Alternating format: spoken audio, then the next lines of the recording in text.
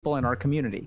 So we'll be sharing a link which y'all can see on the stream. The bot will be sharing a link with y'all, and Charlie and I are going to talk today just about gamer rage. Yeah, it's one of my favorite topics actually. I'm a big indulger of watching gamer rage moments, so I'm Yeah, pretty dude, stoked. that's actually some of my favorite content. Is actually like React content with you watching gamers rage. Oh, it's always something very special, yeah. So I think to start off, we're actually just going to watch a quick video that Opera GX has put together. So I'll be covering Critical's face for this, No worries. but we can still hear you. Alright.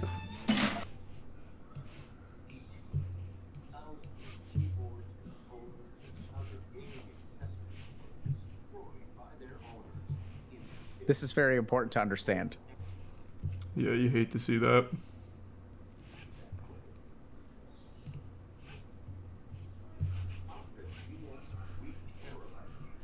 Dude, I'd love to have an office like this. It's not bad. It needs more like RGB though, like real gamer stuff.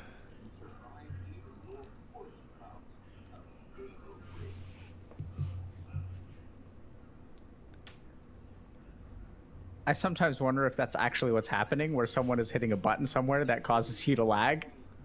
It usually is. They're a bunch of cheaters. When you lose a game, it's because somebody sabotaged you. I've said that for years.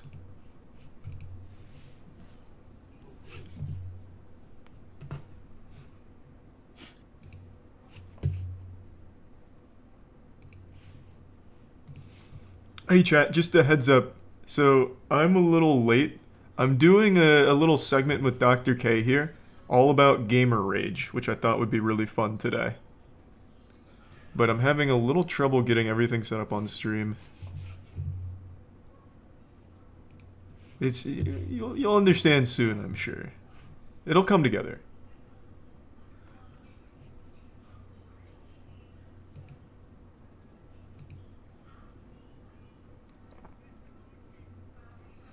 No, you've been minted in the blockchain now.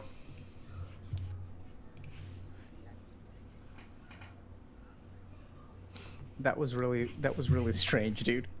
I thought it was cute. Yeah. Um, so you're an expert when it comes to gamer rage. Uh-oh. Cloning myself. No. Right? I would say I'm one of the preeminent researchers when it comes to gamer rage.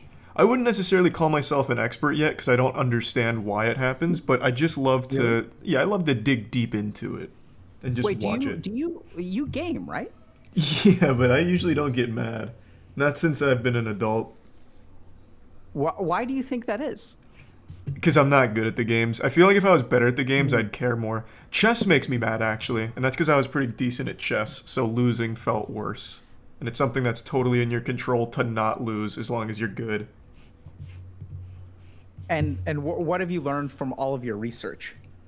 That gamer rage is extremely entertaining as a spectator sport. Hold on. Let me fix my audio 1 second. Yeah, no worries.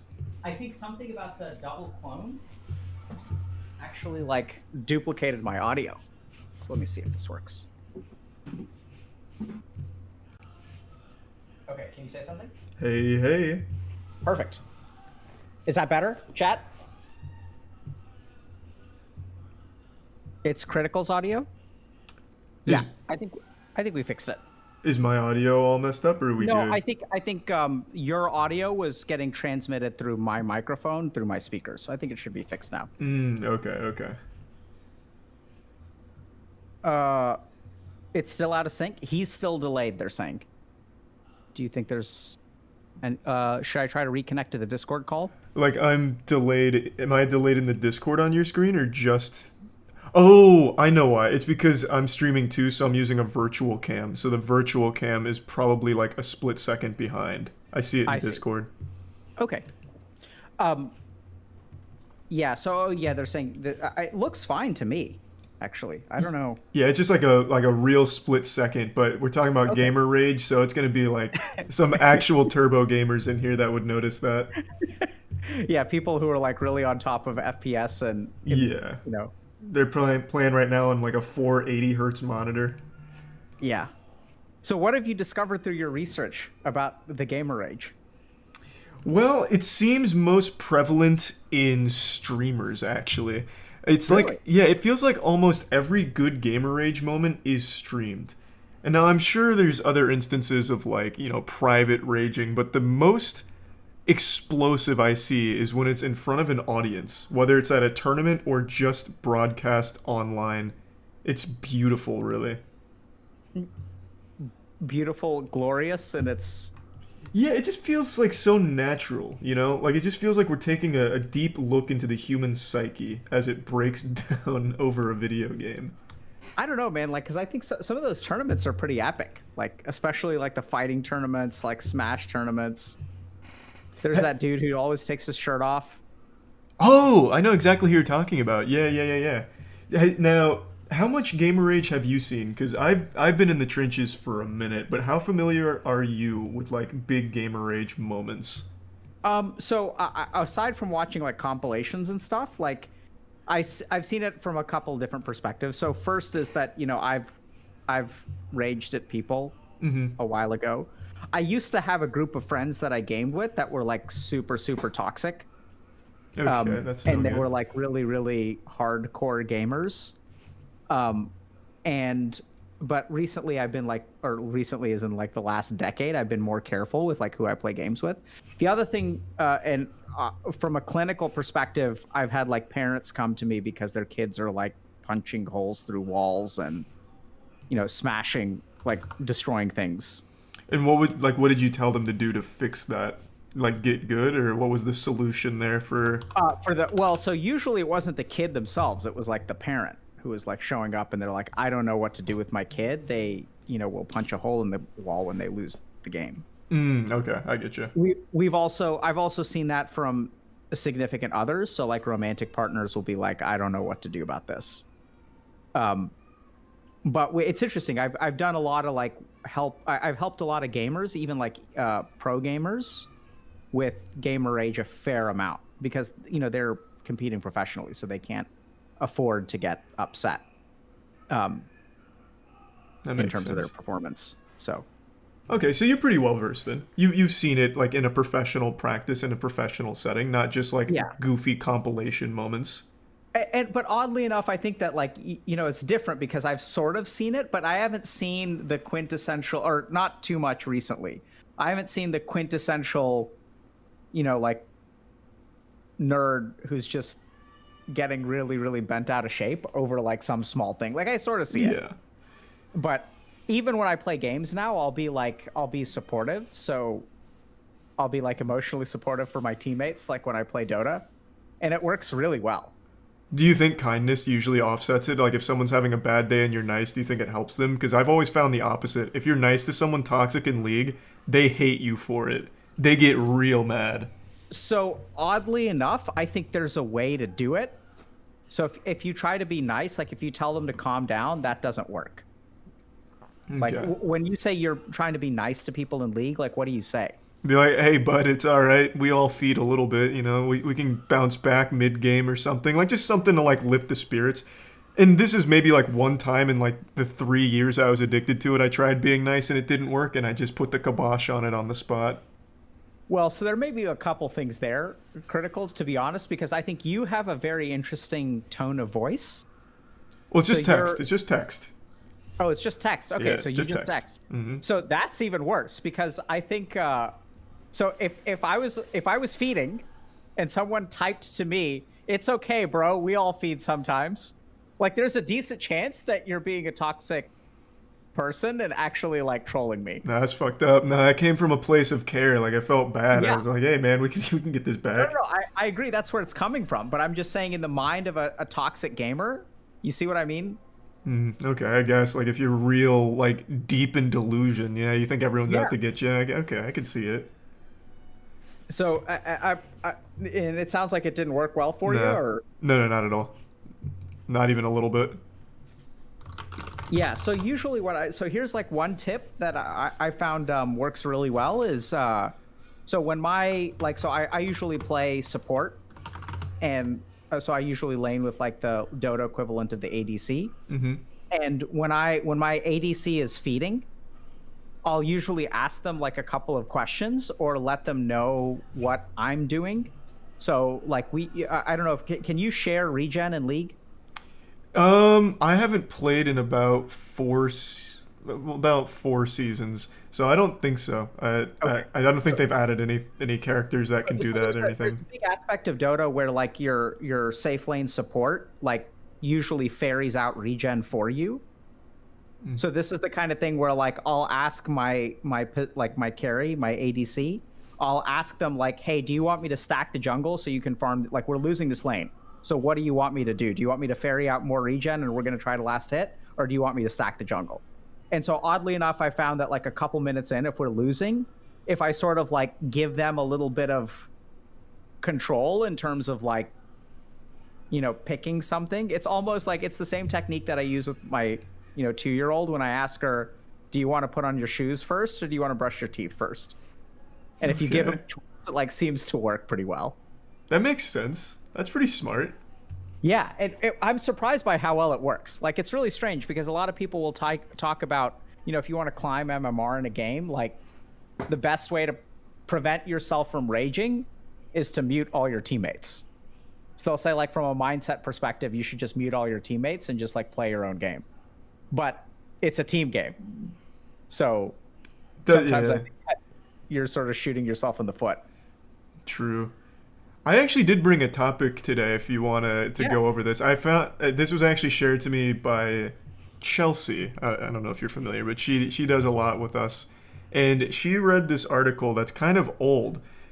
So in Counter Strike, a guy got killed in the game. He got knifed. He got embarrassed, right? If you get knifed in the game, it doesn't feel good.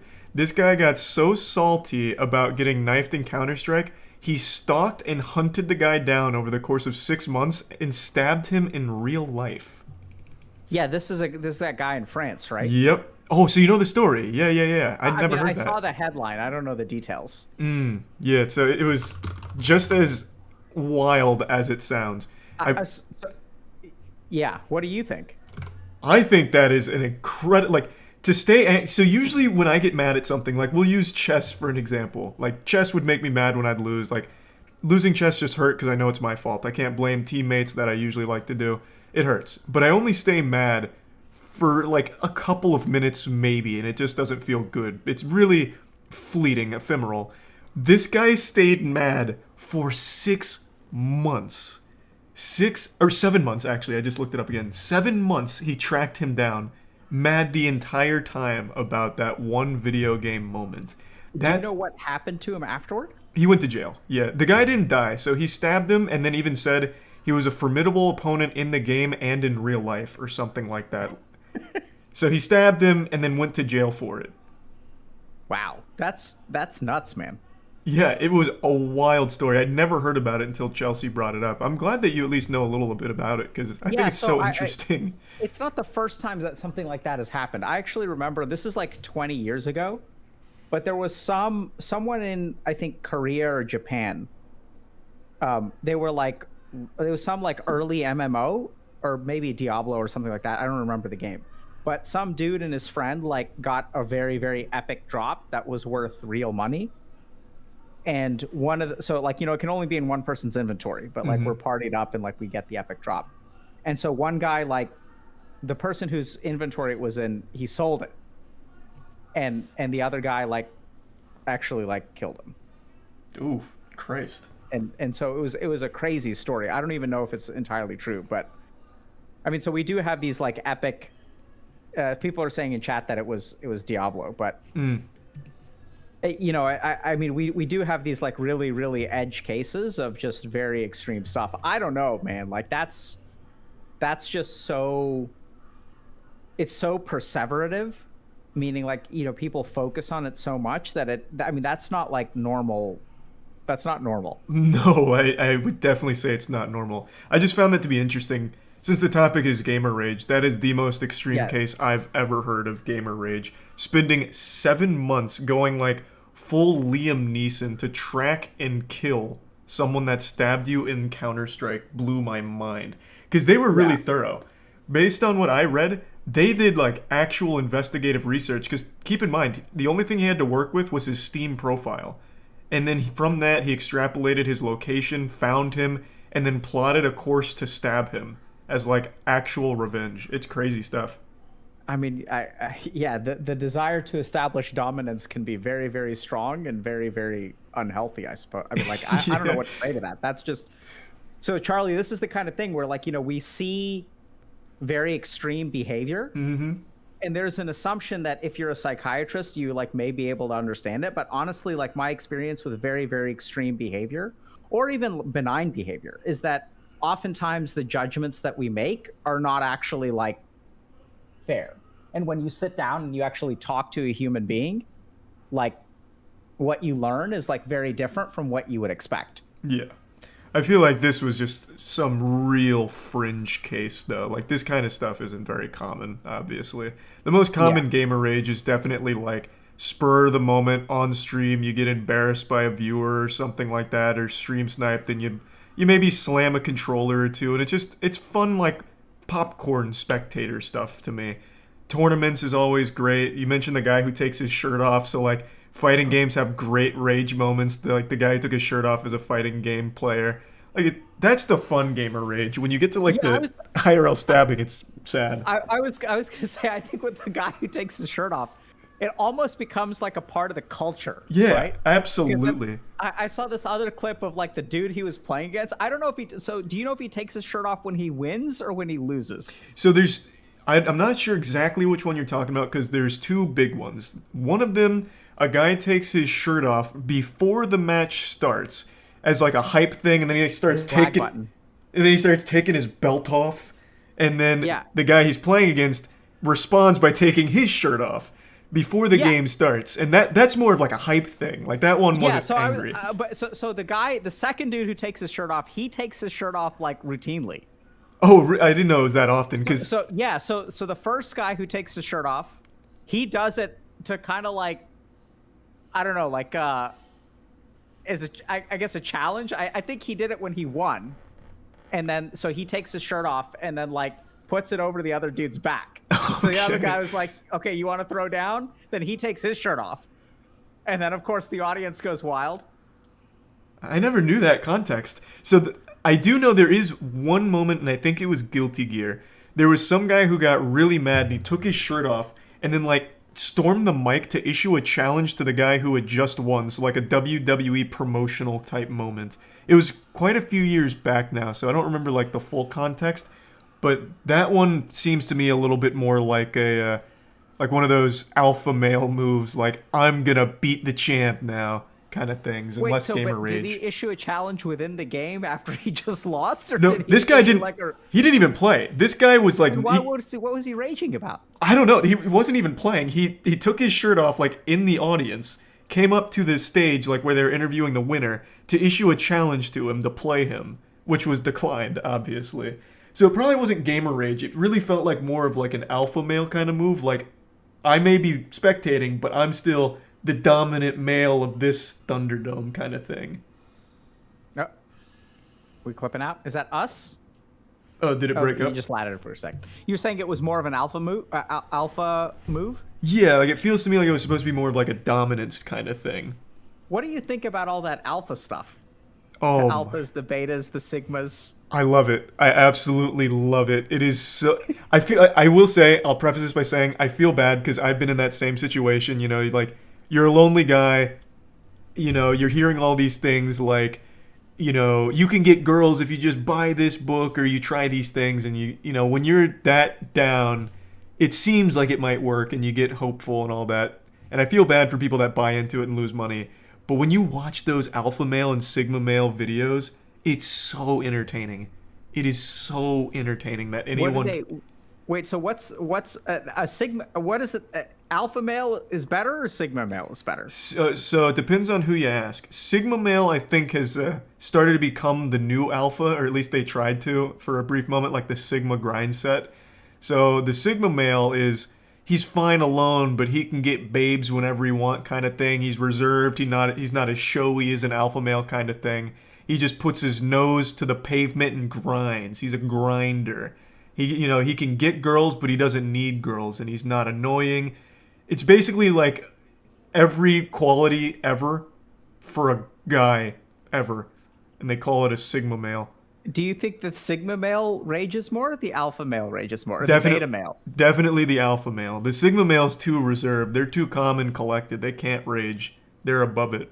But the And alpha the male, alpha rages more than the beta male. I think maybe the beta male would rage more on the hierarchy of like male astrology. I'm not sure, but definitely not the sigma male.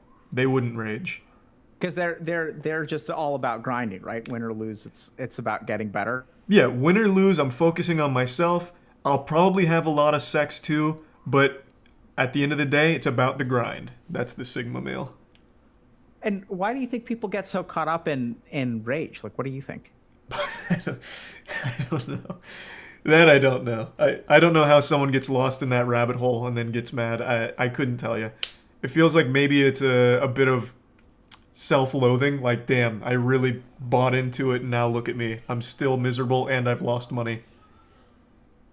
Yeah, I think it's so interesting. Like, so based on some of my experience, I think one of the biggest things that causes rage is actually a feeling of righteousness. Okay, that makes sense. So I think that like most people who will rage because they had an expectation in a game that was not met, and they feel that is unfair. Okay. So it's sort of like because most people think that anger in a video game is like a negative emotion that needs to be conquered, but generally speaking, I think it's kind of weird because it's not just anger; it's actually like righteousness, which is why it's so hard to get rid of, right? Because yeah.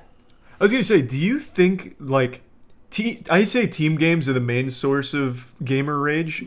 I feel like I see it a lot more. Like Call of Duty tournaments, you have people like screaming so loud their voice starts cracking and going like full dolphin.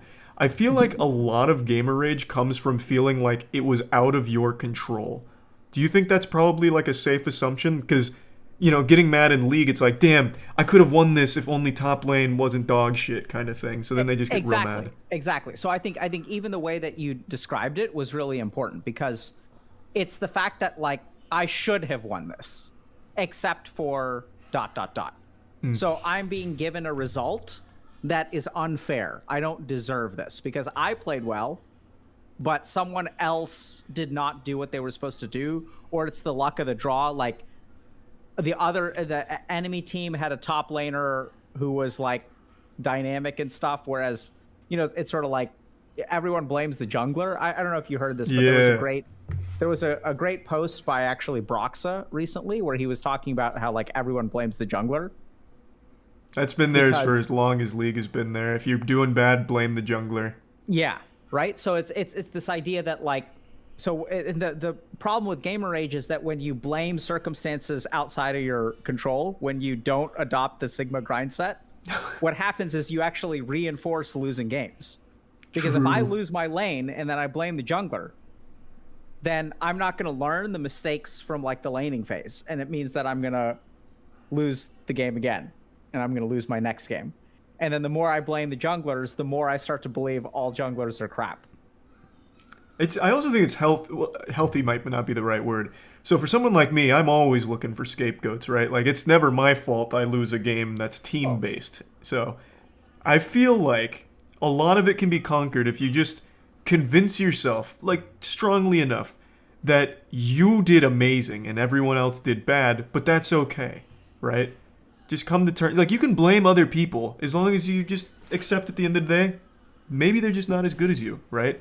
How do you feel about that? Do you think that could help curve the rage aspect and just maybe, like, placate it a bit? I think that's...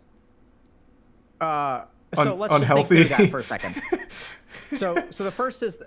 there's an ego response for sure to blame others instead of yourself. Mm-hmm. And so it's kind of interesting because usually that ego response is toxic. I think what you're doing is doubling down on the ego response. Right. But in a non-toxic way. Okay. Does that make sense? Because it's like, oh yeah, like I'm so great. Like I just can't, I can't expect these these crappy noobs on my team, it's also super egotistical. But I'm I not think raging. You won't rage, right? Yeah. So it's sort of like the lesser humans. You can't blame the lesser humans for being bad at Dota or LoL. Yeah, exactly. So I think it sort of helps in a way. Like, it sounds like you can get to a healthy place with that. I still think, though, that acknowledging that, maybe you're not the best person in the world when it comes to this particular video game, and that's why you're sitting at, you're hard stuck at bronze for maybe a reason. Well, it's kind of fucked up. If you're hard stuck bronze, don't use my technique. You don't deserve it. Hard stuck bronze, that's disgusting. You know what gamer rage is actually appropriate? This has been wild. So there's a guy who's basically the equivalent of bronze in Dota, who buys a challenger level account. So he's an account buyer. Okay. So he's like, so the MMR in Dota goes from, like, let's say 1 to like 11K. So 0 to 11K. So he's like a sub 1,000 MMR player. So he's like in the bottom like 5% or 2% of Dota players. Okay. Except he buys this account that's like a top 30 immortal account, which is like a challenger level account, and then he just like chain feeds in these games. Oh. And boy, do people, he like just ruins games. Like, it's like, if you get him on your team, there's just nothing you can do. Does he think he deserves to be there, or does he do it just to ruin games? Who knows? Okay. Right?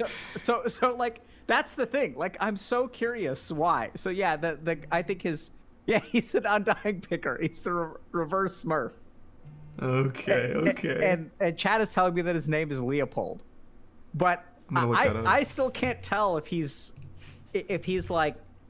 doing it to troll, or he thinks he deserves to be there, or like what's going on. But then people understandably get really, really upset. Like, it's bad enough having a Smurf in your game, but if he's trolling, I think that makes sense.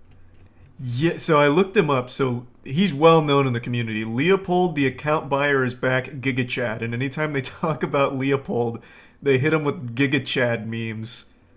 So I guess they look at him as like a joke or something. I mean, I think it's funny. I guess it's funny for everyone who's not in the game. True. Yeah, I'd be tight. I'd be upset. That actually reminds me. It doesn't tie in 1-to-1.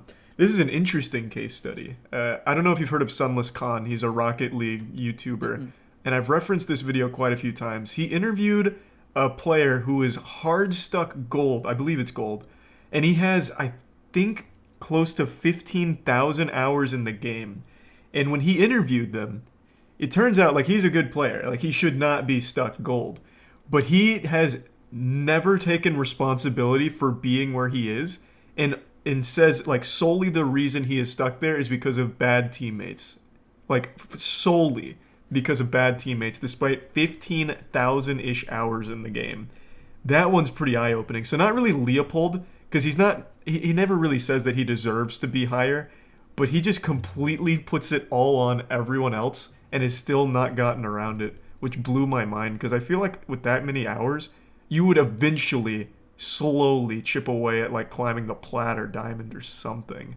Well, you would think so, but actually that's surprisingly not the case. So, like, there's actually some interesting research about this. So if you look at doctors, you can tell within the first 2 to 5 years after doctors finish training what quartile of doctor you're going to be. So you can tell within like 2 to 5 years if you're going to be like a well-performing doctor or a poorly performing doctor. And not to say that poorly performing doctors like do a bad job, but in terms of like clinical outcomes and stuff, like, you can actually tell.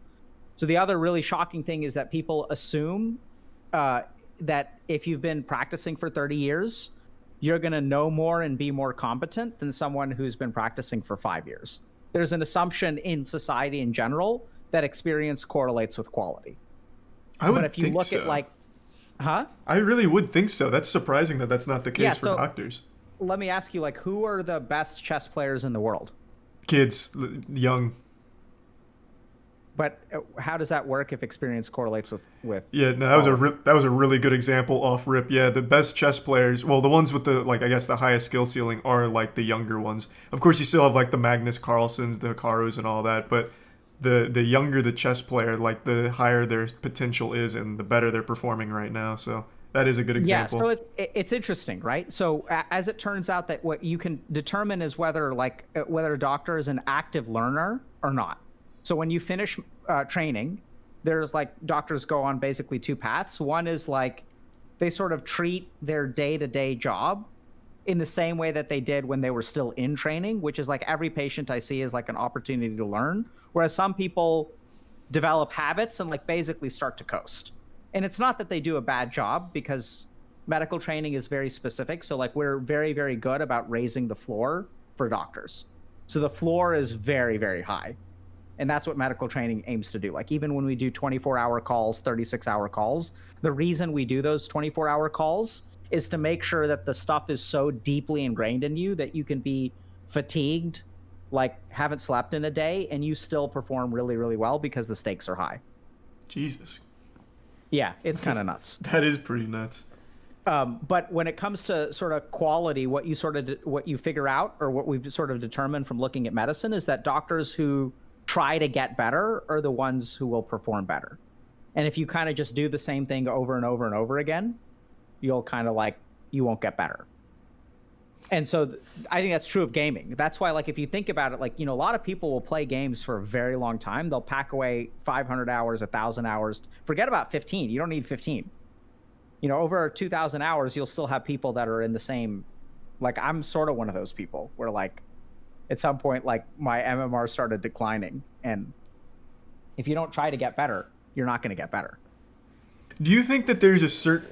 I guess this is something I've always wondered. I actually tried a little experiment with a friend of mine. He'd never played any PC games in his life, and I was curious if, like, given enough time and given enough, like, access to coaching, if he could go from actual ground zero of, like, FPS gaming on the PC to, like, a reasonable rank in Valorant. He ended up getting gold, which I thought was pretty impressive. But do you think that there's a level where no matter how much training, no matter like how much coaching you get, there's just certain things you will never be able to do that someone that is just born more talented can? Or do you think it's always like an achievable thing? Like just a matter of putting in the work and like getting in there and practicing? I love that question, man. That question is something I think about so much. Like the more I work in esports, the more I think about that question.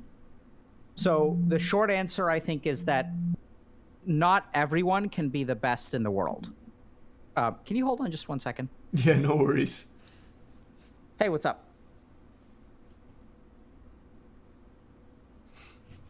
Sure. Okay. I gotta just share a link real quick. Yeah, by all means. Okay.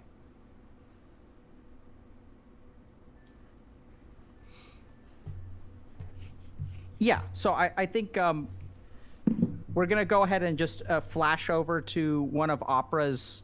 So I think we showed the video, but I think we've also got, so give me just 1 second, Charlie. Yeah, no worries. So I was planning on going into this at the end, but I can send you, I think I've got, I've got the, I sent you the link, right? Yeah. If you want to show it there too. I think if I let me pull just- this up, it'll here. I'll try it, but I think that's gonna change your stream because it's gonna take me off of the main here. But I'll give it a whirl. Tell me if this changes anything. Yeah. So no, I think I'm fine for now. So, we just wanted to remind everyone this is a sponsored stream. So Opera GX has been kind enough to sponsor some coaching packages for our community. And, they came up with this idea of anger controllers, which are controllers that break apart when you throw them and you can just like put them back together. Those unfortunately aren't real, but anger absolutely is. So Critical and I are going to be talking about this. Oh, yeah, it looks like there's a countdown timer. So interesting. And we're going to be talking about this today. So we're about to talk a little bit about skill ceilings for gamers, which is a fascinating topic. And there's also a Reddit thread that we're checking out where you guys can go ahead and sign up and enter a giveaway to get coaching. So yeah, thank y'all everyone for being here. Back to Charlie's question. So you were asking, do you think you can, theoretically, can you like be the best if you practice hard enough? Not even the best. Could someone like me? I would say I was born without that like X factor gene that makes you like really click with like FPS games, for example. But could I go from my current level to at least like a almost professional level, or even like the lower end of the pro level spectrum? Or do you think there really is just a cap to what you can learn without that God-given talent? I think you could probably get Challenger. I would think in a game like League. Challenger is top 300 players, right? I don't remember exactly what Challenger is. I think it might be top 500 or top 100. I don't remember. So I think you can get really, like, you can become a really, really good amateur.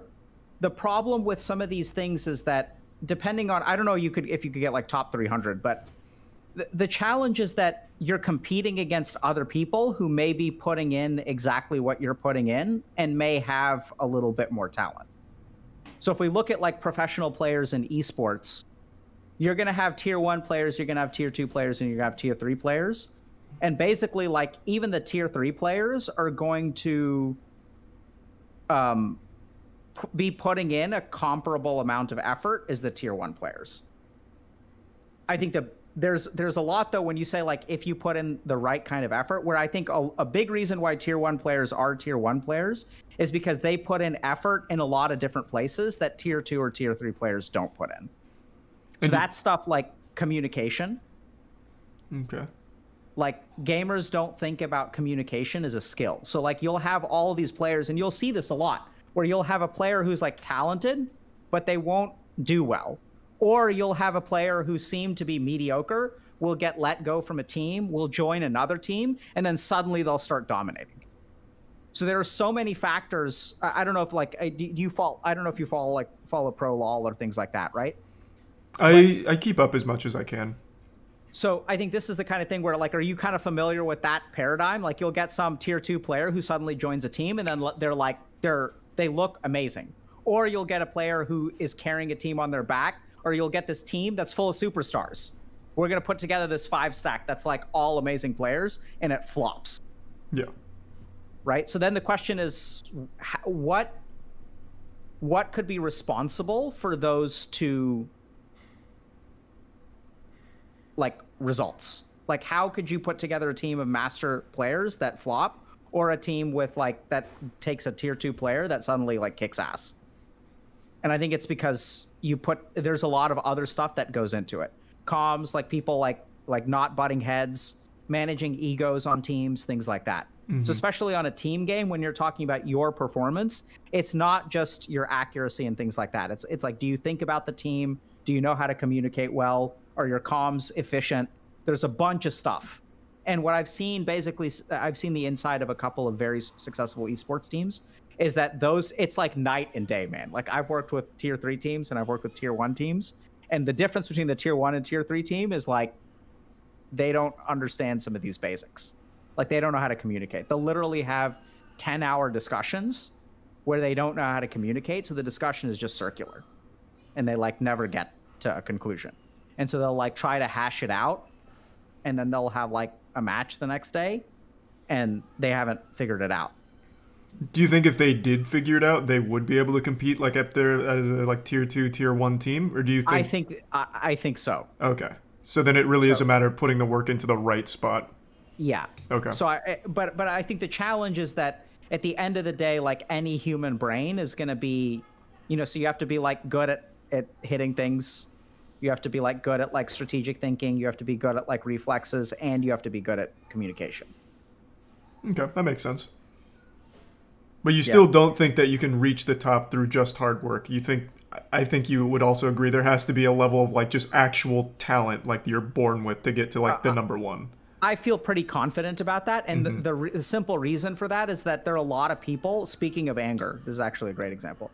There are a lot of people who are putting in a ton of work and don't get anywhere near there. Yeah. Right. So I was talking with some pro players about how frustrating it was to play with top tier pubs.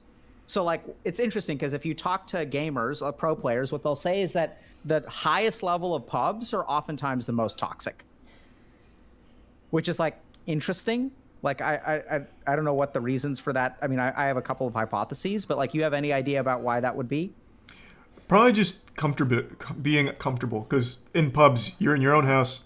You know, might have had a bad day. It's super like volatile. You don't know the circumstances. You hop on, maybe you want like casual games. It gets sweaty. You get stomped. You feel bad, and you just had like a bad day all around. I could definitely see why pubs would always be more toxic, honestly. So pubs could be more toxic for sure, but specifically the higher up you go in the ranking, and at the top tier of pub games, they're actually very toxic. Oh, absolutely. Everyone, I know for a fact why.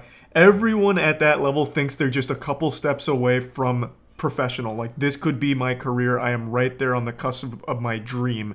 So everything that maybe goes wrong in there, they take it much more seriously than someone in silver who knows that they're trash. I definitely see why. I think it's so interesting because I think what goes on is so we were trying to talk a little bit about developing empathy for your teammates and things like that. And so, here's a question that I kind of asked people, which is like, imagine what your life is like if you're like a tier 3 pub star in a game like League of Legends or Dota. You play just as much as the pros, but you don't go to the tournaments. You don't have a team. You don't have a salary. And like, just how like you've devoted your life to playing this game, just like the superstars have. You've sacrificed everything that they've sacrificed. They have a team, they go to tournaments, they compete, but you don't. And it's because that's what it takes. Yeah, I mean that sounded like Right? really targeted. Yeah, like if that was me, I'd be mad just hearing that. Like that's what it takes to get like if you're like a top 100 like pub star, like that's what it takes. True. No, Like, you 100%. spent years of your life because you can't get there, like because you got to put in the work. And despite all the work, and you dropped out of college, you've never had a girlfriend or boyfriend, Yeah. and like for what? Like you sacrificed the best years of your life to be a tier 3 pub star. Yeah, that sucks. It's rough. I'm about to gamer rage right now, honestly, and that's not even me. Shit. So like I think that's I know it's kind of weird, but so the takeaway, the reason we have that is like have compassion, right? Yeah. Like these people's lives are, like it's tough. Damn, that is something I had never really stopped and think about, because take for example like anyone in the top 500 of like Fortnite, for example. I don't know why I chose Fortnite. It just I played in their event recently, so it popped in my head. Only like 50 of those players play professionally, like actually get paid for it, despite all the top 500 playing just as much. That shit's gotta suck. Oh my god. Yeah, it's rough. Right, because you make all, and that's where I think so. The rage comes from a couple of different places. One is it comes from righteousness, because you've made all the sacrifices that they have, and then when you lose to them, oh my god. Or when they make a mistake in the game, how could this guy be so bad? When you're queuing with pros, and you don't do your job in lane, and you all end up getting crushed, and then at the end of the game, your carry is like 0-4. It's so easy to rage at them. It all comes out so easily. True. And sometimes it comes out beautifully too, where you just get like the stars that align and you get like a broken keyboard, broken mouse kind of thing, and then everyone's laughing at you. And then you get even more, it becomes a self-fulfilling prophecy almost. You break your computer, break your monitor, now you're out money too because you got mad. Now you're mad because you out money, and now you're mad because you ruined that and you lost the game. It's such a almost beautiful train wreck that you can't look away from, and that's why I'm such a fan of those like rage compilations. It's just so interesting. I've never broken anything in rage. Of course, when I was younger, I had the gamer rage moments. I always chose pillows, something I couldn't possibly like break or ruin. But when you see those compilations, you see at a tournament the controller spike, that's money down the drain too. So now you're mad, people are laughing at you because you're mad, and you just broke your shit, so you're gonna lose money on it. It's just an absolute disaster. It's kind of weird, but I almost think that there's something gratifying about smashing a controller because it's worth something. You think This so? is sort of yeah, because like I know that in the rare times I've raged, I've tried to do healthier things like punch pillows, and punching a pillow is so unsatisfying. Oh, what kind of pillows are you punching? Tempur-Pedic? You get some feather pillows or something. It gives you like a little like So feedback. so the closest I've gotten is recently is actually playing Elden Ring, Oh, okay, that but sounds like about right. Elden Ring is like I could certainly see a certain satisfaction to like smashing the thing that because the pillow didn't do anything to you, right? Yeah, but I mean the controller It's the didn't controller either. in the game. Well, no, I mean the controller failed me because my skill is epic. Oh, I see. Okay, I see what you're. The Okay, input. okay. So And the you're other thing is okay. that controllers have a very satisfying. There's like a crunchiness to controllers and keyboards, Right. right? Okay. So what you're saying is we need more raging and more controllers breaking because it's therapeutic. It's like ASMR. No, I almost. mean I don't think that's a good answer. But I see what you're saying. Okay. Okay. I think that there's a reason why people do it, and it feels pretty satisfying to like smash something, right? Pillows aren't really smashable, like not in like a, you know. I mean, I think what we should do is better. First of all, like have compassion for people who are angry. Mm-hmm. I think that the other thing that's really, really important that you sort of mentioned about the guy who has 15,000 hours is I think he falls into the cognitive bias trap really easily, right? So it's like my teammates are bad, therefore I lose. Then once you have that hypothesis, your brain actually selectively filters information to support it. So every game, what happens is none of your teammates are going to like he's in gold, right? So people are going to be making mistakes. And so you're just hypersensitive to the mistakes that every person makes. So each game you play further confirms your hypothesis. And the stronger the hypothesis becomes, the stronger the cognitive filter becomes. The stronger the cognitive filter becomes, the more evidence you get. Mm-hmm. And so you also see this actually, like speaking of, masculinity and like toxic masculinity circles, where they develop a hypothesis and then they start to get like confirmatory information. Yeah. Jawline and stuff like that. Yeah. Yeah. So then I guess not directly in line with that, but I am curious on what you think. What community, like game community, do you think has the most toxicity? I think so. I think team-based games are going to be the most toxic because I feel like games like fighting games, chess, stuff like that. When you lose, you know it's your fault and you get sad. I think there's more sadness in like a solo game because you know you fucked up. But in team-based games, I feel like everyone always gets the maddest because there's so many other things you can point to. What do you think is the most toxic community? So I don't know is the short answer. Mm-hmm. But I think it's almost like so. I sort of don't like the question. So first thing, everyone in chat is saying whatever game they play. So Yeah. the short answer, actually, the real answer is whatever game I play is the one that has the worst community. Fair. But I think there are a couple of things to remember. The first is that, like, so I used to run trauma groups, like back when I did a bunch of clinical work. And so this is like a group for people who are suffering from trauma. And sometimes what would happen is you'd get this like one-upping where like one person was like, oh yeah, I did this. And like someone else was like, well, like my situation was worse. And then my situation is worse. Oh, that's You know, the like worst. you'll have Dota and League players that argue with each other all the time. The really funny thing is they'll also argue about their own game being more toxic, which is like, True. it's a point of pride. But I think that it sort of doesn't, I don't know. I mean, so based on what I've heard that Call of Duty is like super toxic. To a certain extent. So I think Call of Duty gets that reputation from Xbox Live back in the day. So like old Xbox Live, like the Yeah. real vicious lobbies.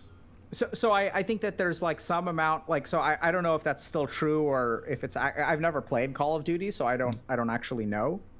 I know one thing that's kind of interesting is Dota actually has this thing called low priority queue. Yes, So I know that. And so I've never even played one of those games, but I'm so curious. Like I wanna like borrow someone's account who's in low priority and like just see what happens if I go in there. Because what they do is they actually group all the people who are toxic together. It's and so apparently good. It's just awful. It's so good. Everything I've heard about low priority queue is so good. But I know a lot of people just mute in low priority queue now, so it's not as crazy as it once was. But yeah, everything I read about and like the clips I watched from like low priority queue moments is always interesting. So I play in the high priority queue stuff, and it's great. Like this is Yeah. where some of the stuff I was telling you like works. Like you can talk to people who have gone 0 and 2 in lane, and you like start asking them questions and stuff. It's like, hey, how can I help you? Like let's figure out how we're gonna come back from this.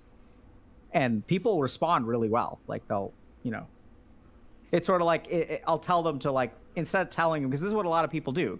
They'll be like, hey, you need to stop going to lane. You're just fucking feeding. But instead, like you got to give them something to do instead. It's like, hey, I stacked camps for you. Yeah, Go jungle. you just target something else and bring them over. Yeah. So I think you don't criticize people for their play. You offer solutions, I would agree with that. which some people do as well because they'll be like, you should just uninstall the game. Well, that's And to a certain extent, that could be good advice. I think there's a lot of people whose lives would benefit if they uninstalled League. That game, it's also my answer for what I think the most toxic community is, and that's not just to farm trues. I know everyone says that, but I was hard stuck in League, like addicted to it for about 3 years and some change. I played from seasons 3 to like the beginning of season 7. I played a lot. And that game is the only game in my life where having like a bad couple of games could actually just ruin my whole day.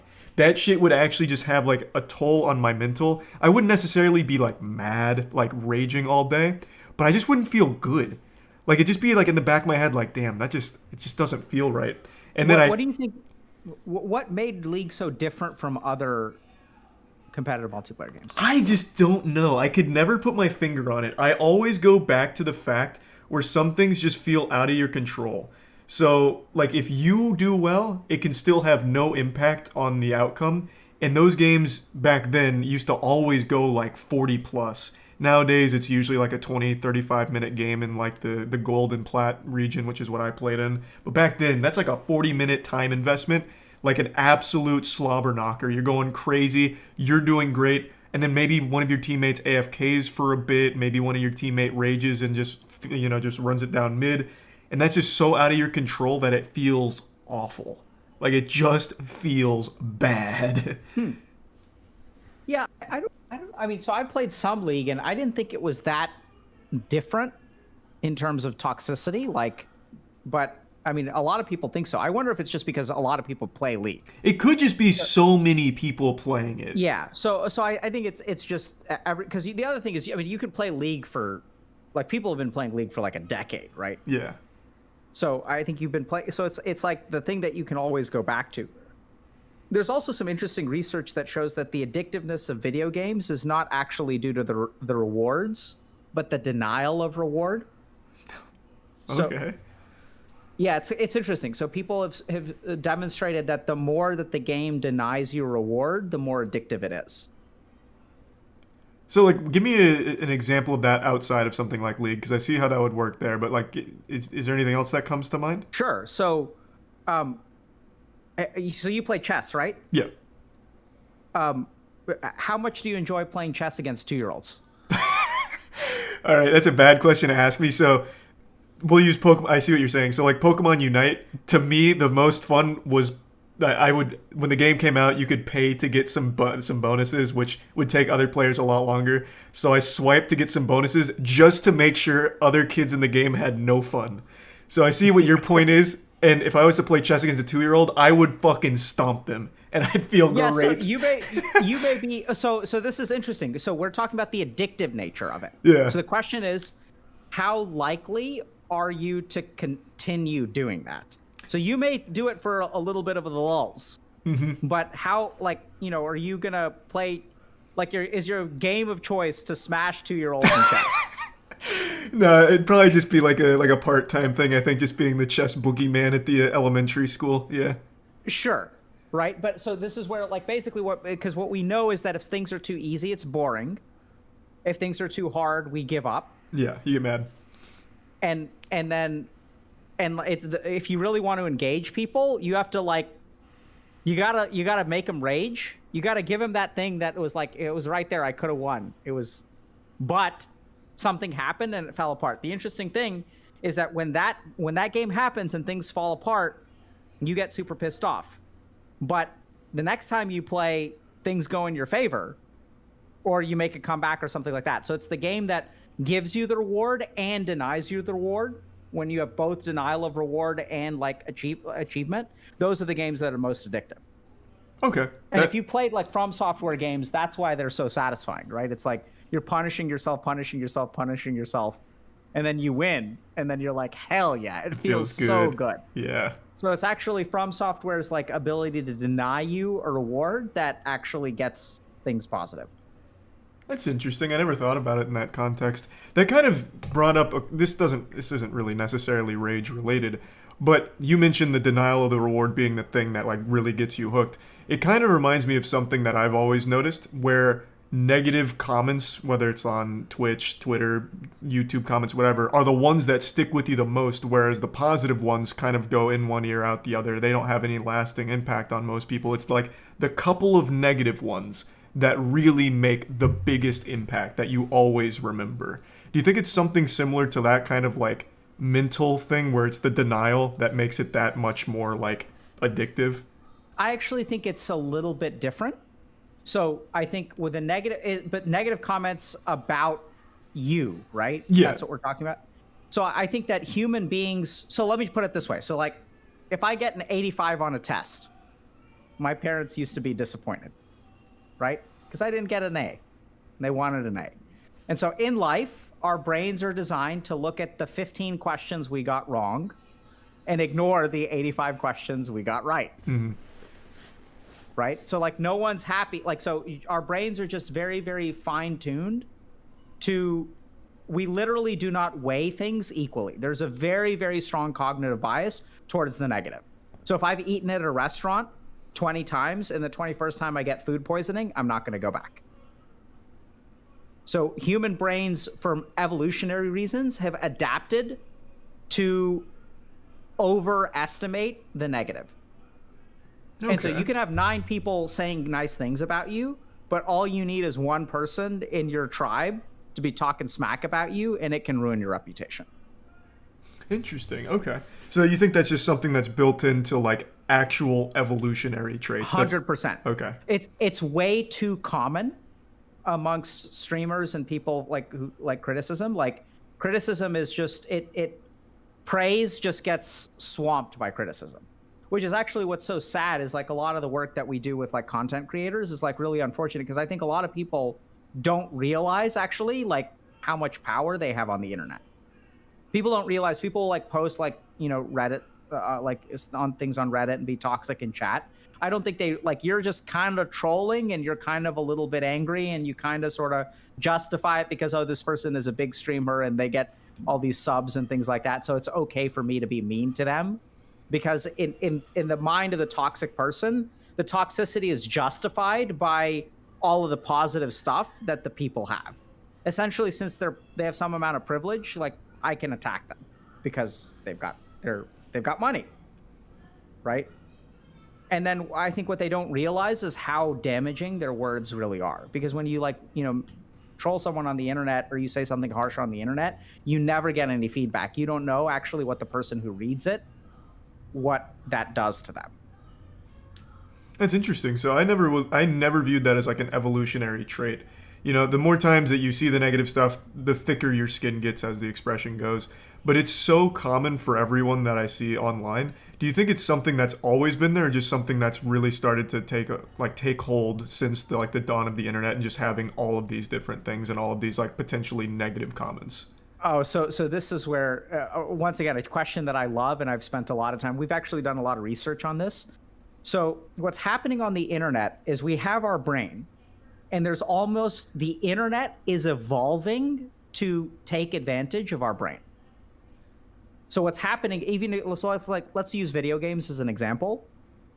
What's happening with video games is someone innovates a feature, right? So let's say World of Warcraft or EverQuest. People like RPGs, and then someone innovates a feature. They say, okay, what if we make an RPG in a persistent world? And that taps into a fundamental need for community. So now you've got, in the past, you had an RPG. RPG is a fun game, so it's got like satisfies the brain in particular ways. It's challenging. It requires me to think. It requires me to be analytical. But there's a tension between enjoying an RPG and sacrificing community. Like if I play RPGs all day, I never get to hang out with people, right? And then we innovate a game that gives me, I don't have to sacrifice community anymore. So now suddenly, like my brain, it's so much easier to get addicted. And we saw a whole generation of people get addicted to WoW and EverQuest and things like that.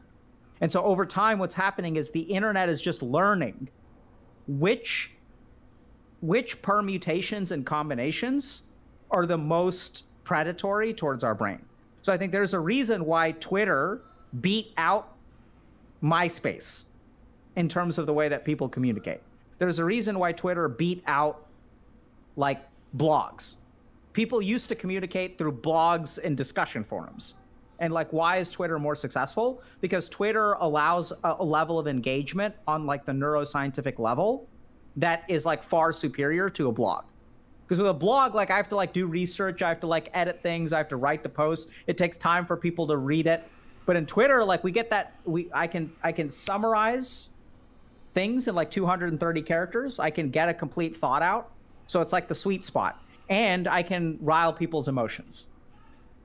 Right? So I can get a complete thought, but like I can't ever make an argument that is really defendable. So what Twitter actually does is fascinating. What they do is they allow people to make points, but no point you ever make is ever going to be fully defensible, which means that people can respond to your tweet and tear it apart pretty easily. Yeah, that's the whole point of Twitter, is dunking on people pretty much.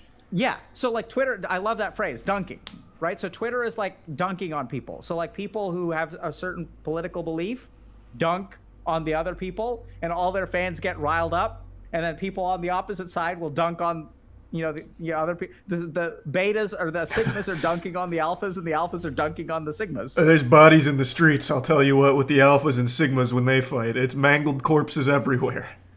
So I think to go back, I gave you kind of a really long answer. But to go back to your answer, I think that this function has always been there in the brain. I think that the internet allows a certain activation of that part of our brain, or even predation of that part of our brain that has not existed. That's interesting. It's something I've never really thought too much about.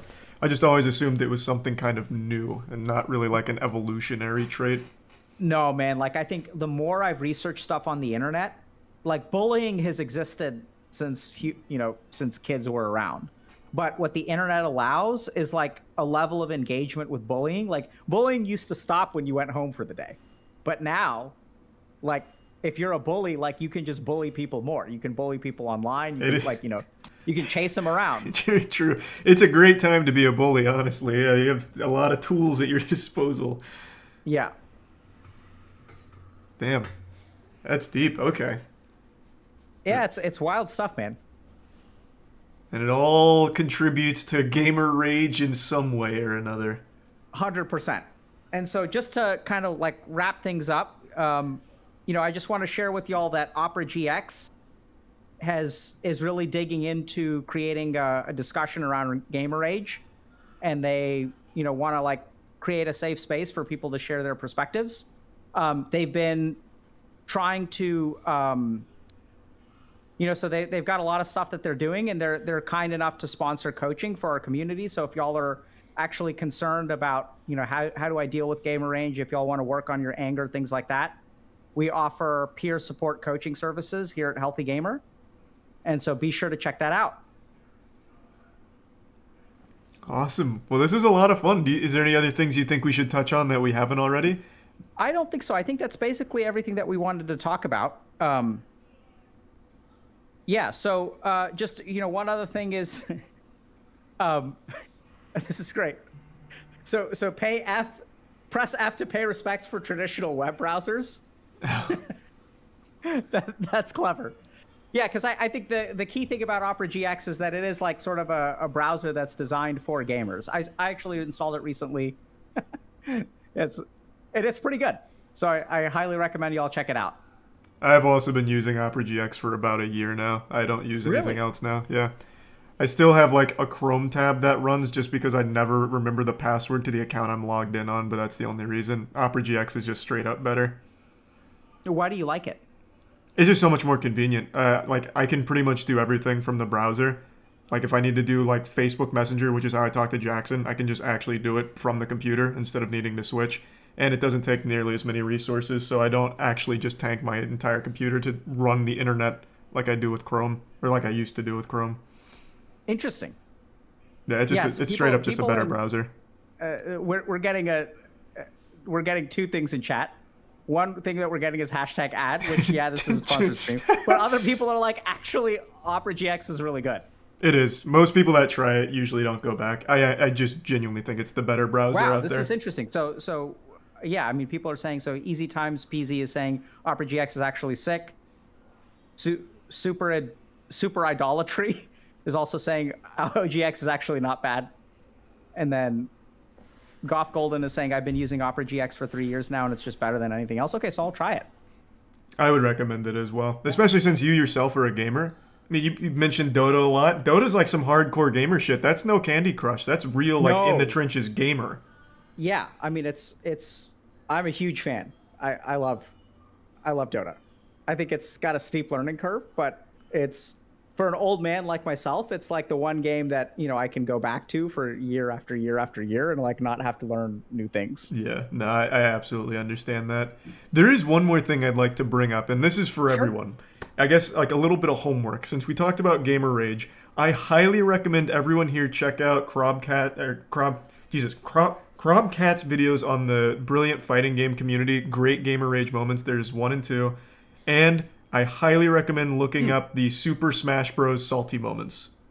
They are Awesome. so good. We'll definitely check it out, man. Oh. Are you still streaming? Sure. Yeah, I'm gonna keep going. Okay, cool. So we'll just send a raid your way, okay? Hey, I appreciate that. Thank you. Take care, everybody. Hey, Thanks a lot. thanks for having me on. Thanks, everyone. Let's go. We're gonna go. Disconnect. That was fun. I always love talking about Gamer Rage. And Dr. K is amazing. I always love our conversations.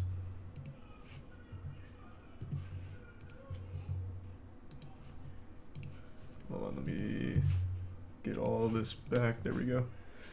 Sorry I wasn't able to read chat. Thank you for the tier 1 one-way rider and the resub Depression, Trippy in the Prime Reel and the resub Uprig. What are we doing next? I'm not sure. I haven't really planned it all out. I need to shower desperately. Like obviously you can't smell me, but you can probably see that I would most likely smell bad. I am very greasy. I had a big workout. So I desperately need to shower. So I think the plan might be we do a bit of weed shop, like just a little healthy amount of weed shop, and then I'll shower, eat, and then if it's not too late, I'll come back and stream some more. But I definitely need to shower. There's the resub Gummy Worm and Humra.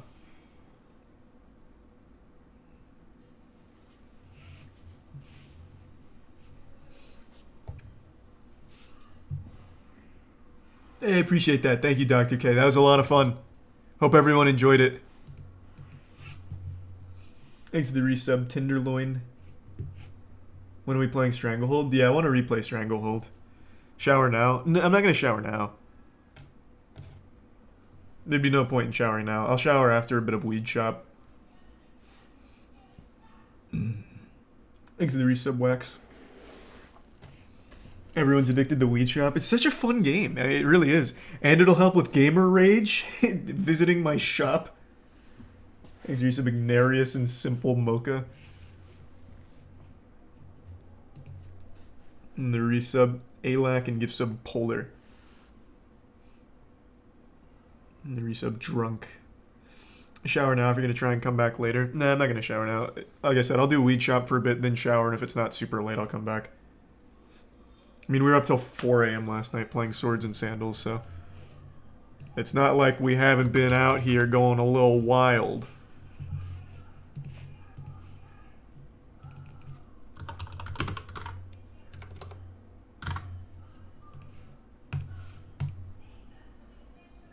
Alright, I'm firing it up now.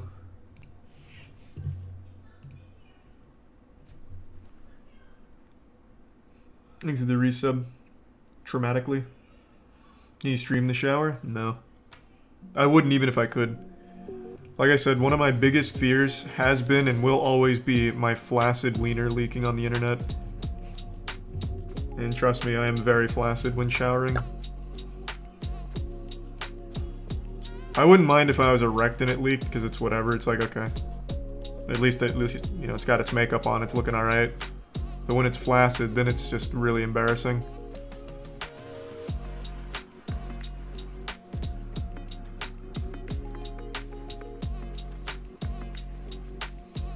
Thanks to the resub Strawberry. And the Bits Bob. And the Prime Dog.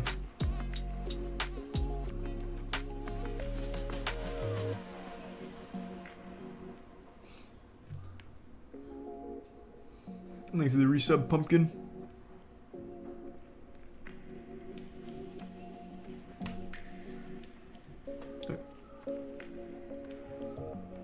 The grind is insane. I know.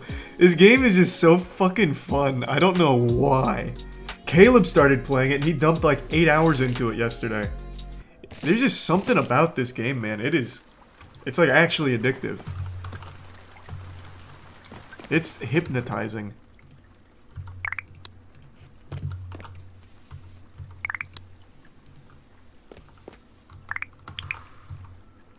I still have seeds.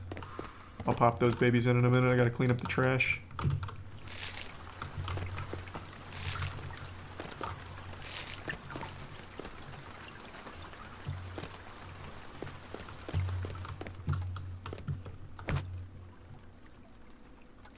Cookie clicker's still looking good too. Let me get out of their way.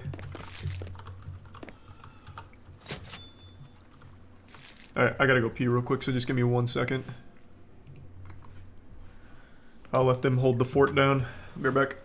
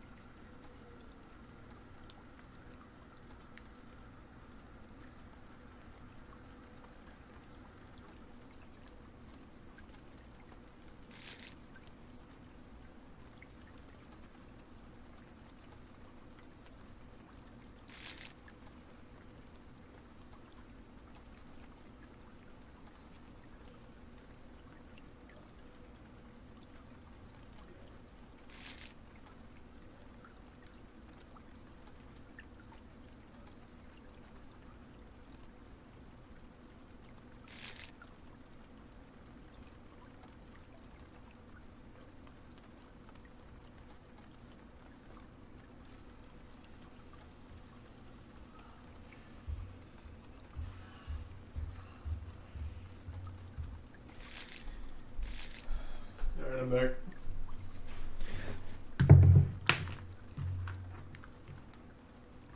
Thanks the resub Husk, Bone Apple, Bazonga, and Tier 1 Pigu, and Prime Sombraro. What just came in?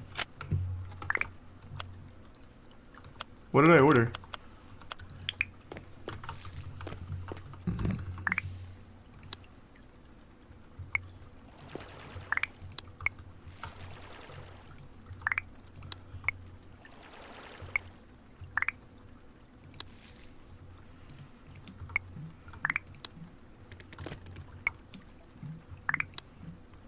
Damn, that's gonna be so big. Wait, what? Oh, I need pots. These are resub turtles.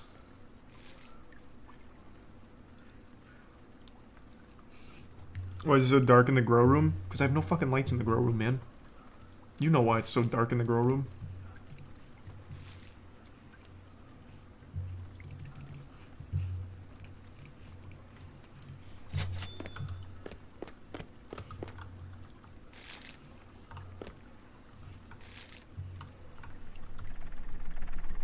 There's a prime. There's a wasp.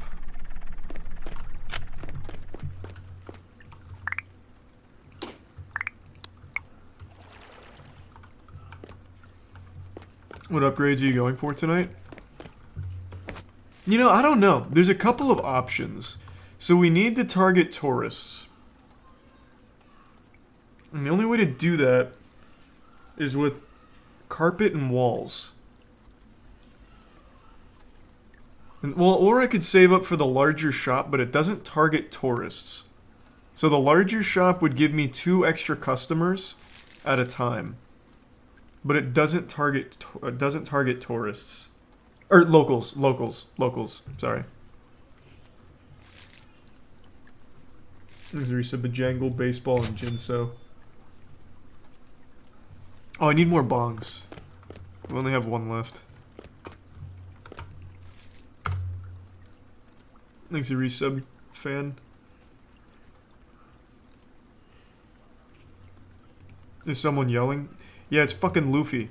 Tiana's catching up on One Piece. She's like, I think like 200 episodes behind now. It sounds like all that character still does is just fucking yell all the time.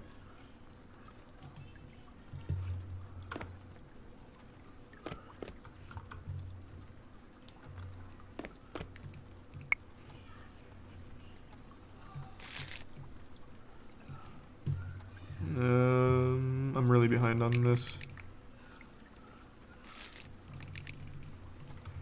I see I'm blocking somebody. Sorry, Lloyd. Thanks, resub either. Oh, wait. Hold on. I need to stay here to collect my, Hindu Kush.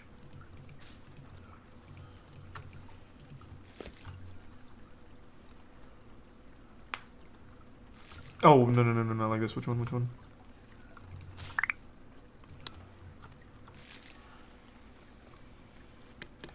Not today. Oh my god, it's spreading. How? Stop. I already cured it. Okay, we're good.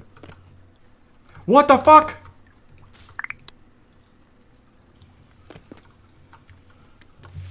Alright, we're good. That got a little dicey.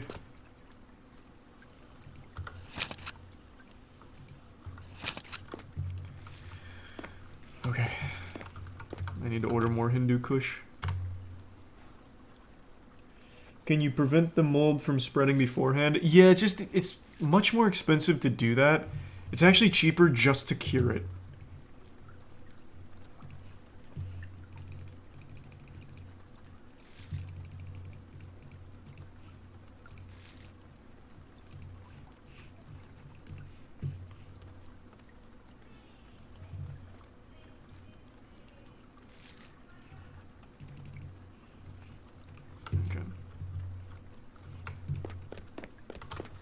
Oh, Michelle leveled up. Thanks to the resub Nightbot.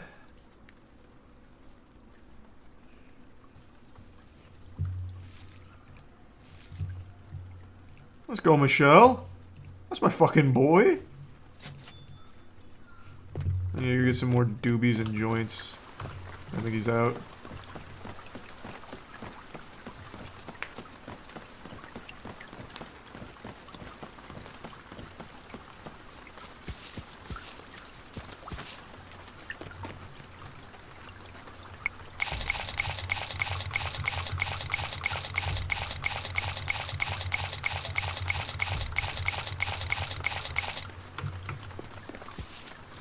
Once I get more of like an inventory, I'll start going on the street and selling a bit more. These are resub Skelix and the Prime charged.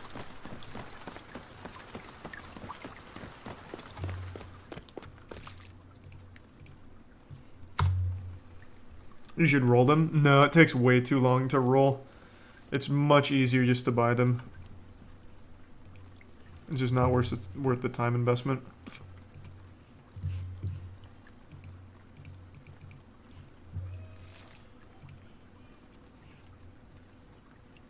Wow, I didn't realize they were selling me Purple Haze joints now. Holy shit.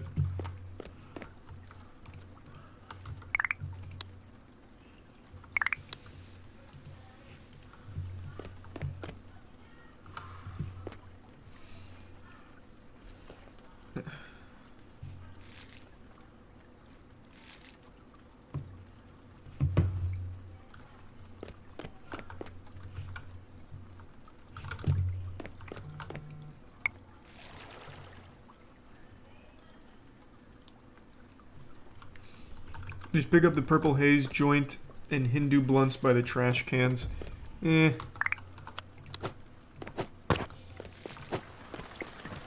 I just don't need to right now. Jesus Christ. This man's got moves. Get away from Roger. There we go.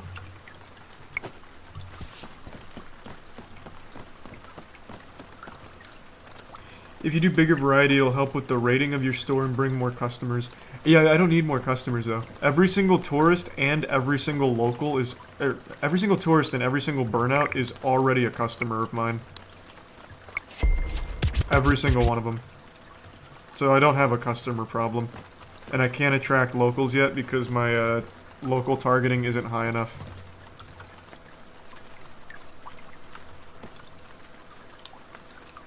Evidently you missed some tier 2s from Moto Chief. I'm sorry, Moto Chief. If it was during the Gamer Rage section, I wasn't able to really talk to chat. Well, thank you very much then, Moto Chief.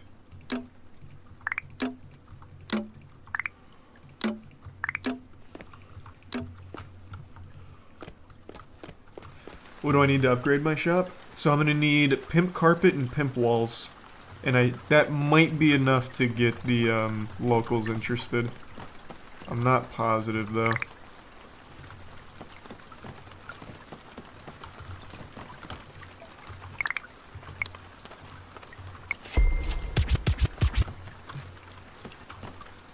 There's a Prime clone and the resub Con Man and Bora. And the 6 gift subs Ollie. Thank you, Ollie. Weed carpet gives 10% local and it's 45k.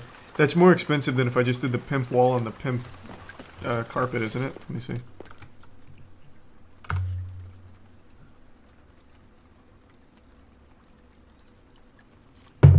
Let's figure it out. So it's 70k for the next shop, but again, doesn't target locals. Pimp walls is 40... okay. No, you got the number wrong. It's 75k for the weed carpet. But it would be cheaper than if I did pimp carpet, or if I did pimp wall plus that. So maybe we just do weed print.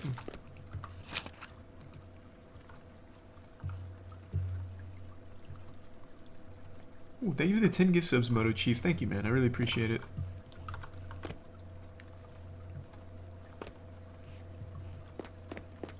I'm gonna keep getting quality boost for my Hindu Kush because it's almost maxed. You need more base popularity? I don't think so though, because I can't get locals regardless. I'll focus on base popularity when I can whoops, wrong thing. When I can actually get locals.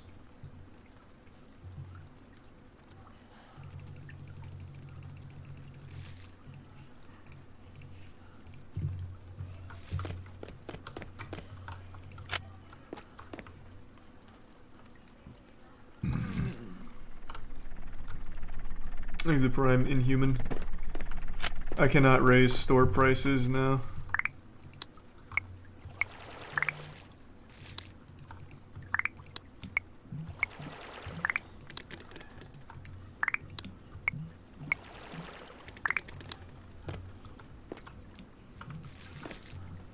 Thanks, resub Smokey.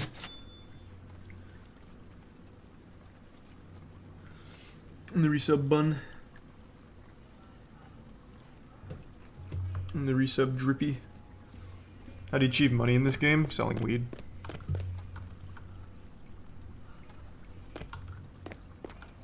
You need base plus local to equal 45. Right, that's what chat said last time too, but again, I still need local, which is the big holdup. Base popularity will be easy to farm. It's the local one that won't.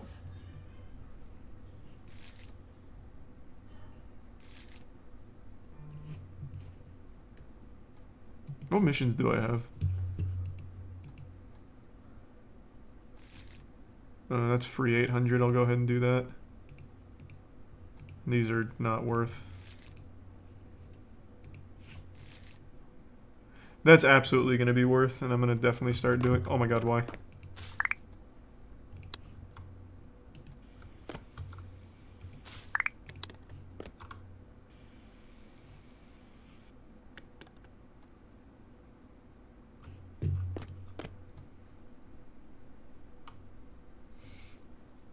Thanks, Risa Burger and Chalk. Yeah, I bought all of the local targeting decorations. I can't stack them though, unfortunately.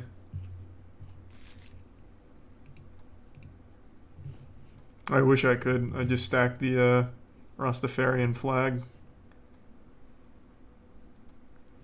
I'm pretty close to this medium painting, which gives me 4 for locals, which would be really nice.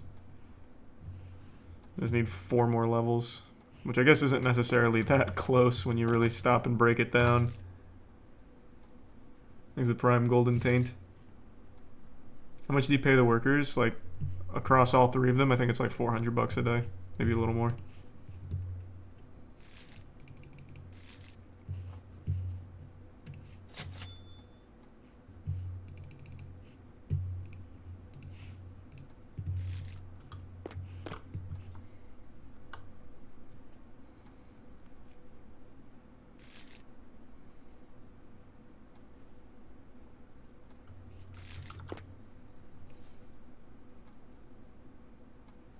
Gotta smoke more. I started 2 days ago and I'm level 24. Yeah, for me it's not the levels I need though. Well, I guess it wouldn't hurt. I can start smoking some of that sour diesel.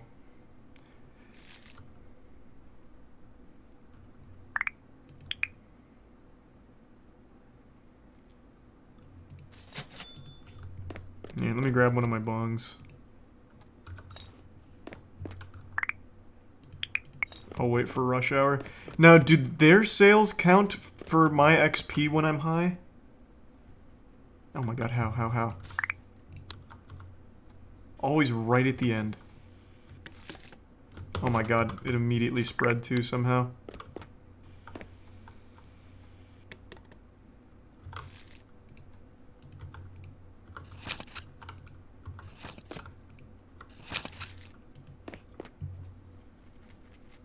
I think so. Okay, let's find out.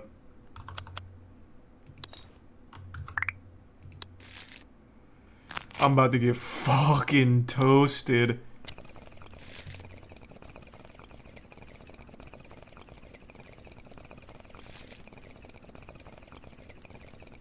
Damn, this shit just took me 0 to 100. My god. Run it. Oh.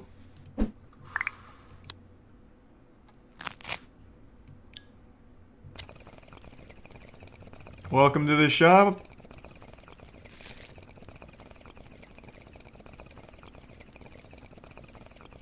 God, this goes so hard.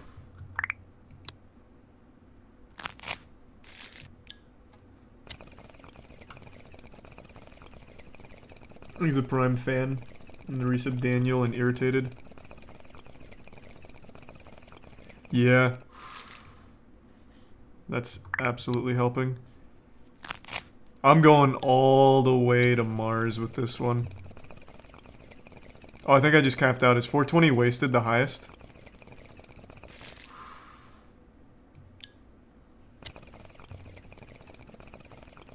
Alright, I did it. Let's go sell on the street now.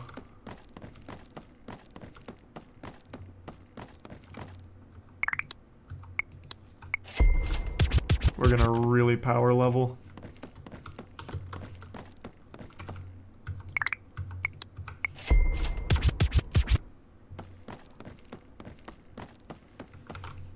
Maya, stop.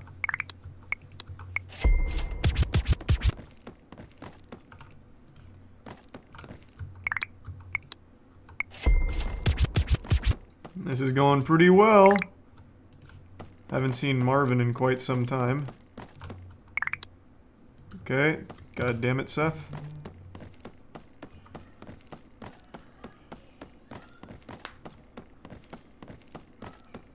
We not making any sales back at the shop? What's going on? Oh, Anita's probably not high anymore.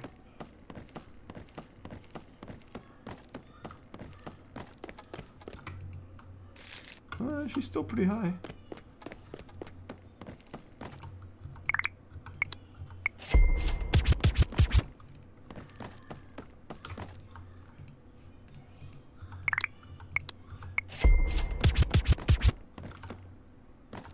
Smoke before harvesting, because that's when you get a lot of XP. I thought you got the most XP from selling. Maybe you're right, though. I can do that.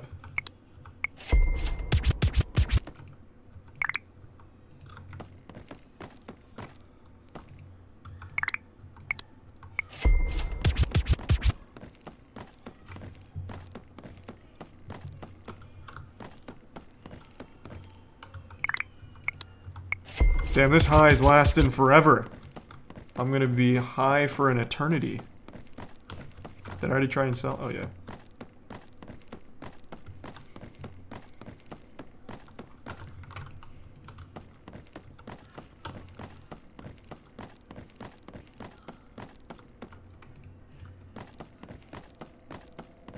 It's a real shame that we're not having a whole ton of foot traffic right now.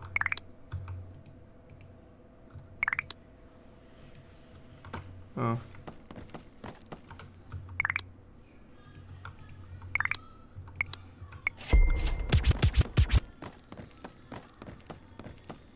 Man, this weed is good, my lord.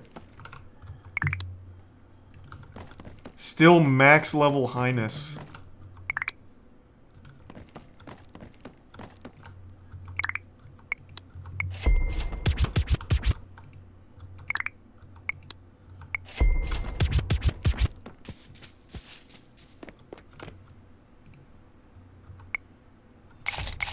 Thanks the resub Vitol and Kimchi and Cole.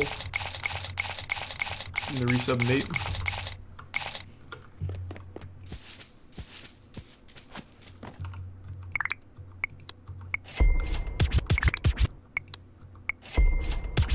Jesus Christ, I'm still zooted on the sauce here. It's been like 10 minutes. Usually this shit wears off in like 10 seconds.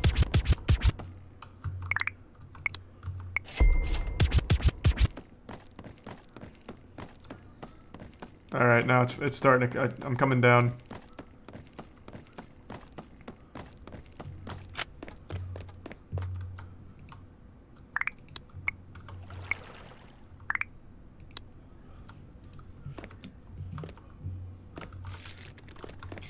Alright, we're also running kind of low on that sour diesel, so I'm gonna place an order.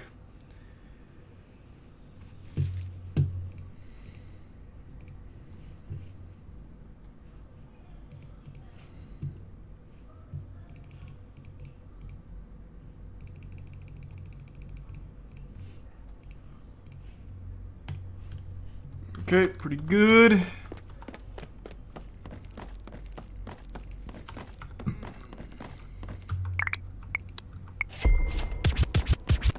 Getting pretty close to leveling up.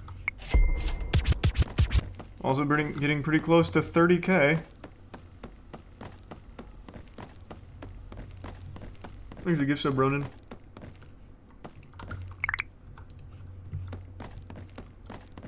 Smoke again? Nah, I'm not gonna maintain highest level here. We're not doing a lot of sales at this shop for some reason right now. So I'm just gonna wait a little bit. Everyone's too spread out.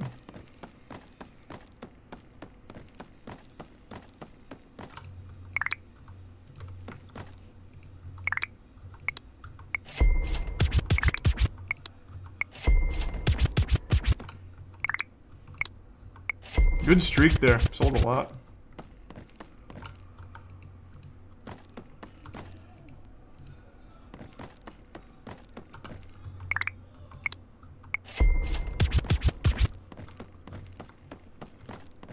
You can turn off the effect in the setting? Nah. I don't want to.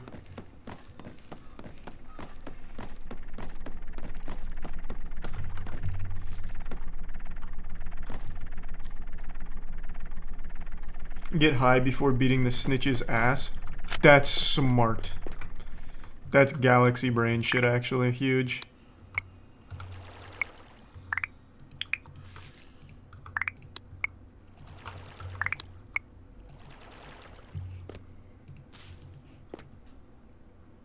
I could give sub again, Ronan, in the resub. Chocolami.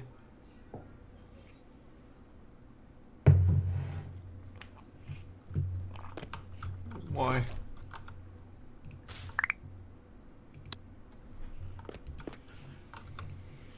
While I'm thinking about it, I'm gonna weed X some cures. How many hours do you have in this game? Like 20 something.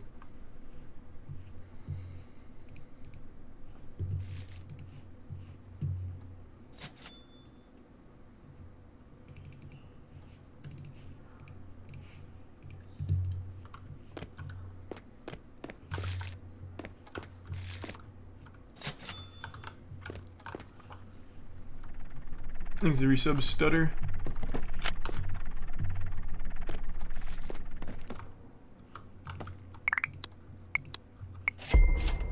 I am running quite low on my sour diesel now. There's a prime crispy.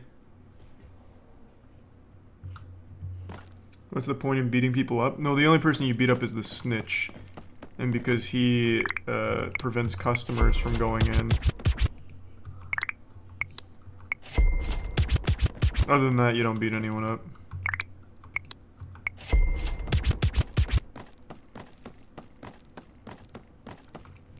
I feel like I'm not having as many people in the shop right now as normal. Oh, are you out of dubes?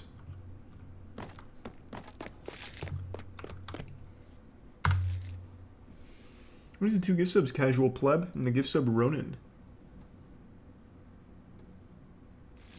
Also beat up the rival dealer. I don't know why people keep saying that. Is that actually something you can do in this game? Because I don't know who my rival dealer is. Oh, he's completely out of dubes. I see the problem.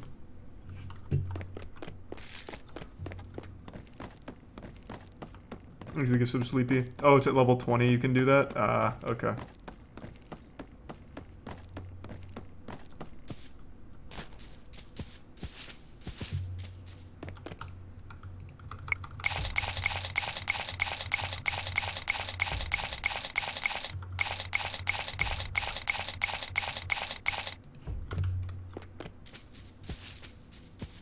Level 20 is crackheads, level 30 is dealer. Alright, got it.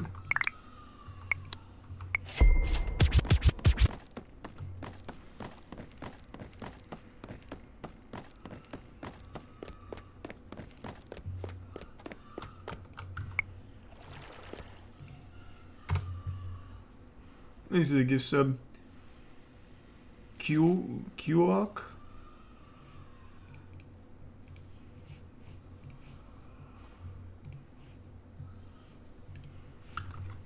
Oh my god, what?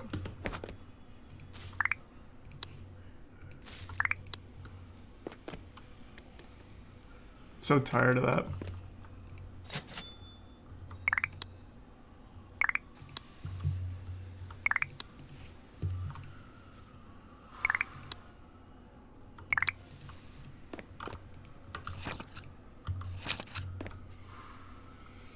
My Hindu Kush coming along well. It's coming along real nice.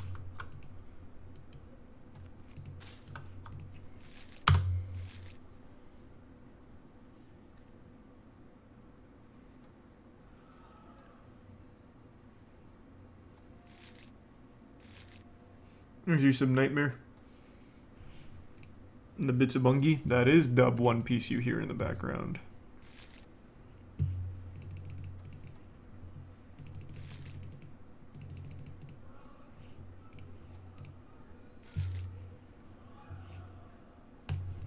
Damn, this is gonna be an expensive order. But I'll be alright.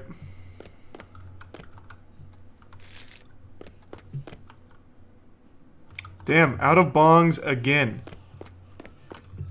I make what, $720 per every bongs when every bong sells.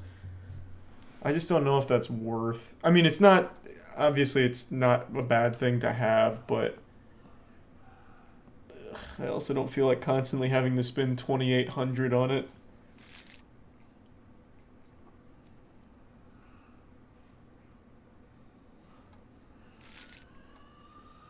Free money, basically. Yeah, but I have to go 2,800 down just to get it every time.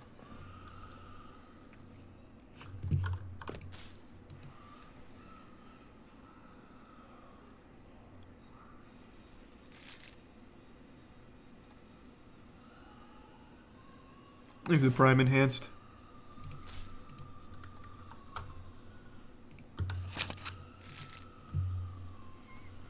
You know what I need? I need more Grow Boost. Buy them secondhand from the pawn shop. The bong? Well, that's even more work. Well, it's cheaper, but it's more work.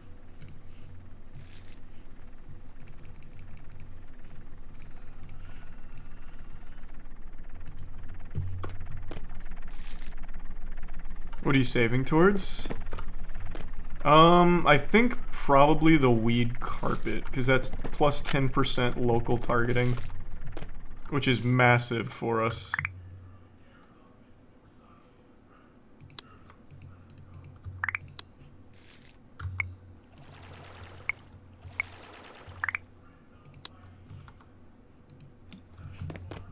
I need more mold cure spray just in case. There's a prime Lockdons. How much is the weed carpet? 75 grand.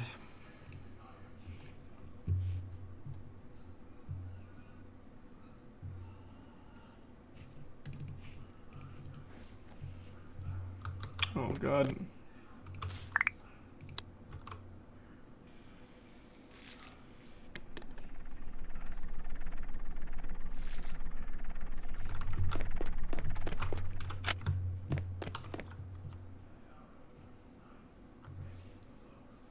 Do locals pay more? Yes. Locals do pay more. Almost level 19. Oh, I forgot to get high before harvesting. I don't know how many times I'm going to make that mistake.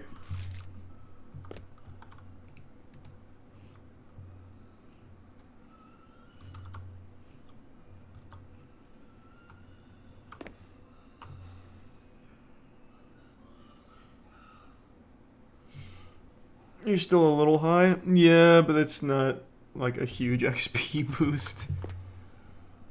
Oh well.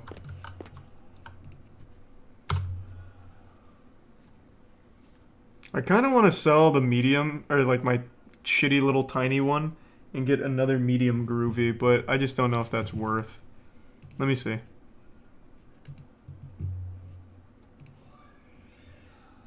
I'm 3 levels away from medium rookie, and it gives me less spots.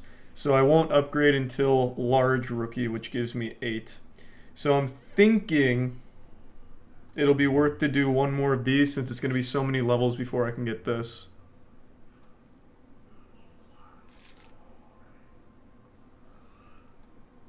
I think I'm going to go for it.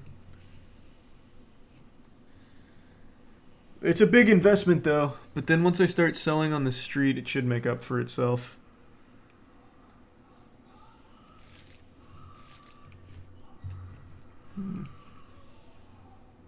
Oh, I'm gonna wait for Groovy Prompt Pro though.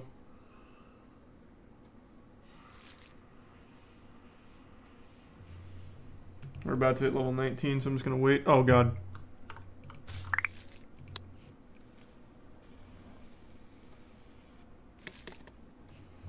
There's a Prime Warret.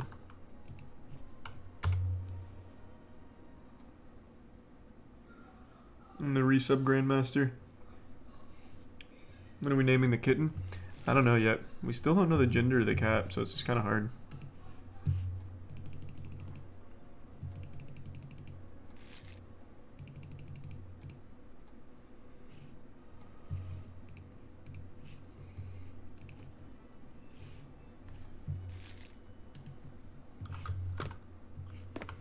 A few more sales, guys. Keep it up.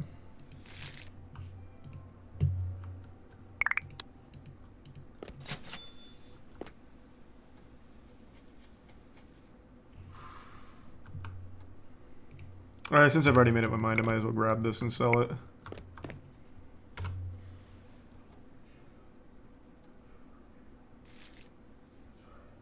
Tiana didn't like the name Glepshido, unfortunately.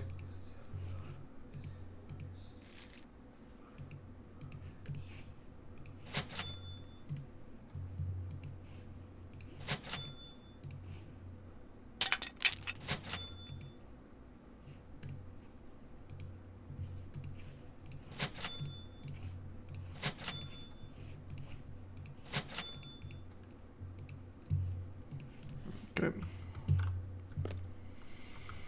All that shit's gonna break soon.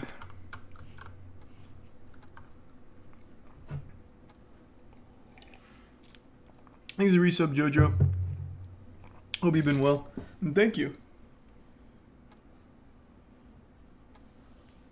Name it DB Cooper. She didn't like that either. Thanks to Tier 1 Daredevil and the resub Reptar and Shortest in Zodiac. And the Tier 1 Ivan and Prime Warret. The Bits Wolf and resub Eldon.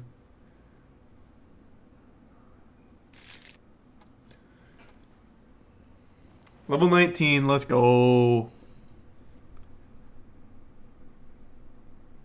Wait, cheesy wallpaper.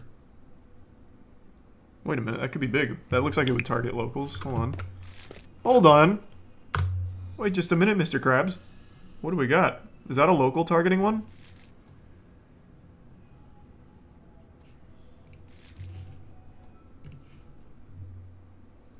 It does target locals at only $88,000. Wow, holy shit. Okay, we're sticking with the weed carpet at 75.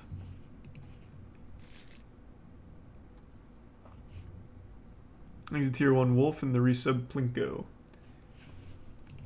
These prices are insane now.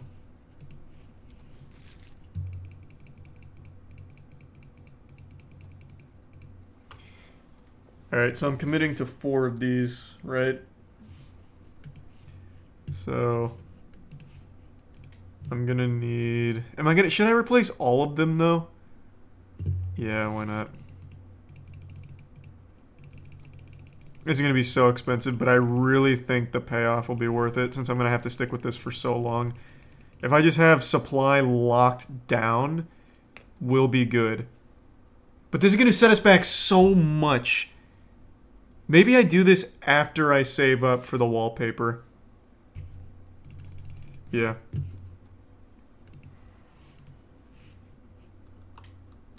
Stop getting moldy, Jesus Christ.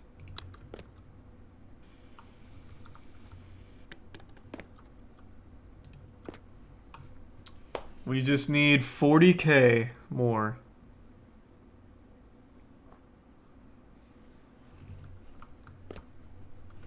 I might as well put this in the oven here.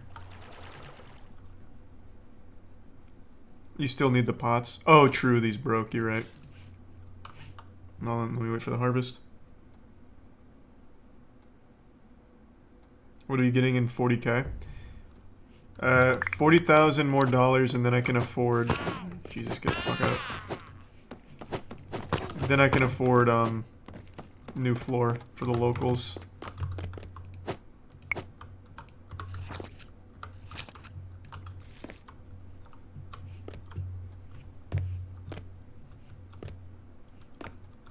I couldn't smoke, I was in a rush, I needed to harvest. It wouldn't have made that much of a difference. It'd be like plus 150. Not bad, not amazing.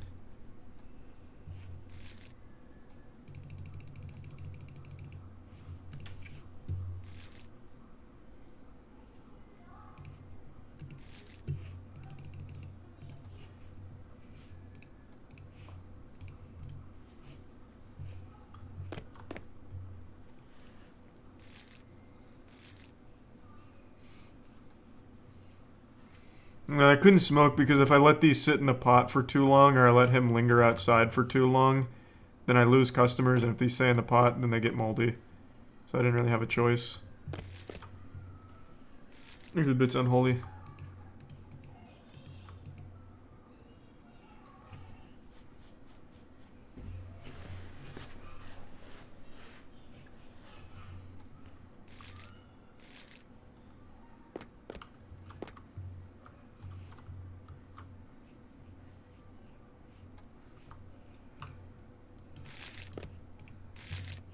Alright, looking good. I'll just sell a little bit.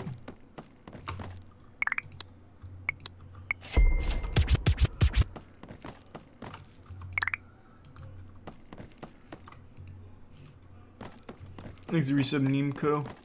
Restock the bongs. Yeah, I'll restock the bongs. After I get these joints.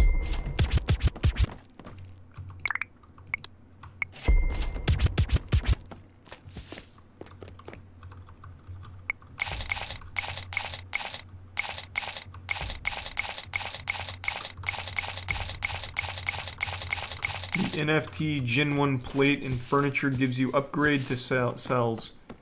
Bro, it targets tourists. I don't need to target tourists. Every single tourist in the game already goes to my shop. And I don't even think it has any base popularity stats to it.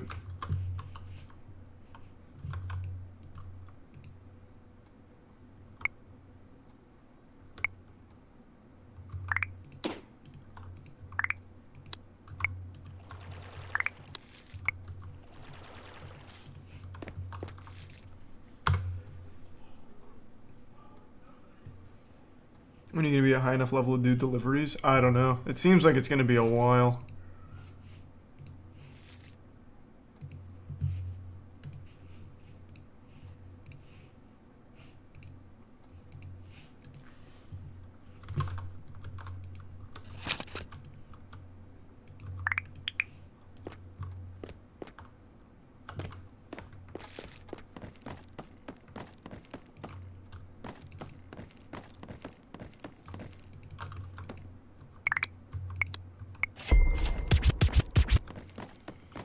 Oh. It takes so long. Jesus.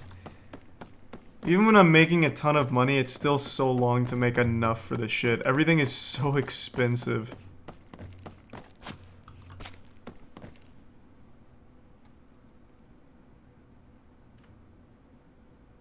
I know I need 45 total between locals and base. I'm well aware.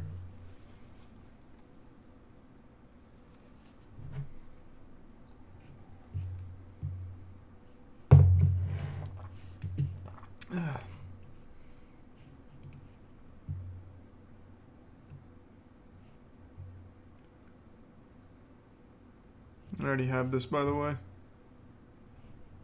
This will be a nice boost. These two will both be nice boosts, actually. When we get there.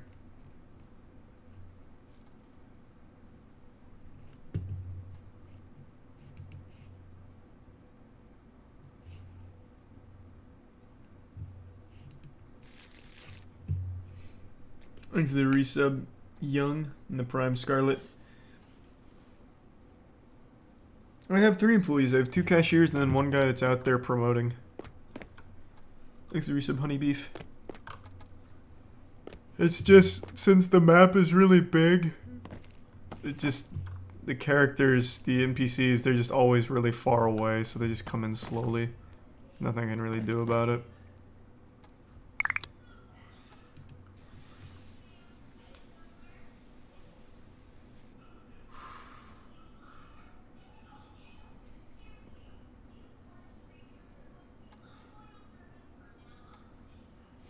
You keep saying everyone comes to your shop, but wouldn't upping general popularity / targeting make them come more often? No, it can only hold 5 people. So you'll see, like, pretty much anytime they walk by my shop, they come in, unless there's 5 people. Then they have to walk by, no matter what.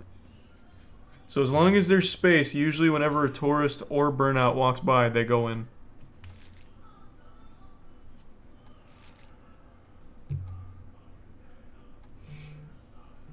Oh my god, how about 2 moldy plants?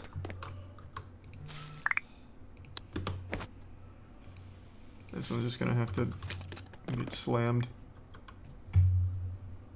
Thanks a prime, Revy. Oh yeah, I forgot to smoke here. I don't need the XP right now. I'll do it next time, fuck it.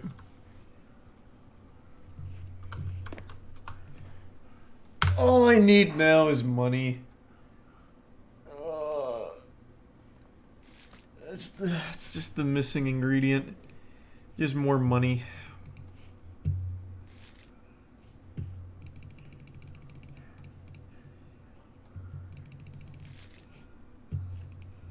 I'm in no rush on this delivery, so they can come whenever. I do need more pots too, though.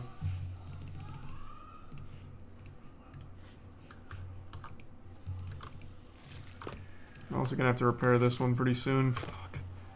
So expensive. Oh, and I'll get the bongs. It's the only merch I can really use. The metal rolling table is one of the best, not the package table, the rolling. Best for what? Making my own merch out of joints that I roll? Because that just doesn't seem worth the money.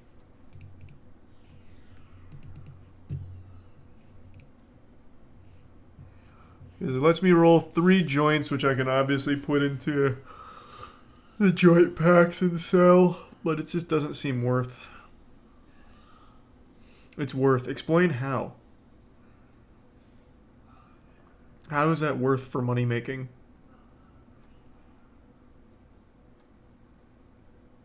Is it tier 1 Zimli?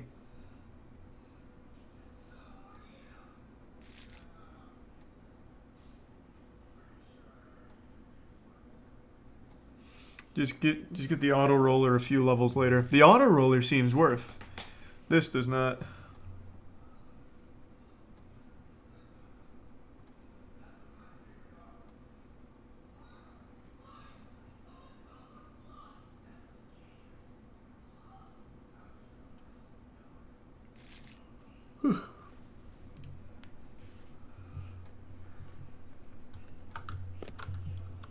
Forgot the bongs.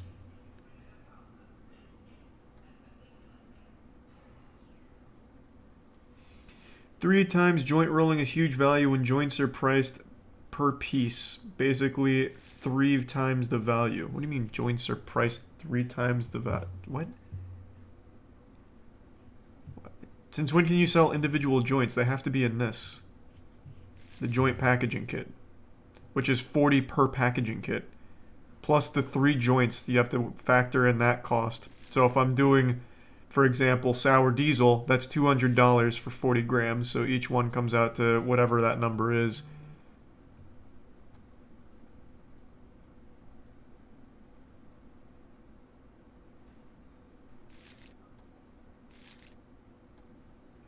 The joints you roll are cheaper than the ones you buy, but it takes more work.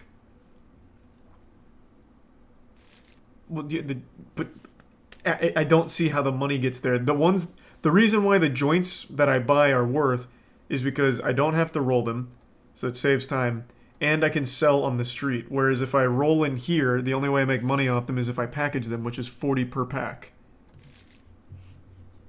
It just absolutely... This seems like another one of those situations where chat keeps saying something's worth and then it's not, and then I get it and chat yells at me, even though chat's the one that told me to get it. Thanks to the prime Emelfin.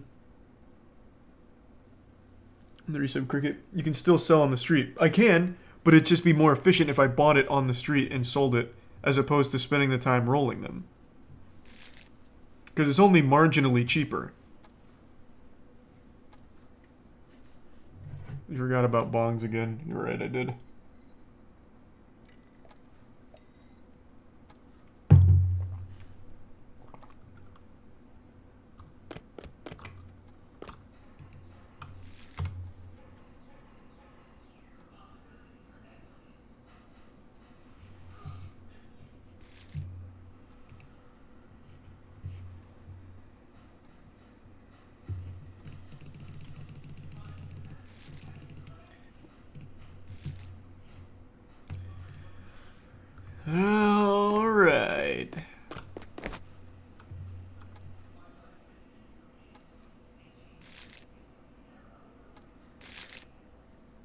He's the resub troglodyte and the prime turtle.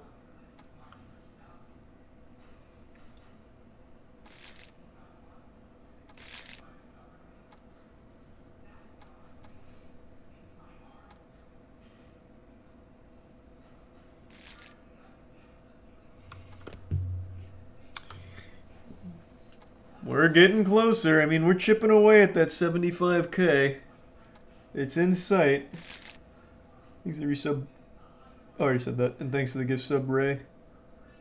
Oh, I forgot to check Cookie Clicker. We're at 24 bill.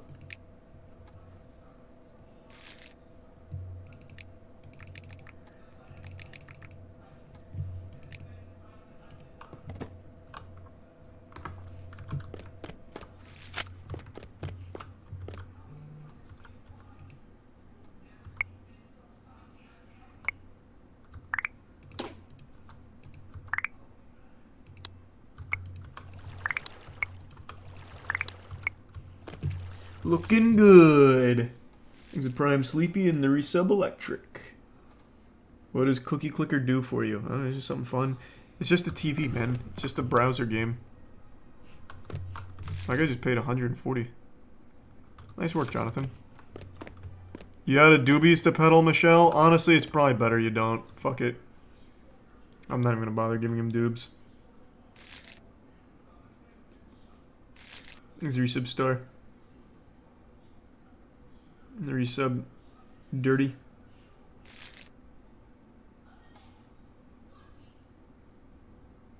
By a ton of bongs, you're losing money every time you run out. I think people don't understand the most basic concept here. When I'm spending money, I'm not making money. Eventually I will, but right now I need to save up for 75k. So by constantly spending money, I'm not exactly getting closer to it anytime soon. Eventually I get there, but it doesn't really speed it up in the meantime.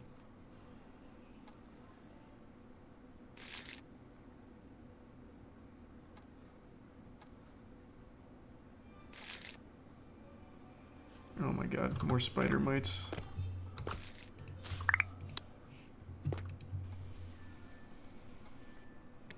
Thanks to the resub just.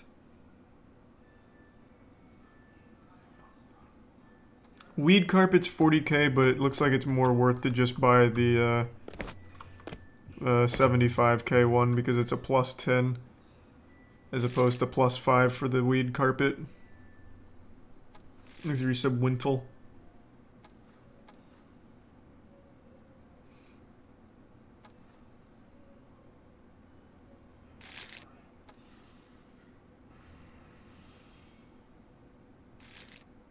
And the resub egg. I'm not giving Michelle any more doobs. I honestly think giving Michelle doobs slows everything down. And he scares away the customers. So you can just stand out there and wave and it looks like he's a little cheerleader for us.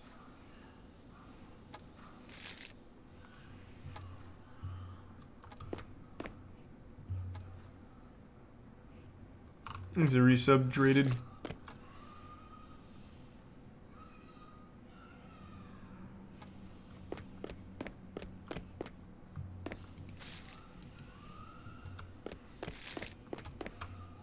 He's resub vault.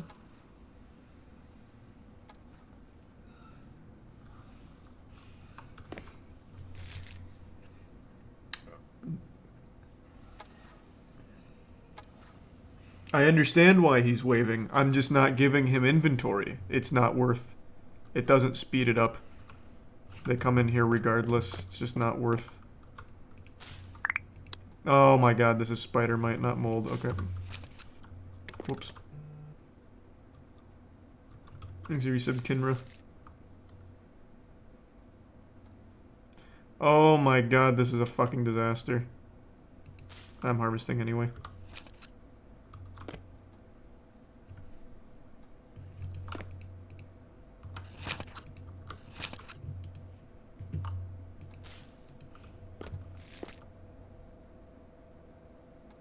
Is it prime voltage?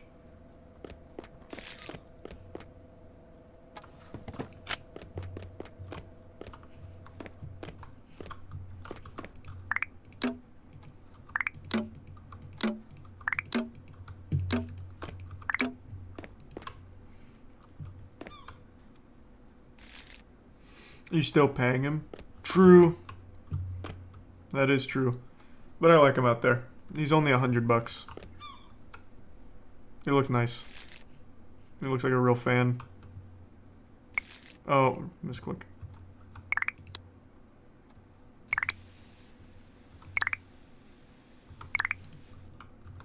You still good, Bob? Thanks, Resub Gavin.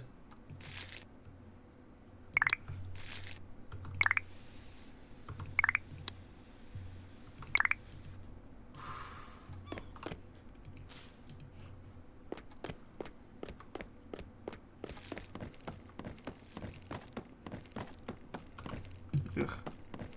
Where are the tourists? Thank you.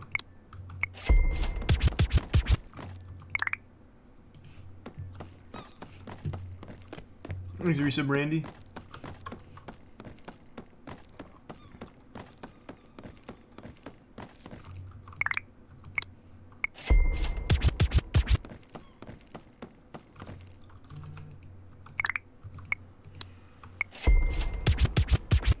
Almost there.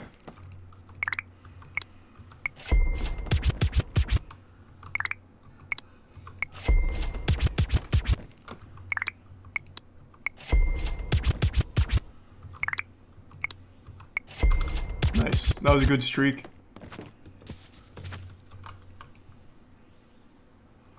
Oh, this clip.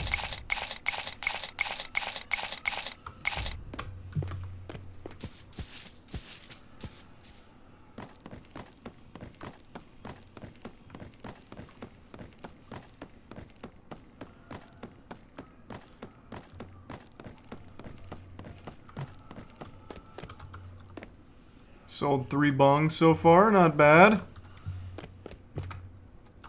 Oh, I already sold 2. I was wondering why she wasn't going in. Thanks, resub Trent and Forsaken.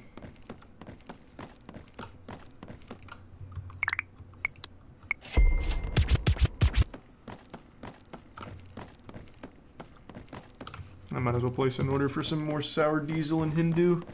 Thanks to Prime Tingo, Holden, and the resub Rogue. I also just generally need to replace that last one.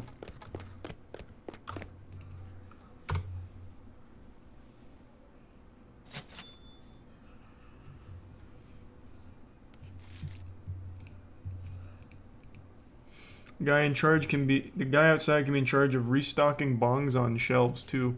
True. I don't know how helpful that is though. I don't have any extra bongs for him to stock. But he could take up space in the shop if he wants, I guess.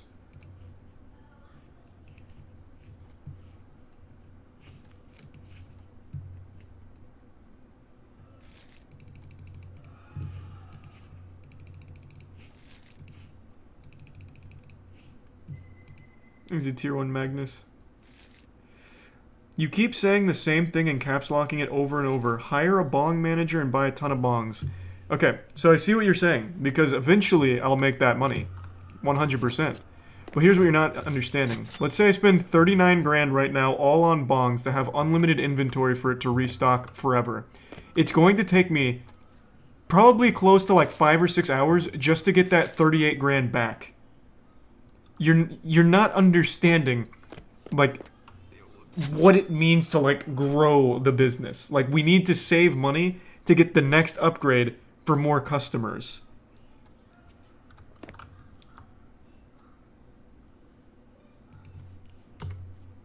Thanks to the Prime Zavoldia.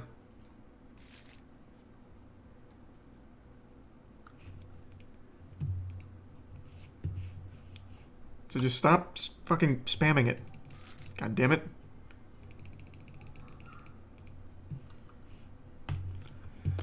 It's so slow as is. The last thing we need to do is slow it down further.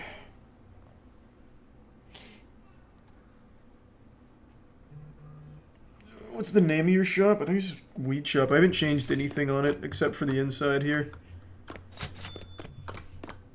Yeah, just called Weed Shop. Thanks to the... I already said that. Thanks to the Prime Potato.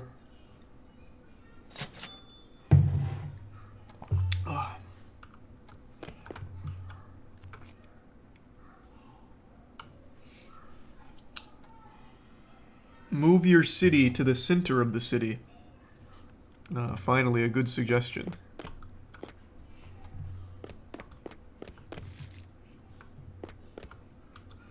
Thanks to the Prime Crick and the resub Freak.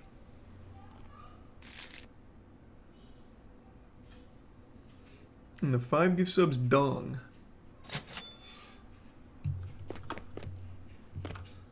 Down to our last 7 bongs. So I'll go ahead and put in another order. Let it marinate. You almost out of jar space? Nah, I'm good on jar space. I bought the weed briefcase. Holds like 1,000 grams. So we're good for a while on inventory. Like available inventory, that is.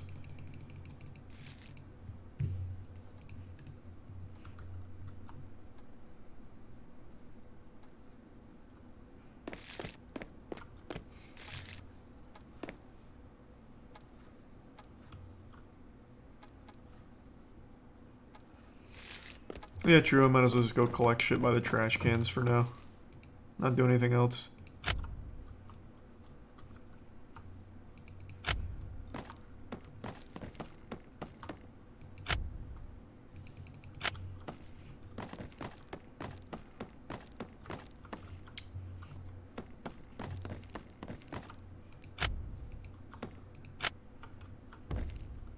Oh.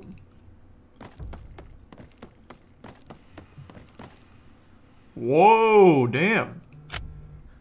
Sour Diesel Crackwoods Blunt.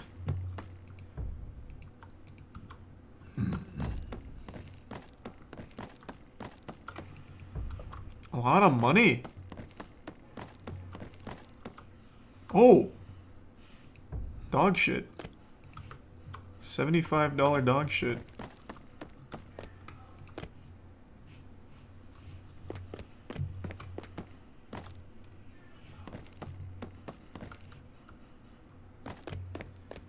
Oh, more dog shit.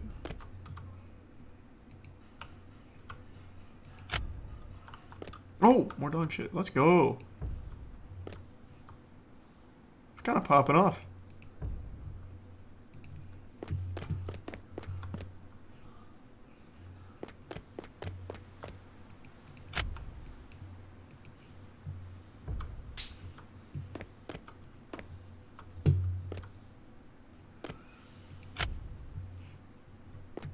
Oh, more blunts. That was a good trash can. Damn it.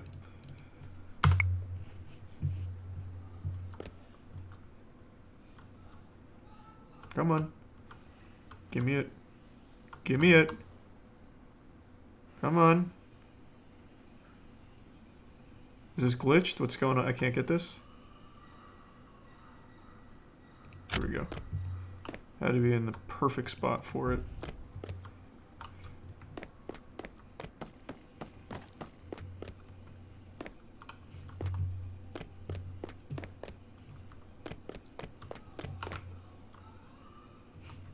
So there's nothing by dumpsters, right? It's only trash cans. I've also never found anything in this city. So is it only trash cans on the beach?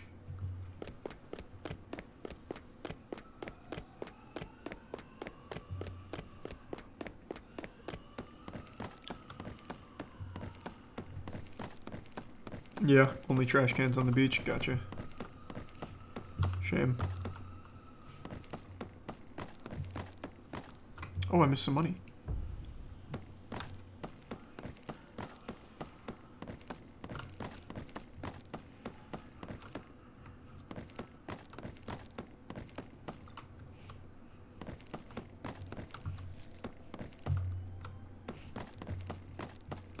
Okay.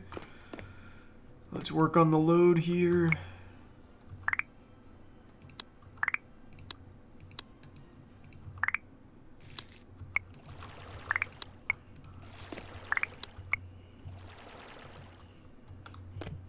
Thanks, the resub Admiral and the resub Clover. I'll get 2 cures as well before I forget.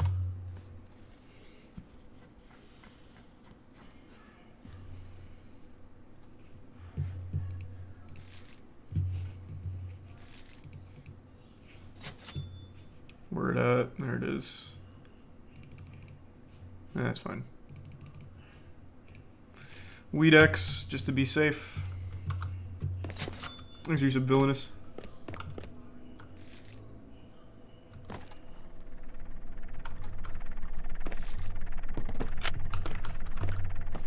Alright, back to scavenging trash cans.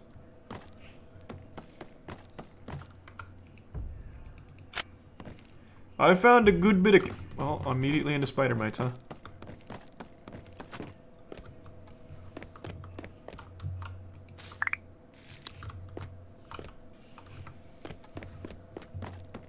Okay. What are you saving up for? Weed floor or something? I don't remember. I need to go restock those bongs. We do more swords and sandals. I actually finished it last night. But I will, yeah, when they keep adding more.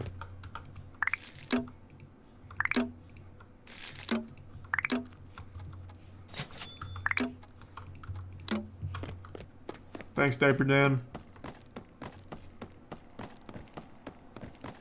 We'd be able to open another counter? Yeah.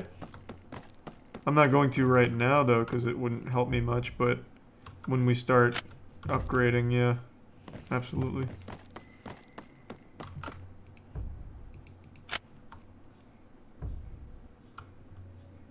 Come on, let me pick it up. Oh my god, come on.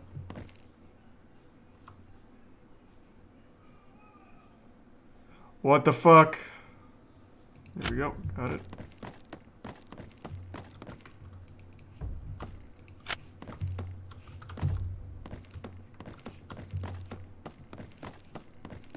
Is the resub fake in the prime heck?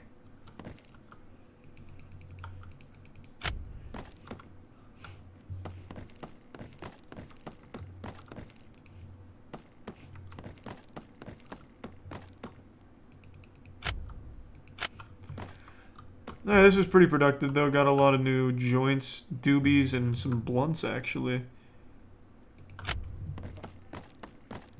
So that will come in handy.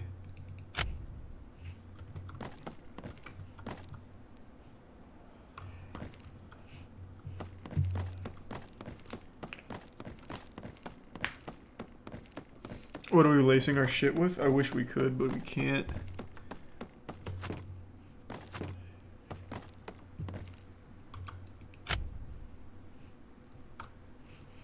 Oh.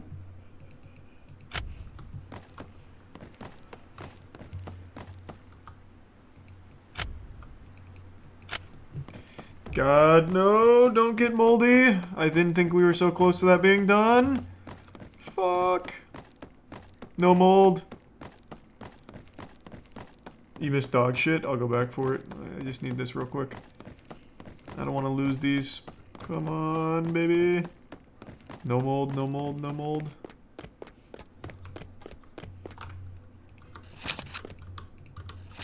Oh, thank God. Alright. Thanks for resub, Skylar and Cypher. And Townsend. Where is the dog shit? Was it on the pier?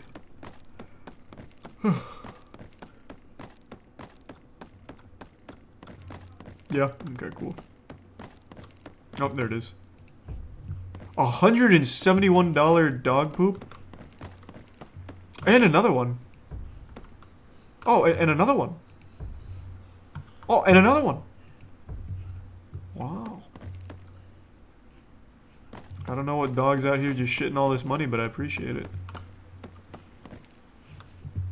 Oh, and some blunts. And another dog poop. That is a good trash can. Oh, the big one for us.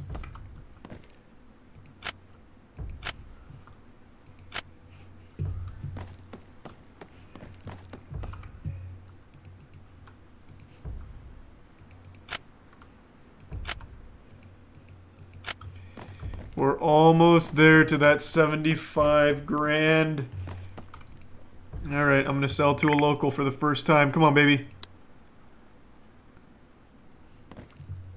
Immediately got scammed. Alright, fuck you, bro. Thank you very much. What a piece of shit.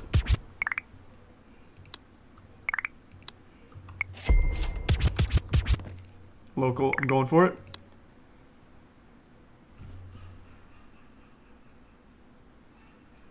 What did I give her? Wasn't that a blunt?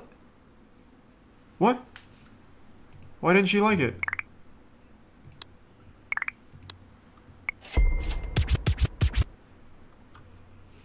Well, that was unlucky.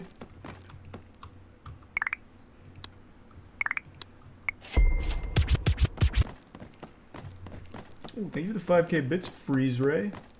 And the bits sideways. And the resub Kinney and Shrug and the Prime Dragon.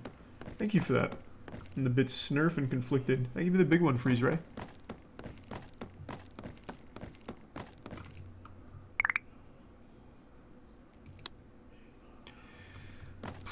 Scammed again. These locals are not being very nice to me. They're just taking my shit and moving on. Bunch of goddamn assholes.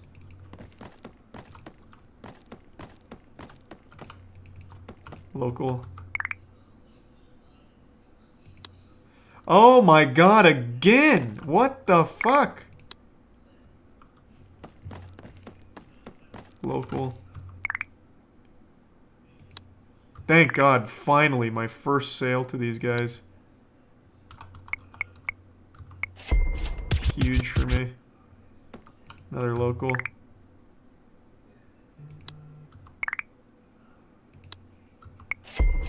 Double local, that was big.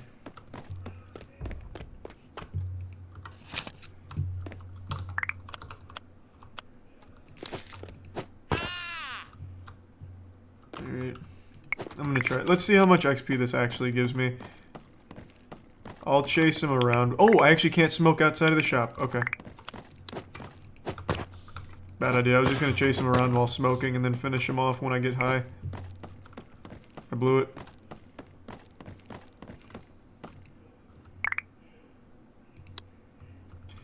Fuck. Bro, these guys are such dicks. Wait, what? How many times do I have to teach you this lesson?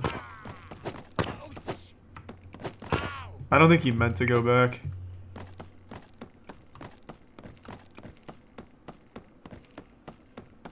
There's a Prime Bios. And resub Crazed and Bits Reptar.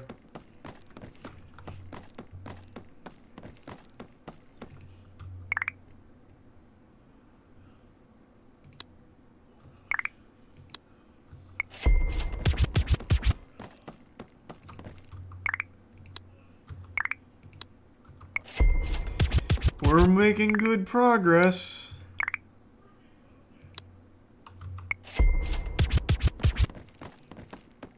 Local.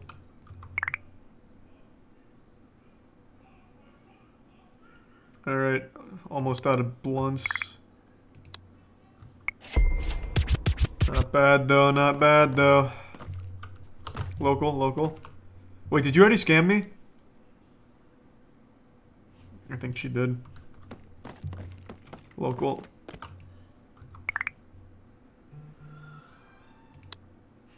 Yep, son of a bitch. Local.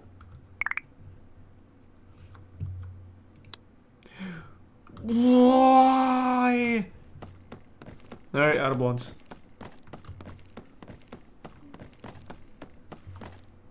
Oh, you're right, the trash just respawned.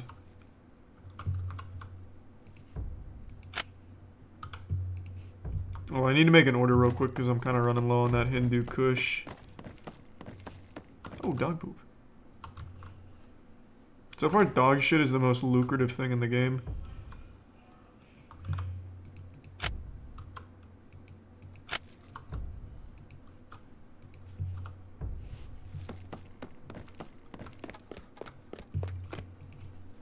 I'm just gonna do an 18 load.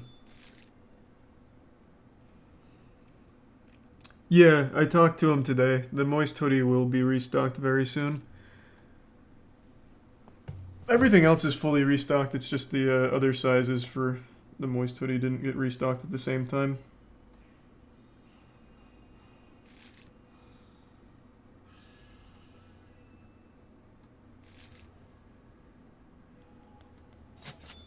text. Hold on.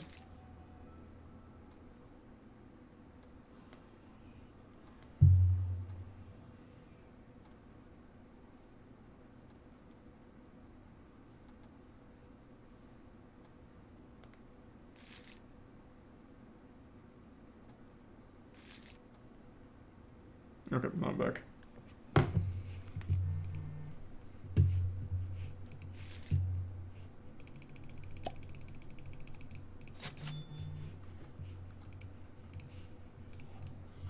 Almost at 50 grand.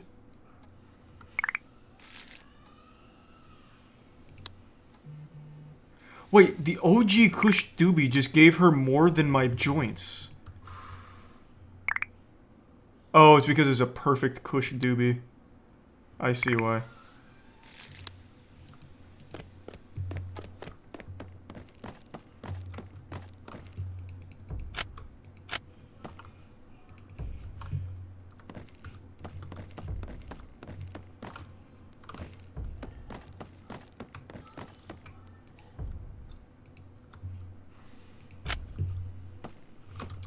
Looking pretty good. We're starting to really cruise.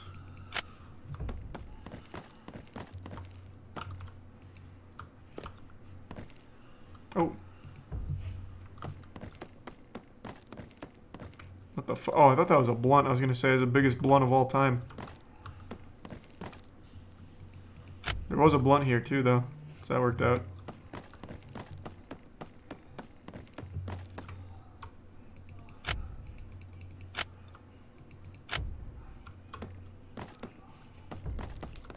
I missed more dog shit. Okay, I'll go back.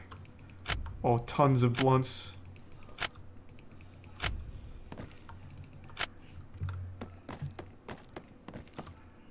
Oh my god, this is so big for us.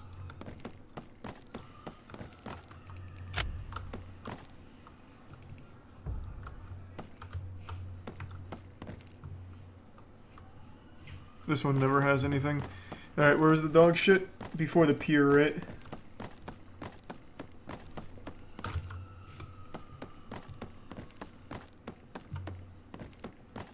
I'll go back for it in a minute. So many blunts today. Oh my god. What a good day. This is big for us.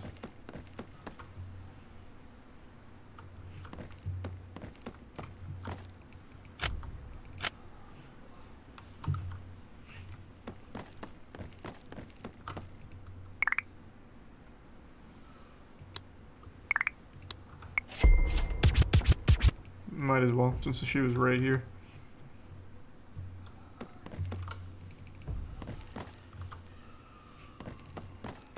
Okay, we're hitting a cold streak right now, unfortunately. Damn, pier was dead. Local!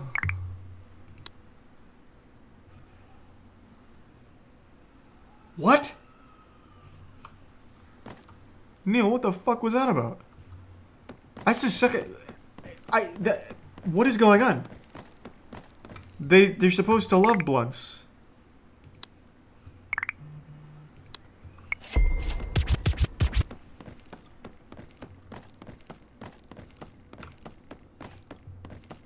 Local. Whoa! What do you... Okay, do they only like crackwoods?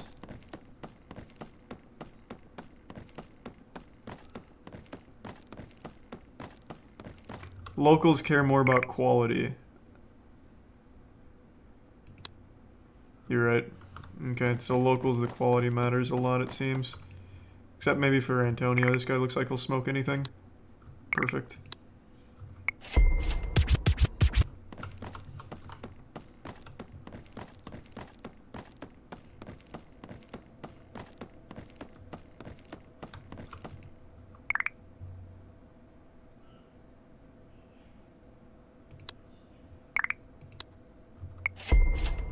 Looking pretty good. Antonio again, huh? Man, instant transmission to the other side just to buy more. I like it. Oh, you just gave me some shit a minute ago. Here, let's try again. Alright, the Crackwoods. That's where it's at. $153 purchase.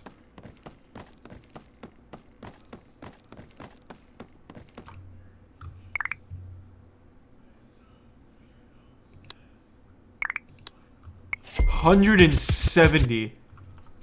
That's my biggest sale ever.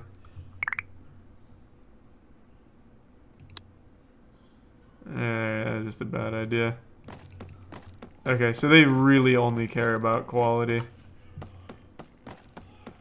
That's unfortunate. Thanks, resub unblissful.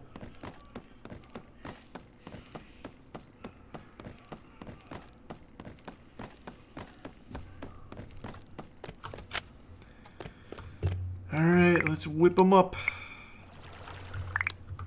A new batch in the oven, baby. I'm gonna need more pots soon.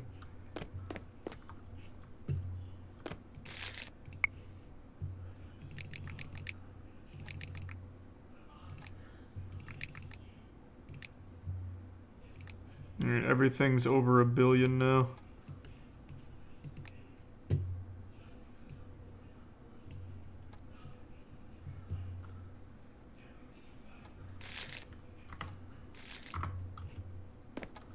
Oh boy, the bongs are almost gone. They really do love those bongs. They really do. Why not fire Michelle now? I like him out there. Thanks, resub Skadat and the Prime Poshi. He's only $100 a day. I don't really care. I'll eat that if it means Michelle just keeps staying out there waving his goofy little hands.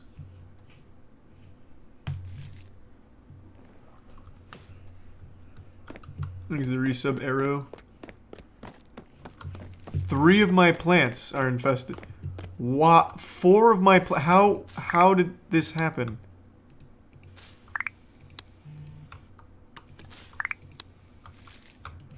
What a remarkable disaster that was.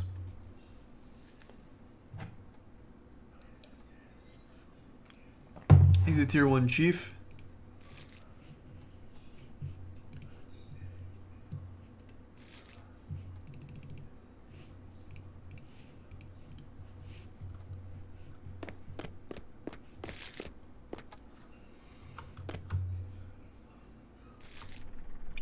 Come on.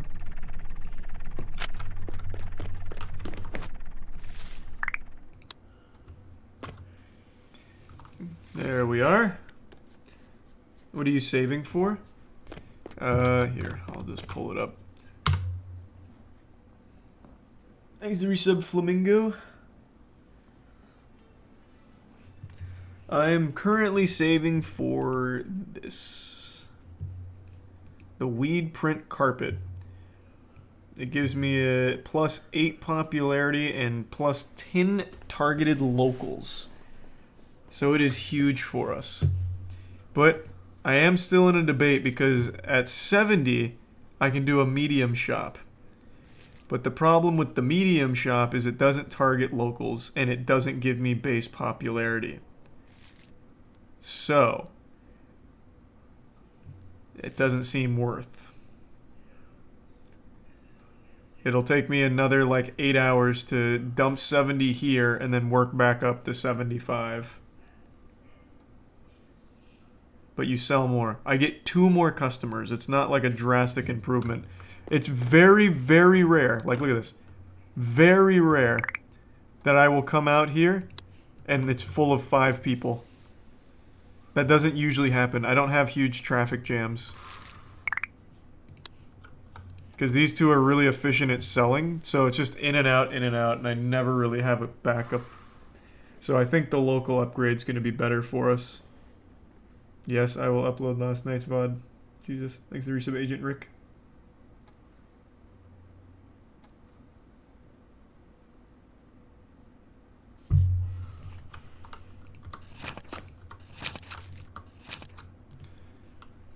Inventory is also looking good.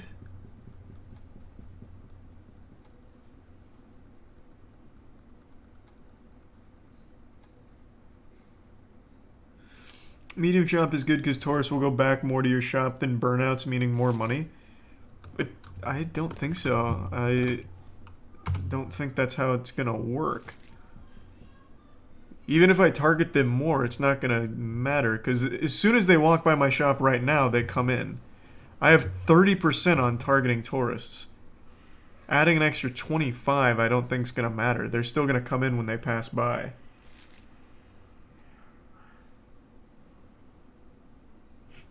If this gave me some level of popularity, it'd be worth it, but it doesn't. It doesn't touch popularity. This touches the two stats I need most, which is popularity and locals. Because I need between these two to be 45% base plus local. That's an absolute must. Thanks to resub Hoppy.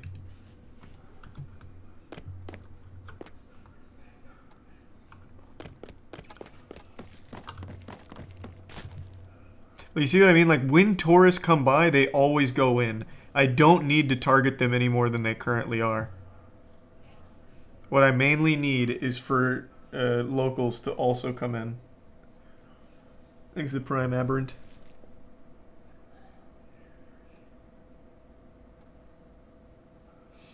I'm level 64, you're playing correctly. Well, thanks, man. Yeah, it made sense.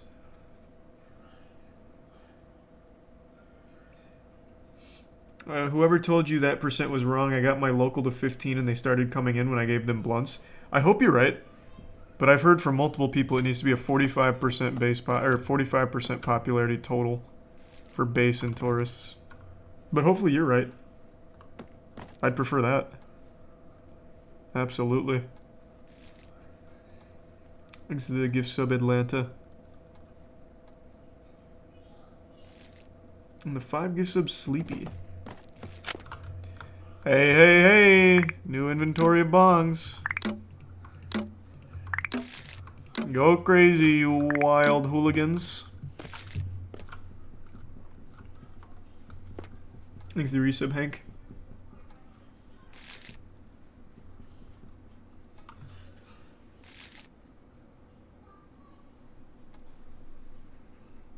Where are you going to get the remaining 2% for the 15? There's one new wall decoration I unlock at level 22.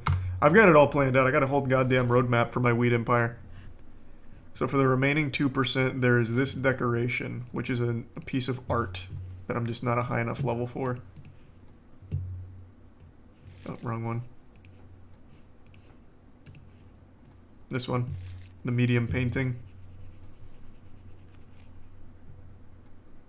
Thanks the resub Milkman. And the bits earthy. We're 20k away! We're so close!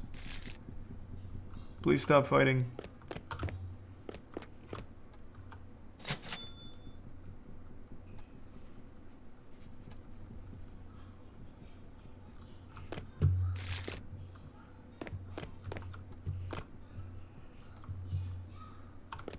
After one more upgrade, Bob can target tourists. I just don't need that right now, I really don't. It just wouldn't be helpful. Like I said, when a tourist walks by, they come in. There's only so much promotion's going to do for me. What I wish would happen with promoters, instead of standing out here, so when I give Michelle doobies, he just stands out here and hands them out to burnouts who walk by. I wish they would travel far away and bring them in. That'd be so much better.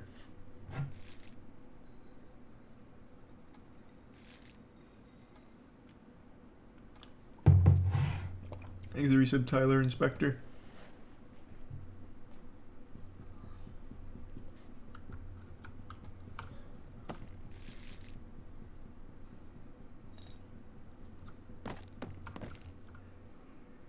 Double bong sale.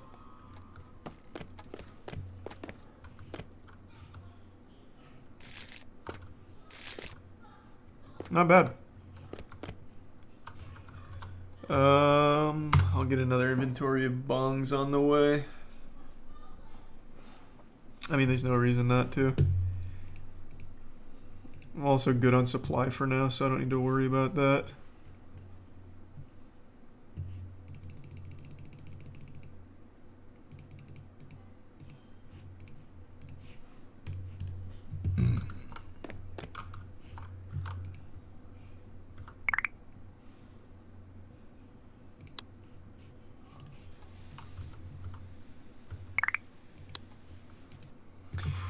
Alright. I'm going to take a little tinkle and fill up my water. I'll be right back. Anita and Randy will hold it down.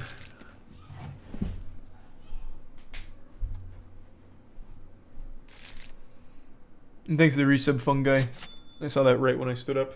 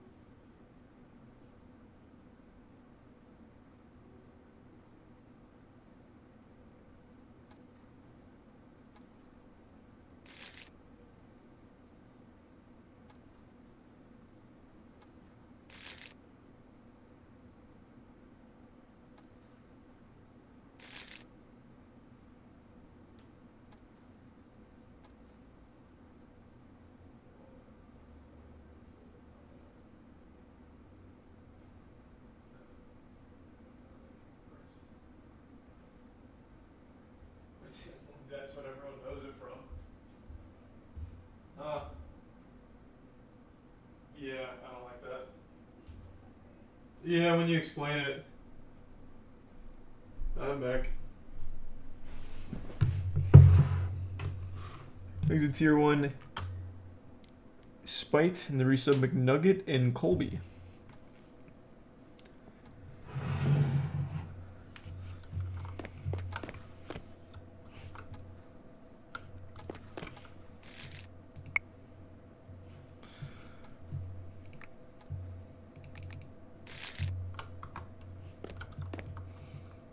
Thanks to Prime Kiwi.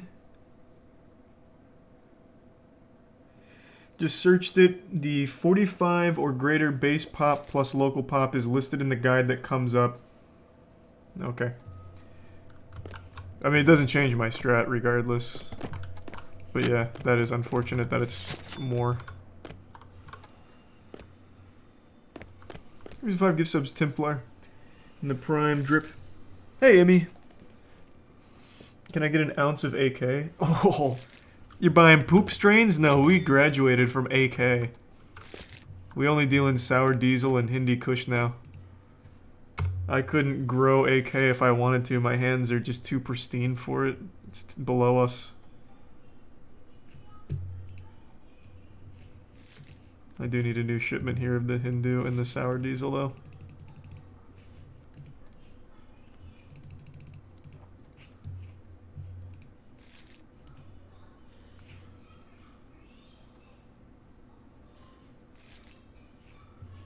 Thanks for the resub, Wadi. Oh, did the trash reset already?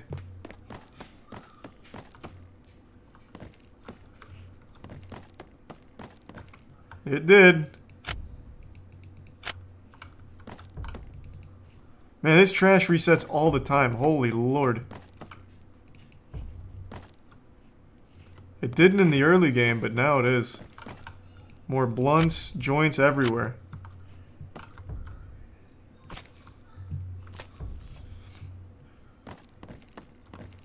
You need to go back to your roots and grow the OG shit? No. I'm just above it. No OG Kush, no Life is Good, no UK cheese, no AK, no Purple Haze. Ugh. It almost embarrasses me that we used to grow that.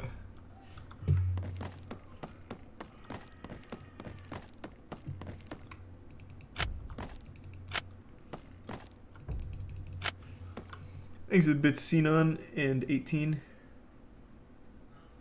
Oh, I blew it again, huh? Because it's not Xenon, it's Sign On, right? Sorry.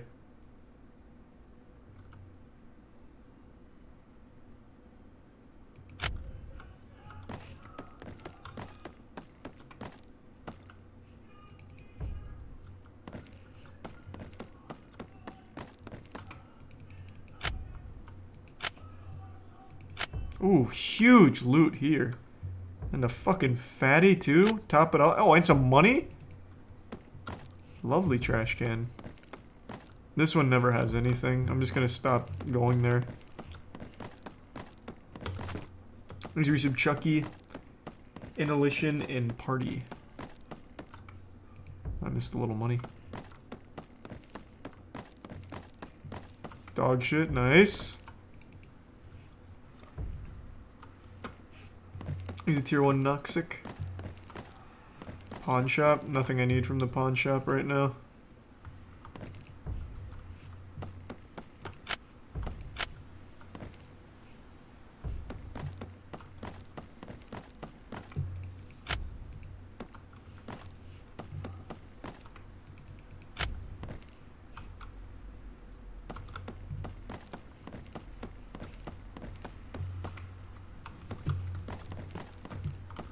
So how often does this shit respawn?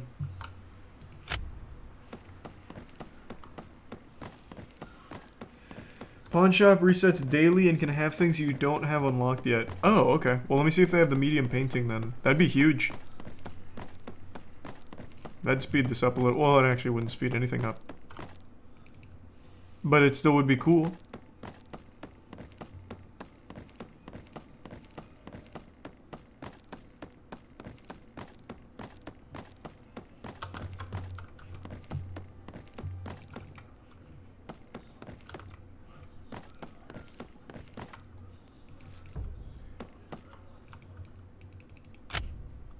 I'm gonna save these blunts till we can actually get locals. So instead of selling to them, I'll just wait.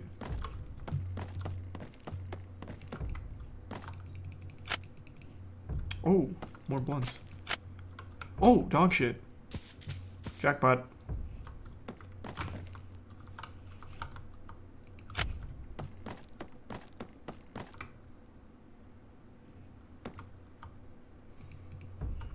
Yeah, Doja Cat's been streaming quite a bit from what I've seen.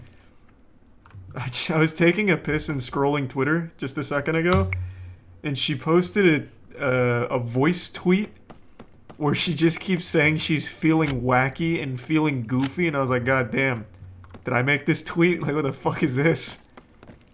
Got me hype.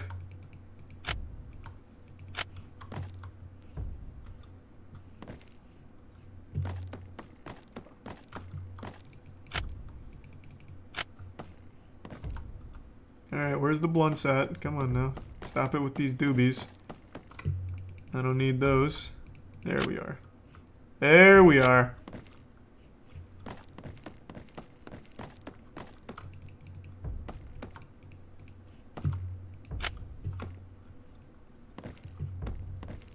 We are so close. We are almost there, finally. The worst part is it's not even going to be an immediate improvement because I still have to get more local targeting shit. Charlie sits to pee, confirmed. The fuck? No, I have two hands. What are you talking about?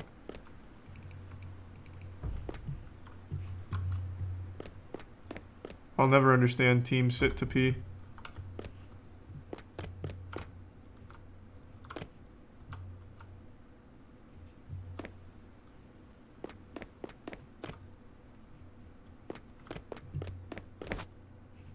I'll go to the pawn shop now and see what's up.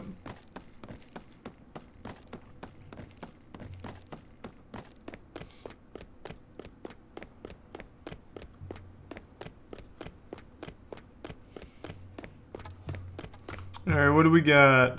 Trash, trash, trash, garbage, absolute garbage. Large safe. Don't need that. All garbage. Just a bunch of fucking dog shit everywhere, huh? Hey, keep up the work, Mike.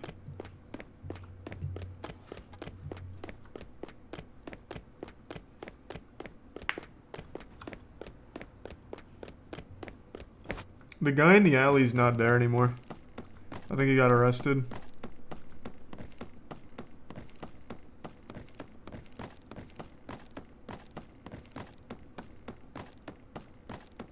Go to the Rasta shop by the pier to get Excalibur. What? What shop are you talking about? I didn't know there was a shop by the pier.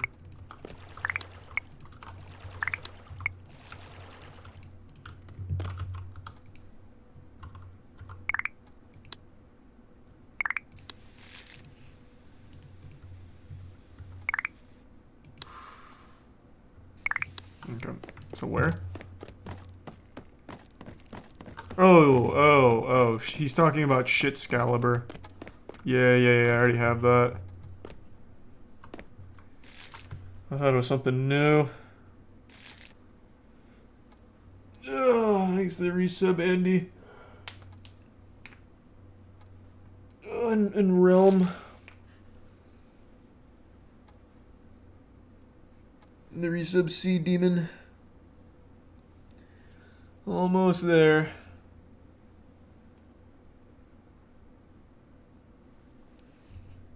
Oh, right, I still have the bongs in my inventory.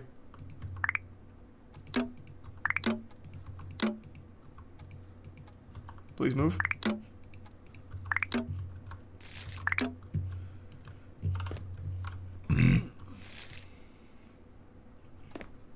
Almost level 22.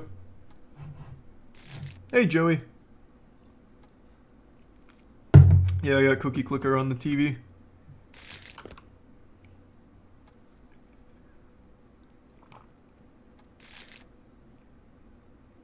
Wouldn't it be better to buy the medium shop now and at least have a chance at more than 5 people in the shop versus the floor, which won't do anything at the moment? No. Because even if the floor doesn't immediately give me a bonus, it gets me closer to locals, whereas a medium shop doesn't. It puts me right back to where I am with the potential of 1 or 2 more sales per, like, hour. Because, look, you very rarely see somebody walk by the shop. There is always space, and as long as they're a tourist or a burnout, they almost always come in. I don't need the extra 2 spots right now. What I need is locals. That's the only thing I need.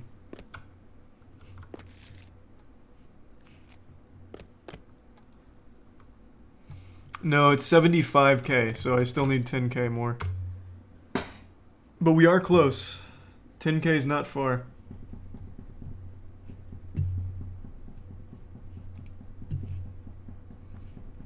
Right here's what we need. Weed print carpet.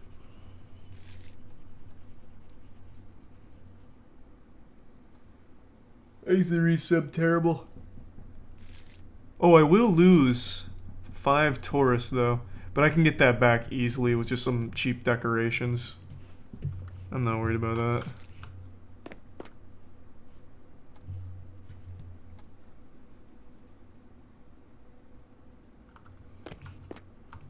I don't have anything to sell. I sold all my junk. I'll double check, but I'm pretty sure I sold everything last time. Let's take a peek. Oh, no, I didn't sell my pots.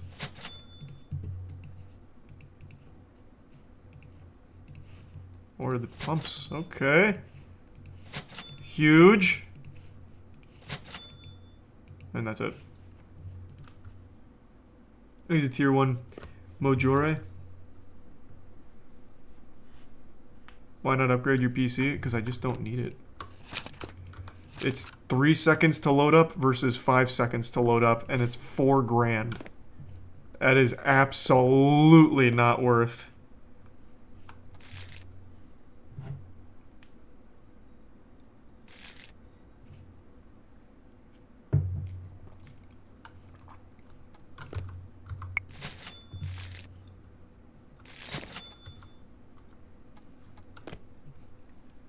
Yep, weed carpet is next. 9K away. We're knocking on the door. Forgot to smoke before harvest. I just don't need the XP. I just need money. I only need money right now. Like, XP is cool and everything, but money is just the main thing. I'm also just gonna camp the door real quick and insta-sell. This isn't great because my employees don't get XP this way, but it's good for me because it's fast.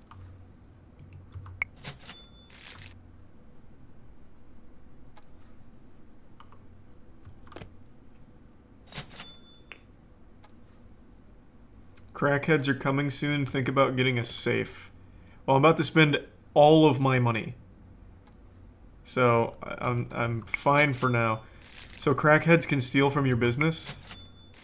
I can put Michelle on security. That'll give him a purpose in life.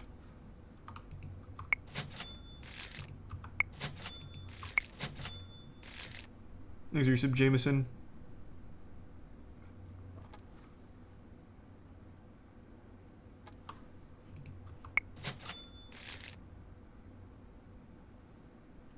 Sell on your streets while the workers work.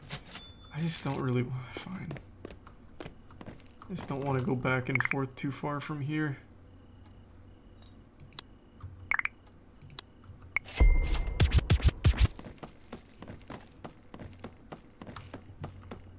Need to stay at least close by in case of mold.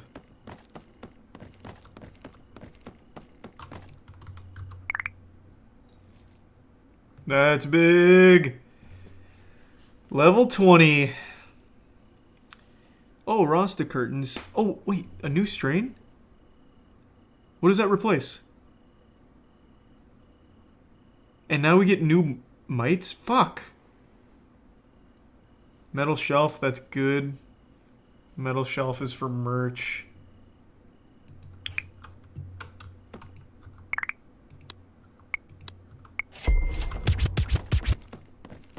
These are the 5 gift subs, honorable.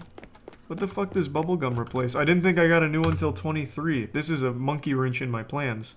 I'm gonna have to start growing bubblegum.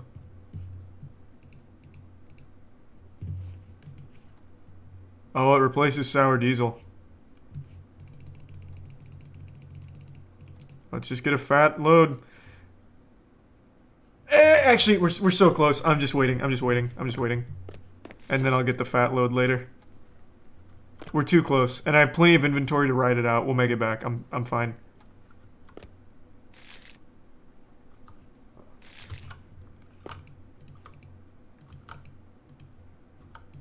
Damn, and I just grew a fresh batch of sour diesel. Okay, that's just gonna be my selling on the street strain. Thanks to the resub squishy and the bits Valatory and the Prime Zac. We are so goddamn close.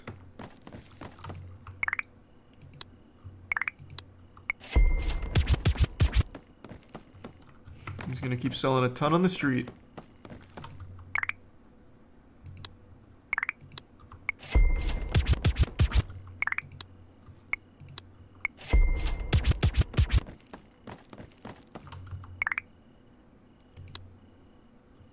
What the fuck was that, Roger? What? You actually just scammed me? I would never expect that from Roger.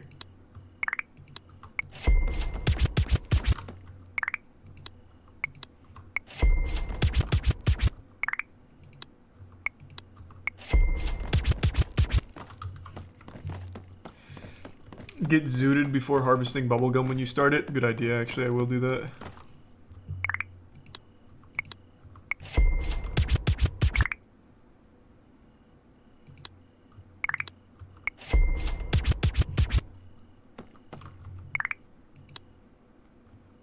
Wow. My regulars are really scamming me right now. Okay, you're mistaking my kindness for weakness. Jesus Christ. Oh my god, what is happening? Oh, no, no, no. Whatever, I'll sell some Hindu Kush.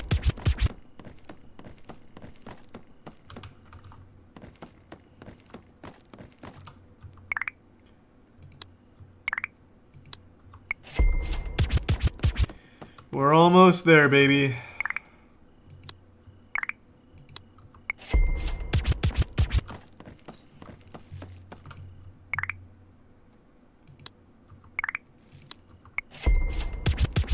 Just 3K more. Trash run? Oh, right, the trash reset. I forgot. Yeah, we'll do a little trash run.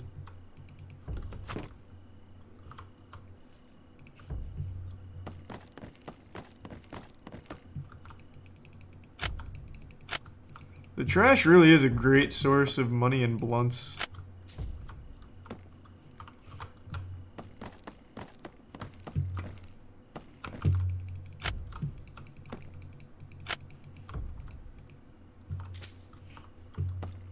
Exit Prime Awoken, the resub Evil Plumbus.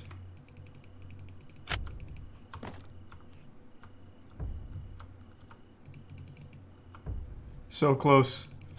It's right there. 2,000. Maybe I'll find 2K in the trash somewhere in a pile of dog shit.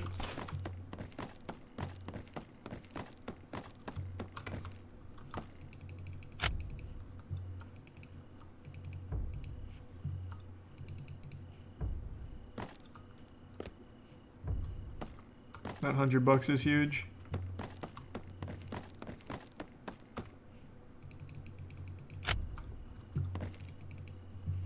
It's there. We're there. I'm gonna finish my trash run from the pier, and then I'm gonna go get the upgrade. I can't believe we actually got 75 grand.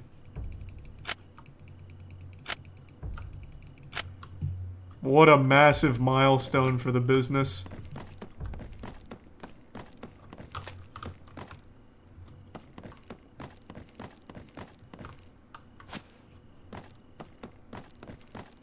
Ooh, thank you for the raid, Liana. Hope you had a great stream. Thank you for that.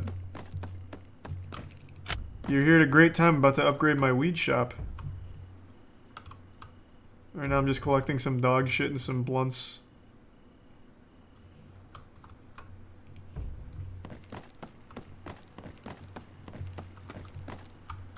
Hope you've been well. Thank you for the anonymous 5 gift subs. Thank you for the generosity.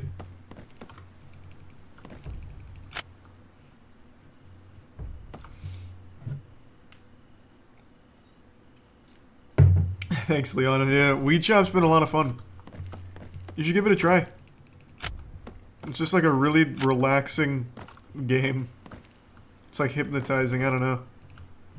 There's just something about it, I can't stop playing. I just keep coming back.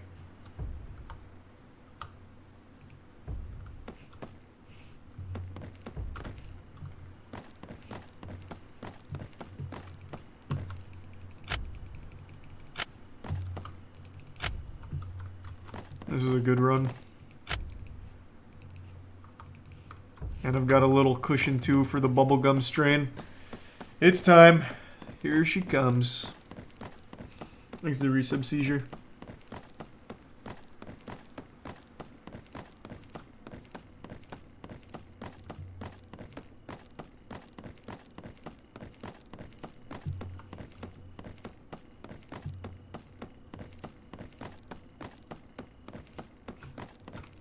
Oh, yeah, there's dog shit there. How did I miss that?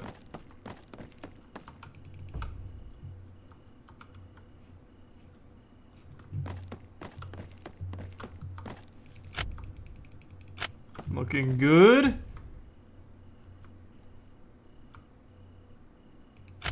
There we are. Game time. Hey, buckle up, losers. We're upgrading.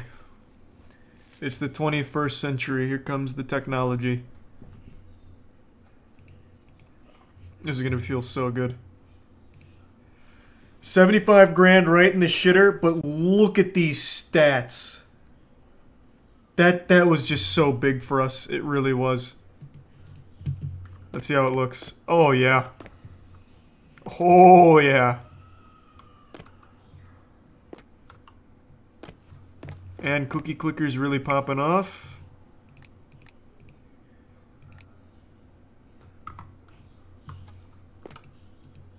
Employees are still happy. Good, good, good. Alright. Let's get an order of bubblegum. Looking like a 90s arcade. You bet your sweet ass.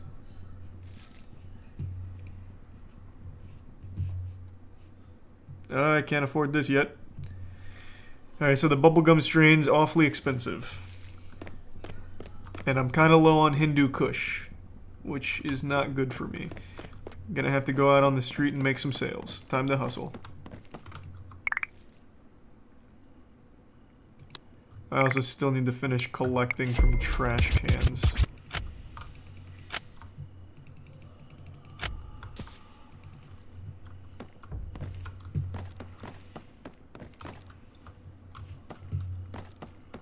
Make Michelle secure. Oh, yeah, I can make Michelle security now. Before I forget. He's a tier 1 hash slinging slasher. And the Bits Valatory. Nice.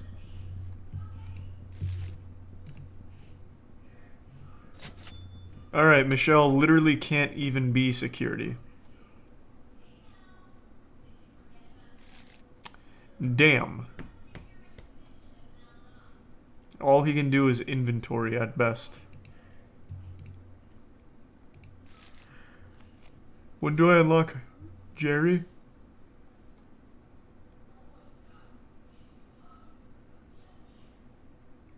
Oh, Jerry. Damn. Jerry also can't be security.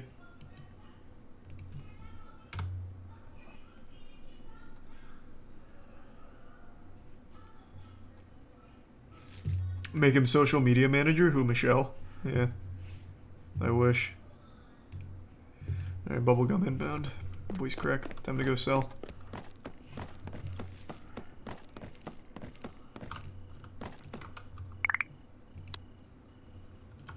Okay, unlucky.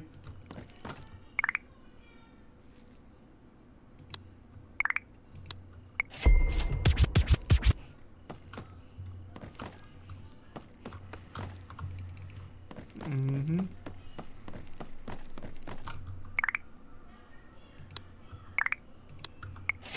I'm also probably pretty close to that joint mission as well.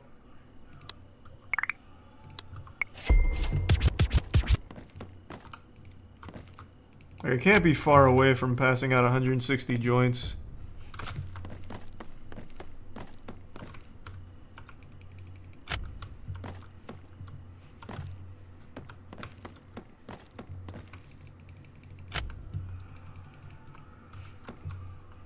Randy is security, Michael is front desk. Nope, Randy's my best seller. My best cashier. I'm absolutely not wasting him on security. I'm just gonna wait till I level up. Is resub Muissa?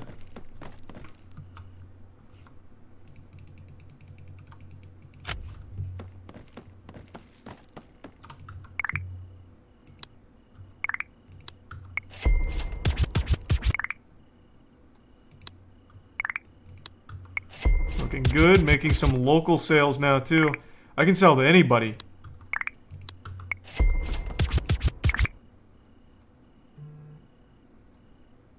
Kind of low on joints, though, unfortunately.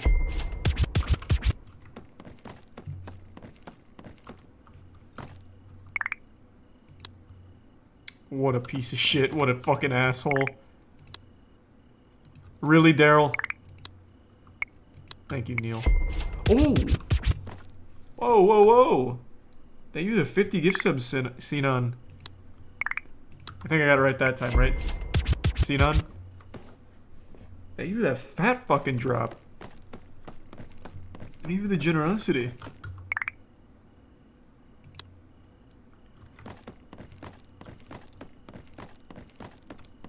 Thanks to Prime Tommy. Really appreciate it. Thank you, Sinon. Sinon. Sinon. Sinon.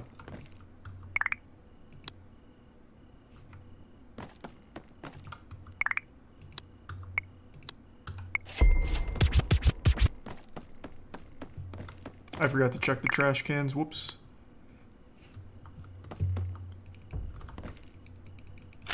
I neglected my dumpster diving responsibilities. Probably missed out on so much good shit, too.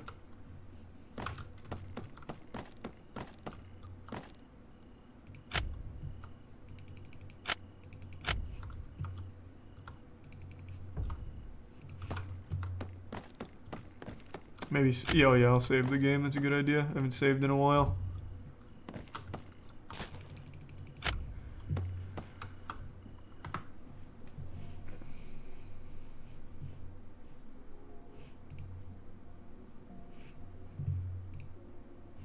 Nice!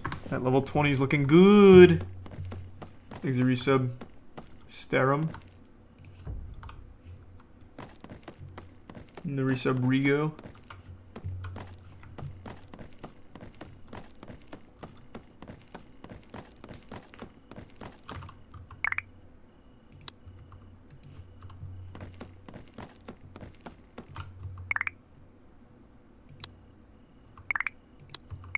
I'm making big sales out here to the locals.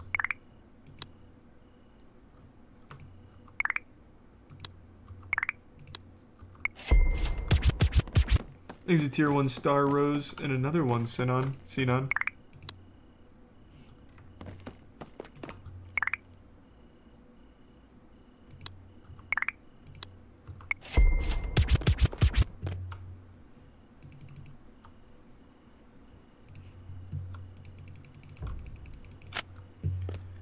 We're already climbing back up pretty quick at 4 grand already.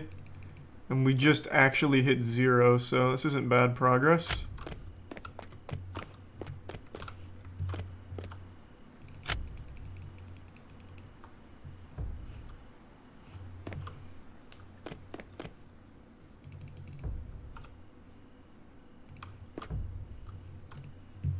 Already sold you? Oh man, everyone's already a customer.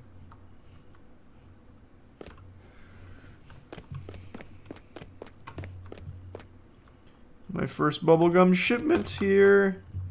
What a big day for us.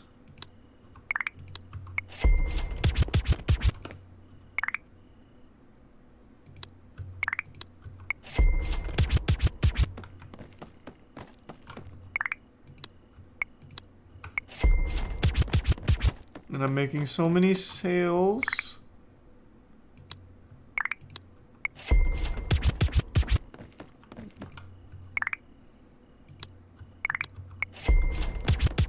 Go to the city? No, there's no reason to go to the city. Crackheads only steal merch. Oh, okay, cool. Then I have nothing to worry about. I don't even mind them stealing merch, to be honest.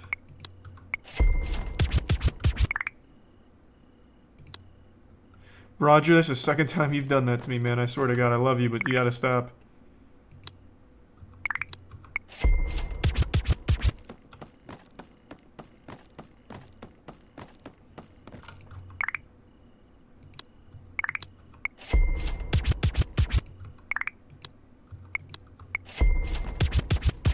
God, I'm on a roll.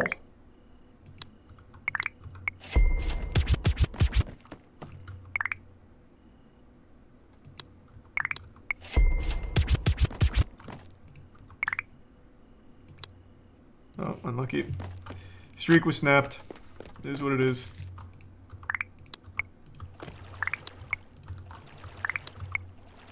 I'm gonna really need some Hindu Kush here pretty soon. How long do these take? 10 minutes. That's bad for me, actually. Thanks to Prime Spooky and the Resub Mercury.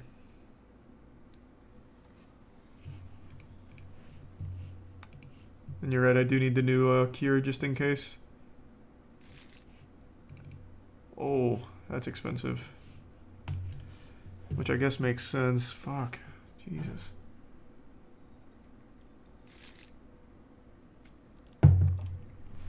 Yeah, I'm gonna smoke when I harvest these. How's my squad? You guys still high?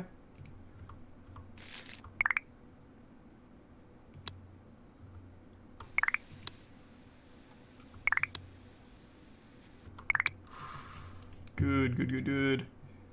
Oh, you're still good, but just in case. There you are. I'll take care of you. You as well. I'm out of bongs. Of course, of course. Wait, no, didn't I get a new inventory of bongs? No. Thanks to the anonymous gift sub. Doing swords and sandals today. We actually finished it yesterday. We did all the content in there. It's still early access, so we finished all of it.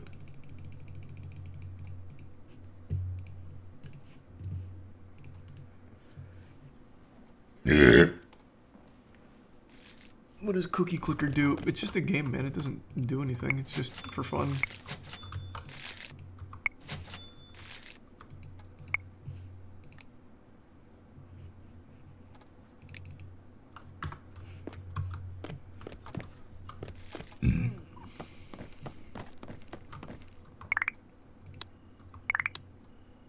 Damn, I didn't mean to sell the Hindu Kush.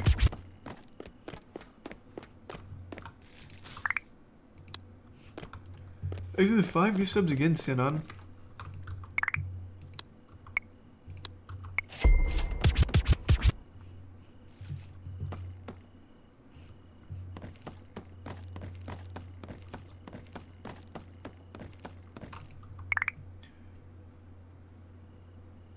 Oh, I don't have any joints. Unlucky. Ton of blunts, though. 187, that's a new record for us.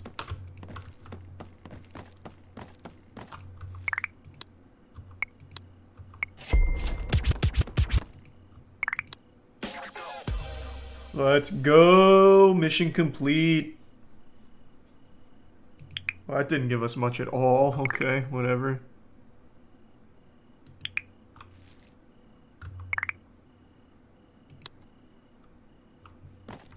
Okay. And Randy just leveled up. Thanks for the gift sub, Charlie.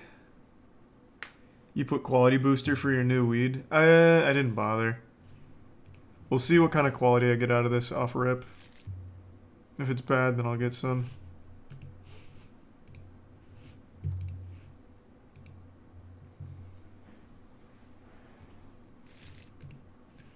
Anita and Randy are just so good at sales.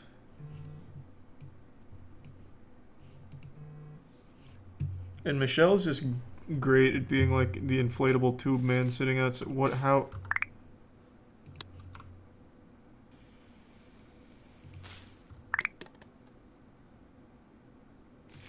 Didn't I do this one? How did it get it again?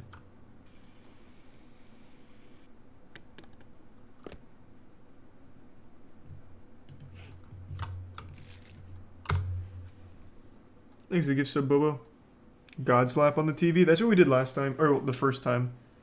I'm eventually gonna get an 80-inch for the shop and just have God slap looping on it, but not tonight. I need to save up money and make progress. But yeah, I will.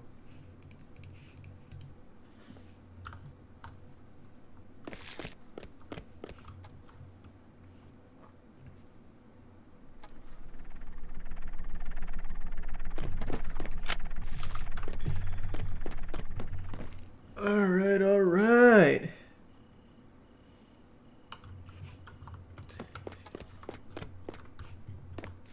If I get quality booster right now for these, does it still give me the full effect of it? Like, does it matter when I quality boost?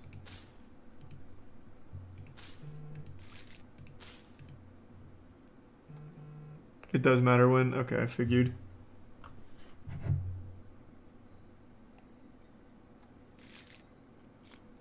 I need to give Sub-Sarah. Next big upgrade, a size upgrade. No. Next one is going to be the art for more tourists. Damn, Aaron. Big spender.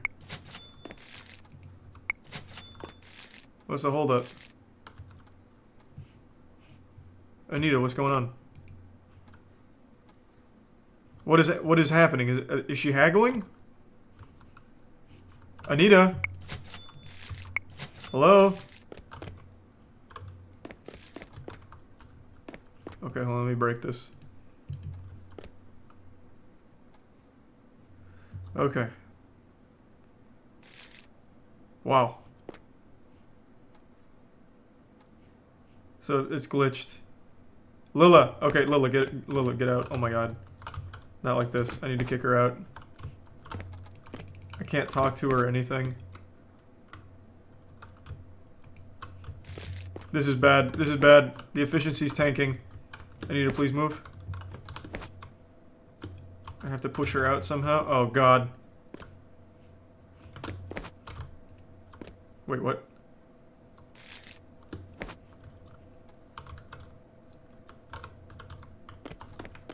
There we go.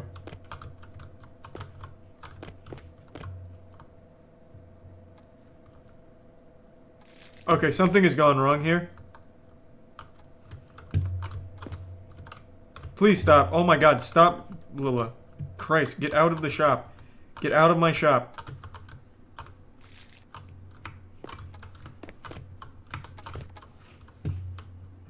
Did I get her out?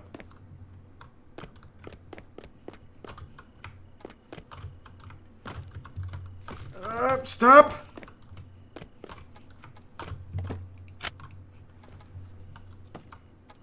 I guess it doesn't matter because Anita's not serving anyone anyway. What the fuck is going on?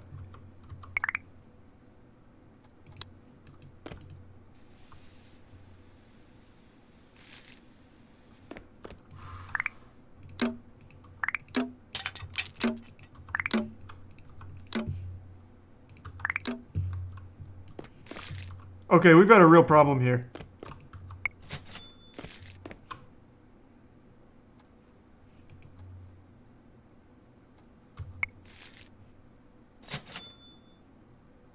Who are you ringing up? Lila. Oh my god. I'm gonna have to reset. I gotta reset. I'm gonna wait for after this though, just in case.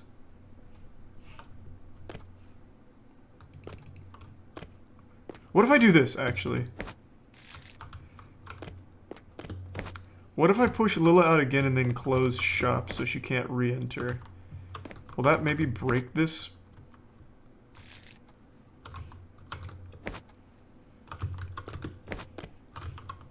Lila, can you just fucking move?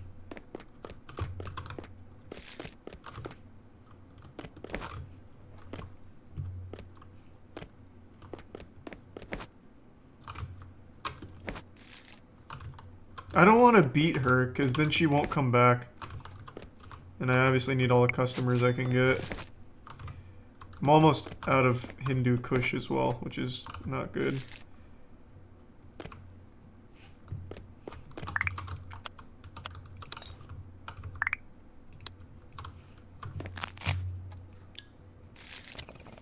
Need this for XP. Just one customer. And I can only have 5 in total in here right now. One customer's a lot.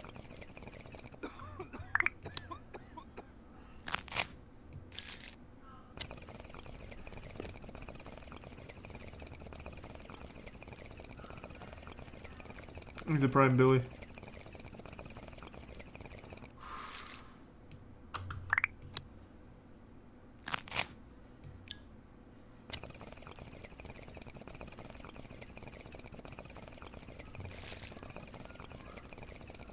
There we go. Lila, just get the fuck out.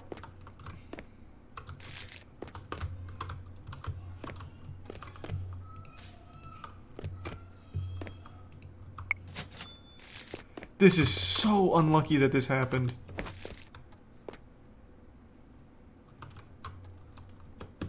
There we go, there we go. If I push her out and close the shop, I think it might work.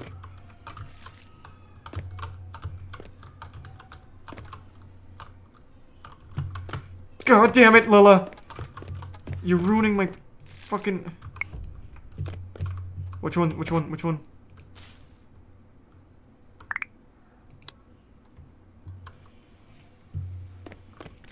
She's still in.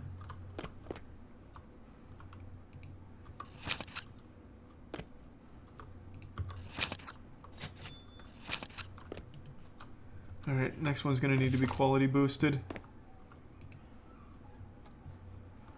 I've closed the shop!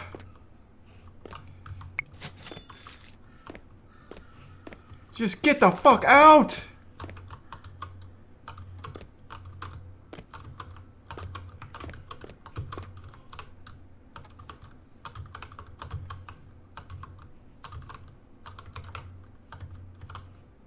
Closed. We're closed.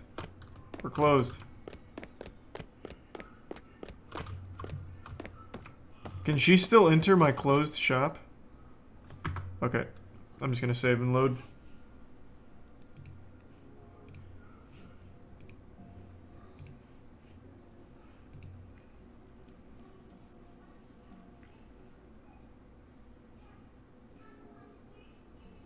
What an asshole.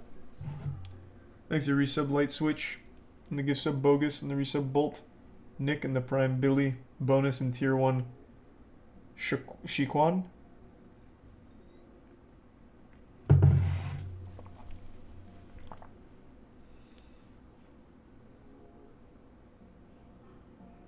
You have to move the counter or shelf she's trying to get to. I don't think that was the problem. I don't think it was her pathing. Because she completely shut down Anita, too. I think something went wrong with the sale. Maybe using counterfeit money. Could be anything, really.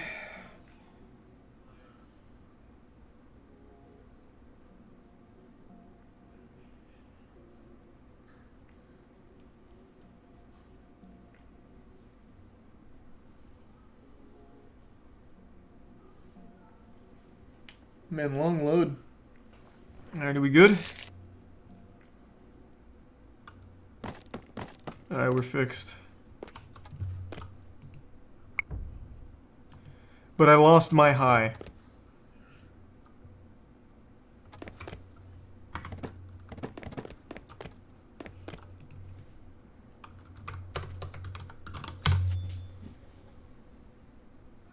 Thanks to resub Think. And the Prime Doinks. How fucking unlucky. Let's just do a big order of Hindu Kush because I'm gonna need it right now. We're running really low on it.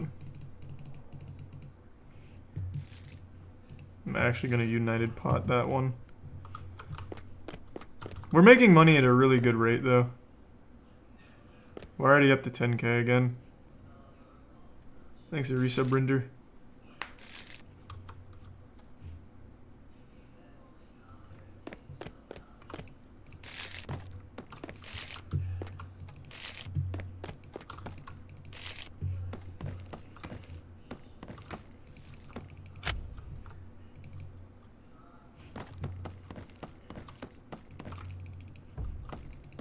Oh, your pots are busted. You're right, I completely forgot about that.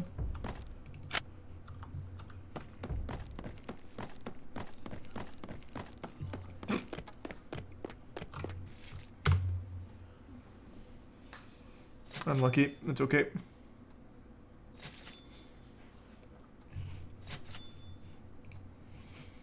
Check the pawn shop, maybe it has the painting. Good idea. Once I start cooking these, I'll go do that.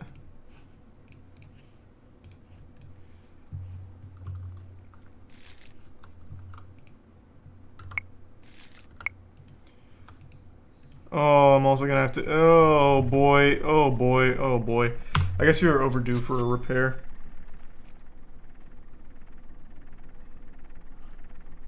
Okay, time to use the Pro variants.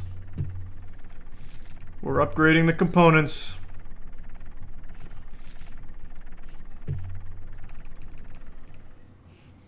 Also, let me just double check something real quick.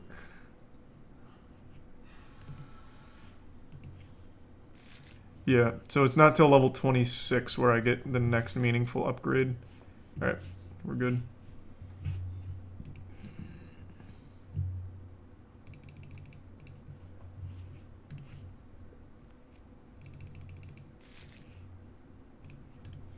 I have to weed X that.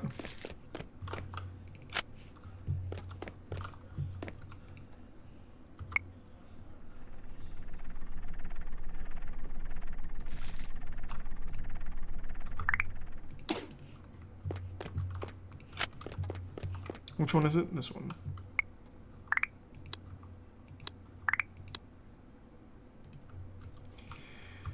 Let's ride.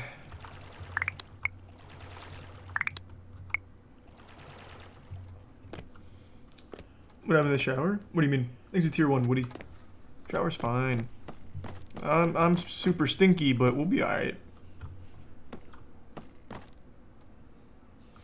Let's go check the pawn shop. I actually think that was a good idea.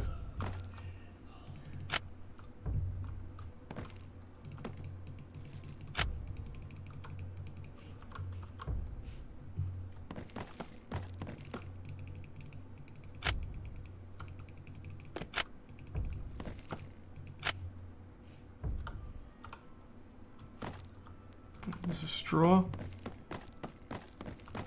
Oh my god, why? Why?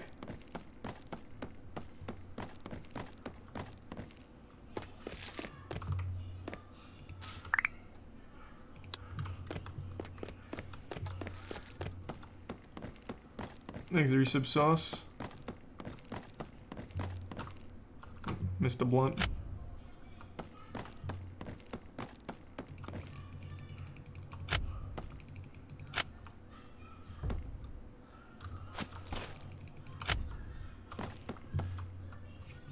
Good loot so far. Thanks, resub sauce. Crackheads will steal out of your shop right now. Joke's on them, I don't have anything to steal. Well, actually, I still have a couple bongs left. That's it. Apparently they only steal merch, so they won't really be getting much right now if they try and steal while I'm away.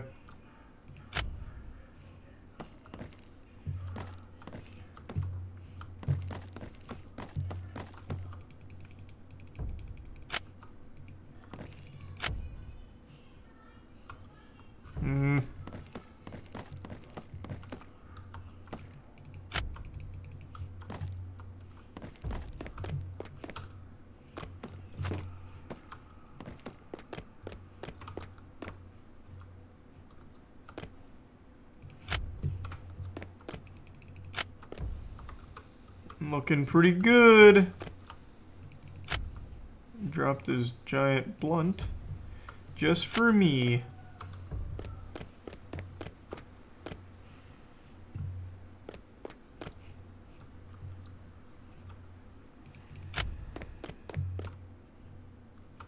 Alright, I did not get nearly as much. There was no dubs or joints or blunts or anything, really. There's a bitch, Woody. They can steal your TV? No, no way he's gonna be able to steal my TV. He's a tier 1 Grim. No, not the mold! Hey, Otashi. Hope you're doing well, man. Oh, fuck, it's spreading. Christ. Jesus Christ. Holy shit. Holy shit, why?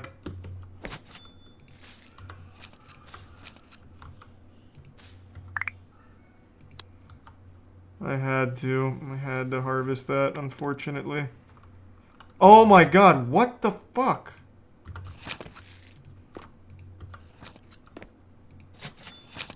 How sad. That was in my good one too, with the new pumps. Which are supposed to be like the best at my current level. How sad. Need to start using anti-mold. It's still not worth to use anti-mold. I don't see any situation where it's worth to use these, the preventative ones. So if I was to use like anti-mold hardcore, for example, I'd have to get 18 anti-mold hardcores at 80 a pop because it's per pot. Whereas there's a good chance where I never get mold or mites.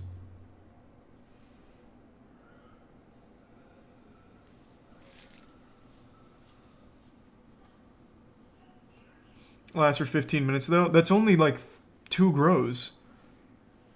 And here, let's see how much it is to do every pot. It's 1400 there, but I'll also have to do the anti-spider mites, because if I'm doing that, why wouldn't I do the anti-spider mite? What the fuck? How did that happen?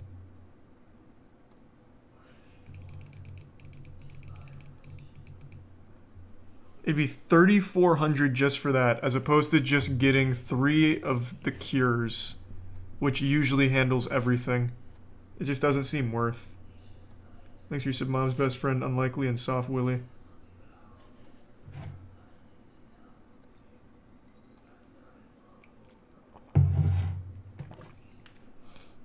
Have a good shower, bonus. Thanks for your sub, Twister. Can't you hire a guy to tend to the plants or nah? Maybe later, I can't yet.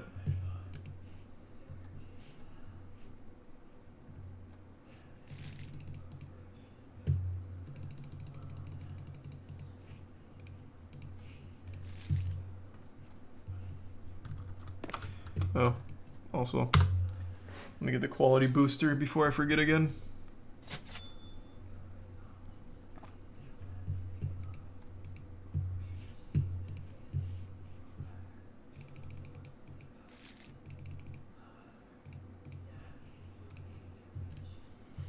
Alright, let's check the pawn shop. I'm not optimistic, but we'll see. Thanks the bits, Mads.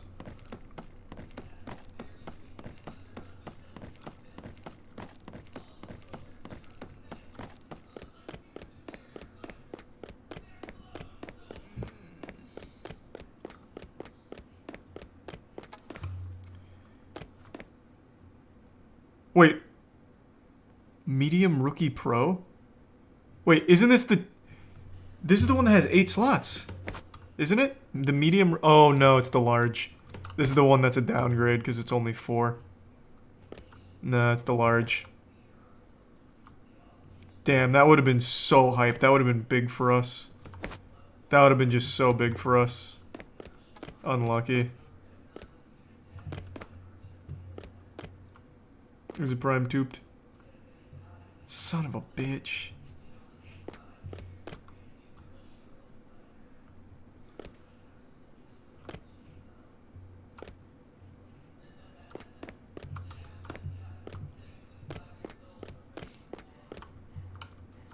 Yeah, I mean, I guess I can still get it just because I still have room for one more.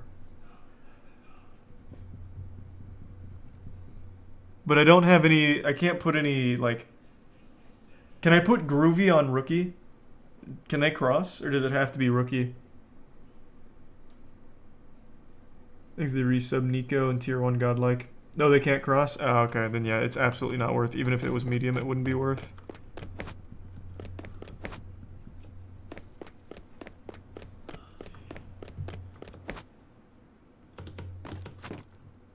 Thanks for the bits again, Mads.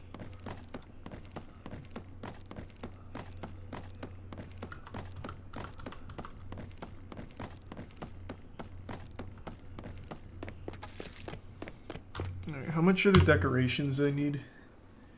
Thanks to Tier 1 Ryan.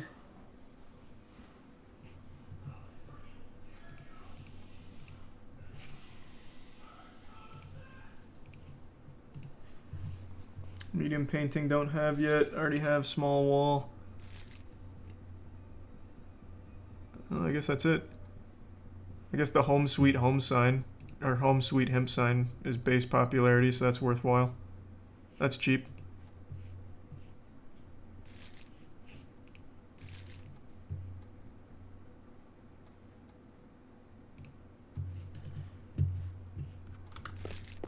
There's a Tier 1 Holy ZTG and the resub Dinkle.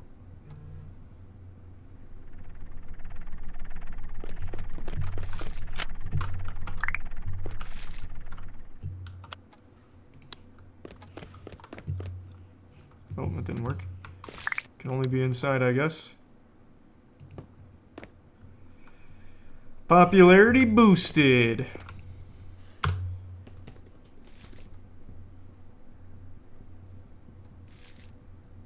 Any really cheap wall you can get for the floor or grow room? Let's see. I haven't done anything in the grow room, and it's because it's all pretty fucking expensive.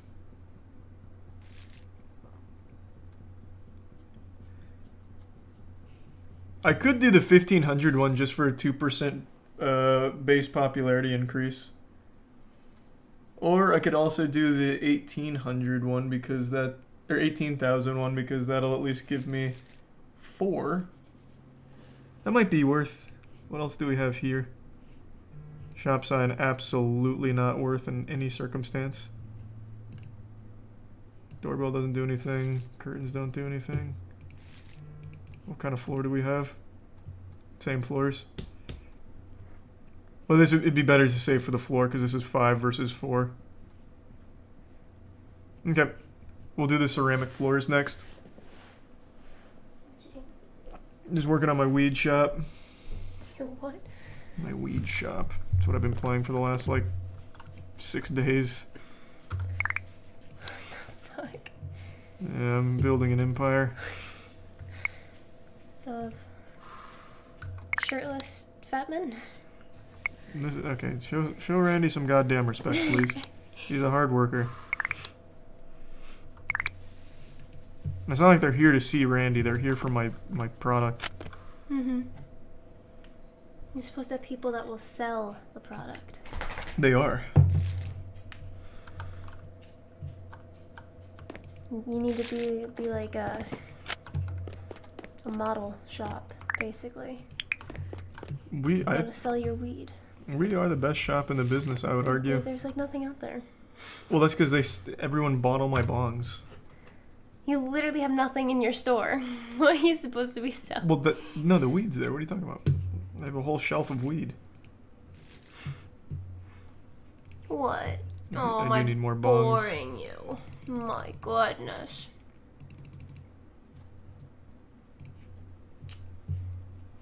Did you tell Chet the name?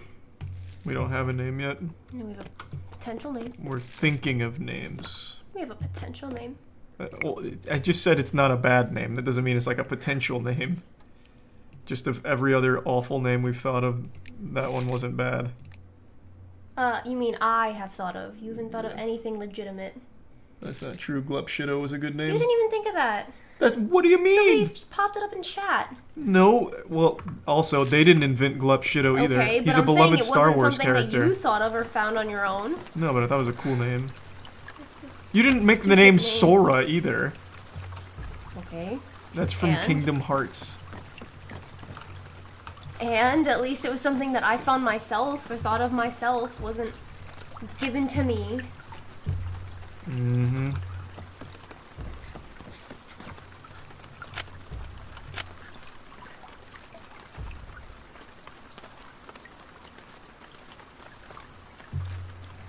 You gonna tell them the potential name? I already forgot it. Really? Yeah, I don't remember. Yuki. Oh, yeah.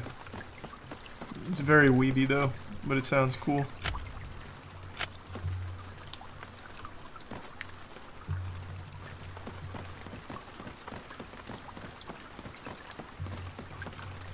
I'm just doing my... You found 20 Trash bucks, meaning you're not selling enough. How does that mean I'm not selling? I'm just... You're picking up trash and money off the street. It's a viable strategy. Sorry.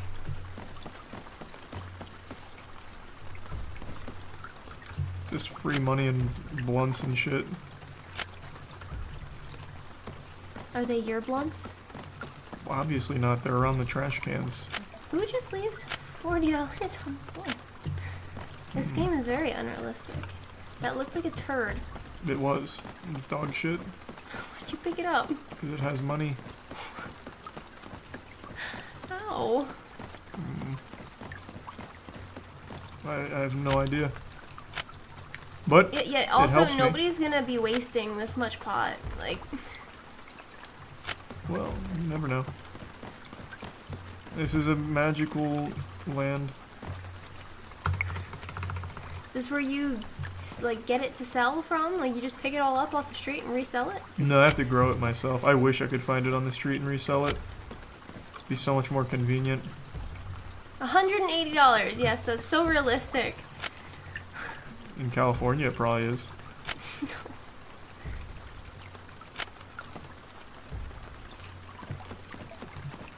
Is that guy dressed as Spider-Man, or do they just all have shiny skin? Spider-Man? It looked like he had like on like a Spider-Man No, costume. no. There's no Spider-Man here. You picked it up, right?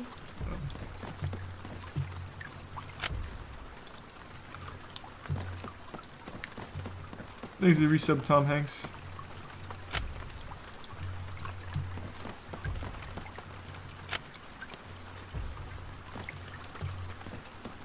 I need to grow this Hindu Kush before I forget. I'm very close to the grow room tiles though. Actually, hold on, give me 1 second. I'm gonna go to the bathroom real quick. Where's the cat? I don't know. I was walking around. Ugh.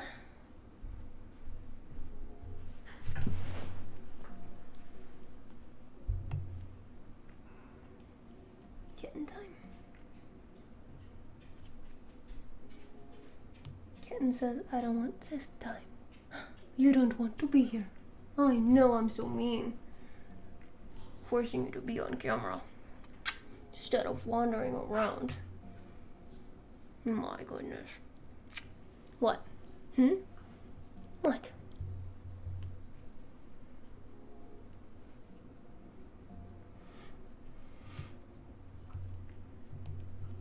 I'll just play with you as my hand then. Thank you.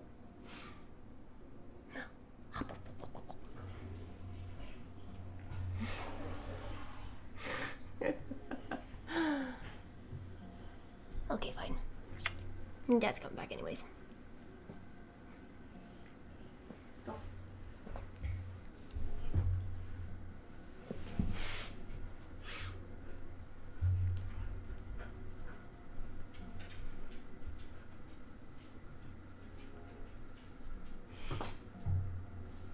I'm back.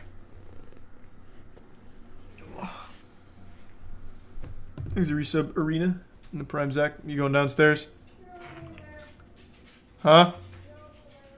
Oh, okay. Have fun. He's a bitch, Coco. Well, it's better, Coco.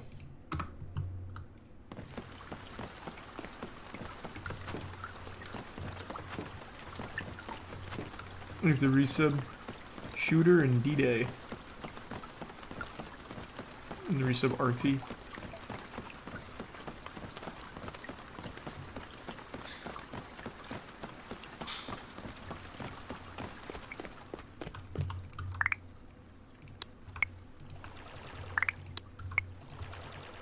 I'm gonna have to replace these lights over here. This will be the last grow that they'll be able to do. Which one's bubblegum? Fuck, I wasn't paying attention. Here it is.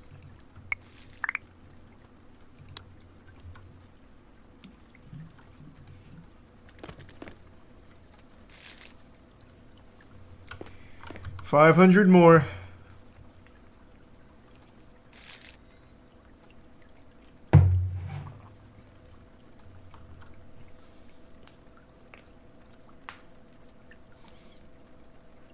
Thanks for resub Soda Pop.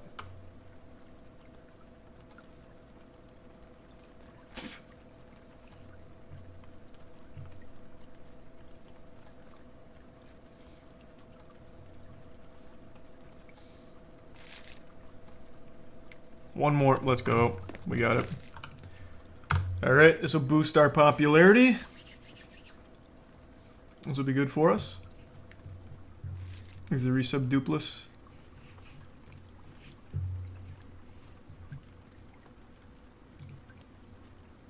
Oh, that's big. Hooey! I also just need to hand out a few more blunts. That'll be good. That's easy. Wow, that's just not worth at all. Almost there. That is worth. Oh, that looks good too. Now it's looking nice in here.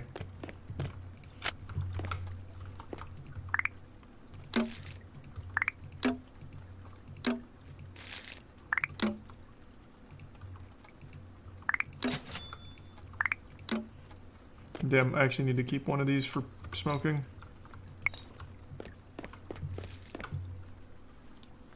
Exit Prime Anime Titty Milk, the resub static. The effects stacks by the cheap one. It does not. The effects do not stack. Upgrades do stack. What are you talking about? The upgrades do stack. Oh, you're talking about the walls. Yeah, you're talking about the walls. Sorry, I thought you meant the, like the Rasta flag and all that. The boosters stack? Wait, what? The grow quality stacks.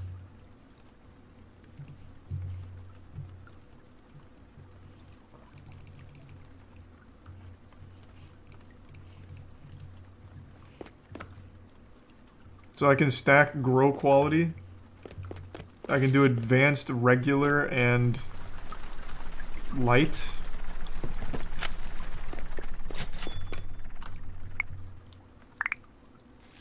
That doesn't make any sense.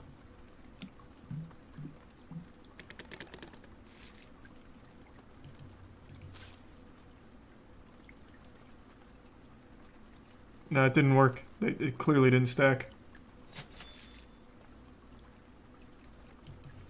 How? Stop getting fucking moldy. This is like my actual, like, highest quality one, too. This has all of the pro editions. And it's the only one that keeps molding.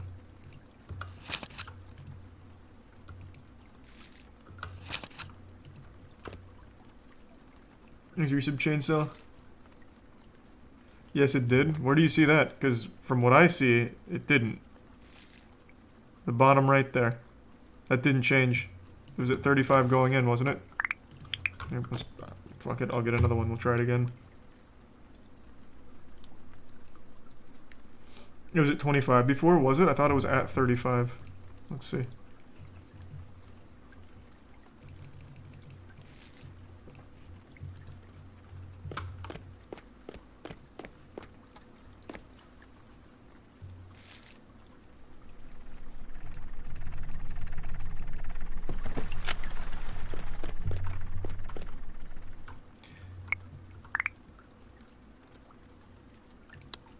Alright.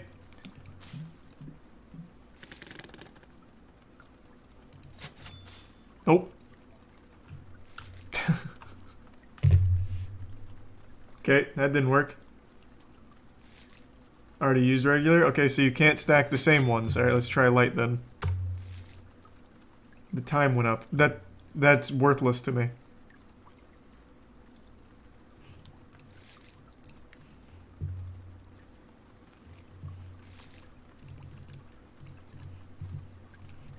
I don't care about the time going up.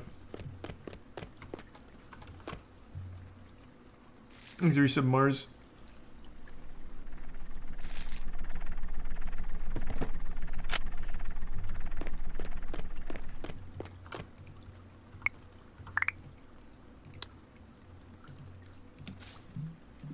Oh, okay. You're right. So you can go advanced, regular, and light. But I guess you can't stack the same one on it. Okay, that's pretty huge. That'll be a big save.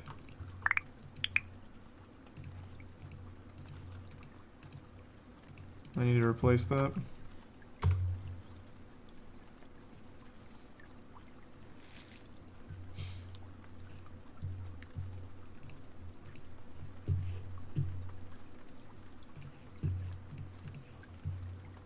I'm not super impressed with the Pro, but I'm gonna get it anyway. So far, this keeps molding my shit.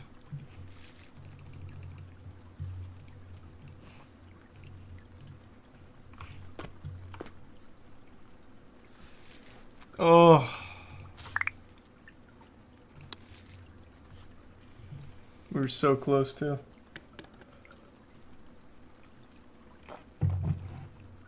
Get new curtains for the door. Man, fuck that. Why am I gonna waste money on that? It doesn't give me popularity or anything. It's just a straight up loss for the sake of aesthetics, like my TV. But my TV's fucking awesome.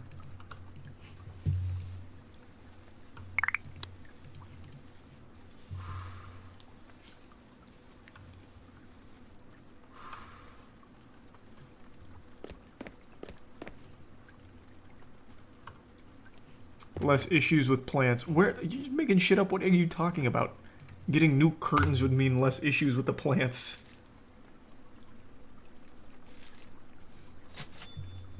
I will get a cheap grow room thing though. The cheap walls just for the sake of the 2%. I'm not gonna bother with this, but I'll get this for 2%. Since it's super cheap anyway.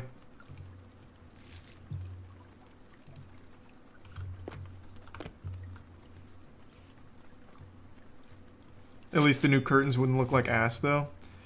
I mean, you're not wrong, but I also don't care that it looks like ass. Bro, I built this empire upon making toilet weed. I don't care if the curtains look bad. Here, I'll get the cheapest ones. Man, that looks so much worse.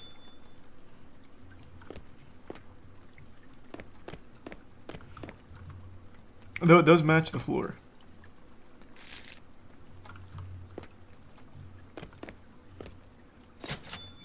They really do love the bongs.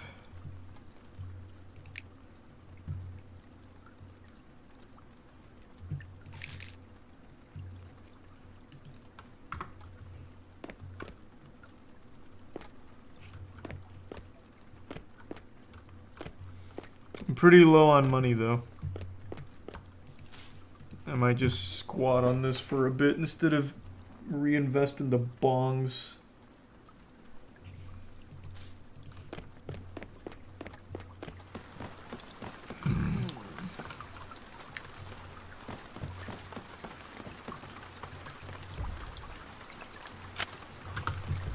The second I leave, it's fucking crazy.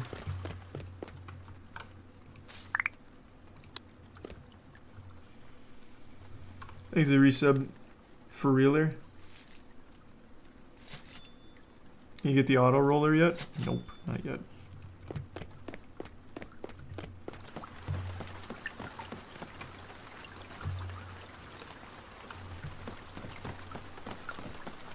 Yep, we got the $75,000 item I needed.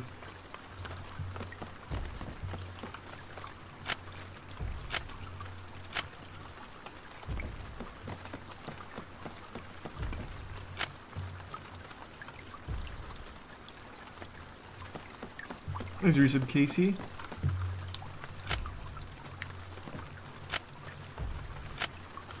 Damn, trash cans are packed today.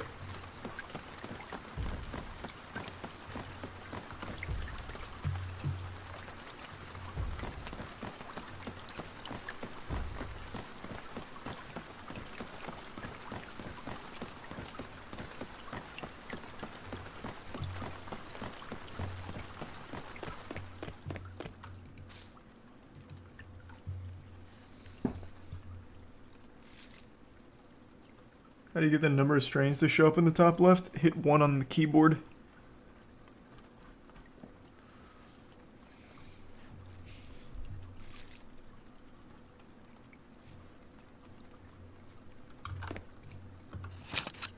Ooh.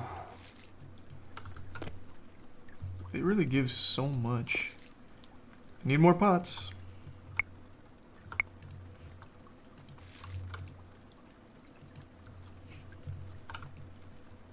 Unlucky. There's a tier 1 tea bag incorporated. Get the PC, you'll feel the difference. I am not spending $4,000 to fire up the computer 2 seconds faster. No. Just outright fuck no.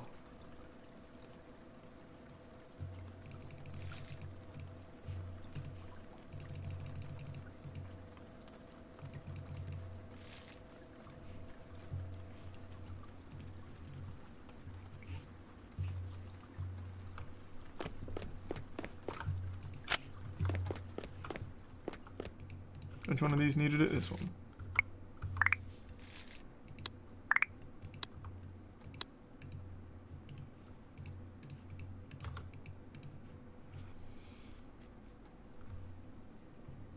You'll get it way later and be like, OMG, I was so wrong. I'll get it later and it'll be a nice quality of life upgrade, but I don't need it. This fires up in 5 seconds and the new PC fires up in 3. I don't care about the 2-second time saved.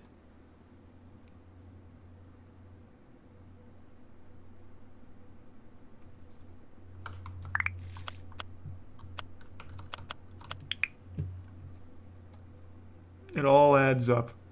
I don't need it. Not for $4 grand. I'd rather save up and actually be able to start getting the locals in here.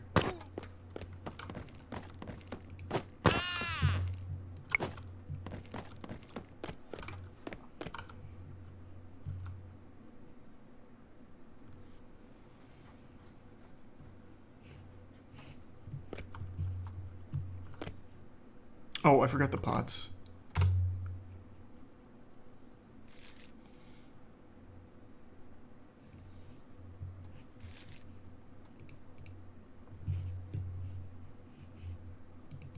Yeah, plus I'm almost level 22 anyway.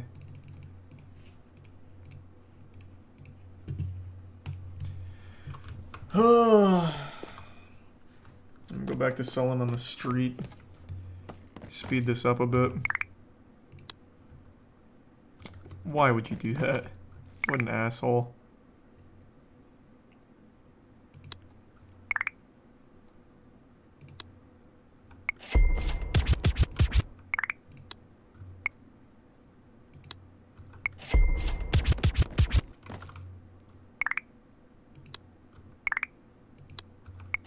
Ooh, 180, a nice chunky one.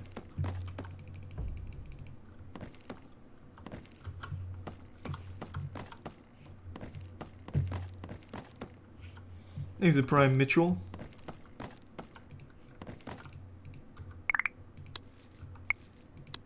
$133, huh? Roger!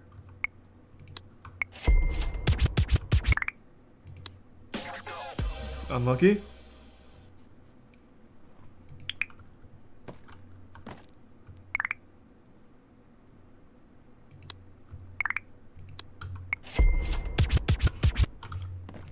I can sell to everyone.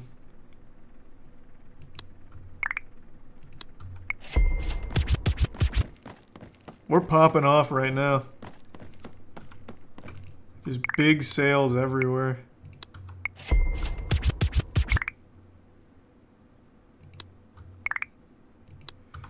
The main thing I'm struggling to find at trash cans is actually joints, surprisingly. 200? Oh, shit. New record.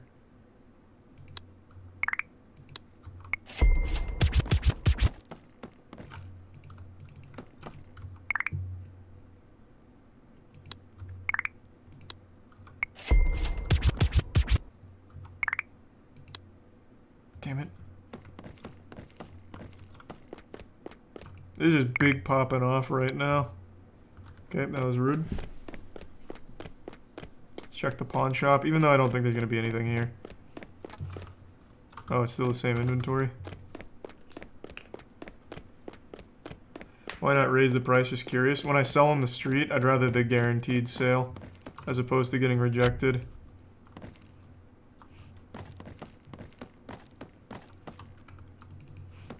Because then it's just a straight net loss when you get rejected. I'd rather just get the guaranteed sale.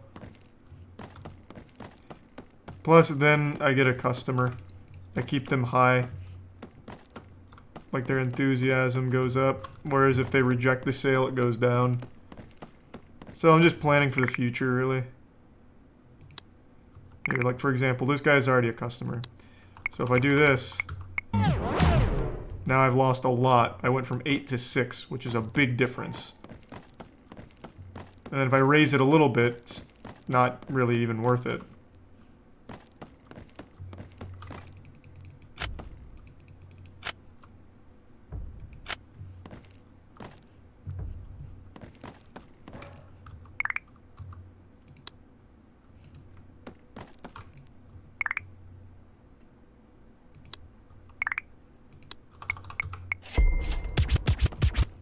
See, it's only the difference of like 10 bucks, 15 bucks.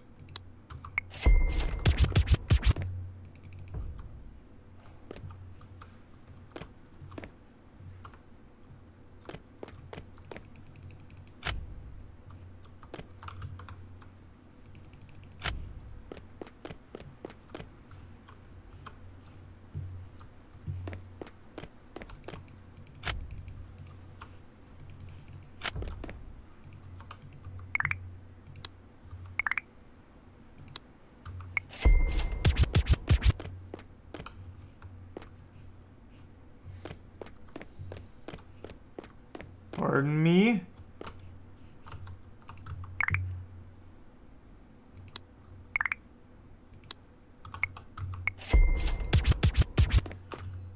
See, there's a little baby markup.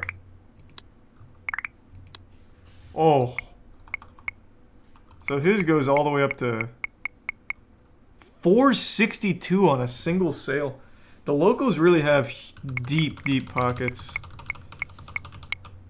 Here, I'll go for this. There. That was an extra 25 bucks, I think.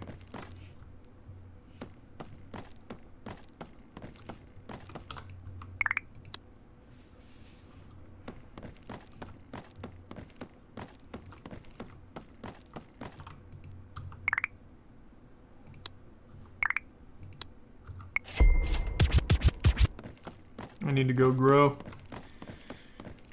I'm running low on inventory.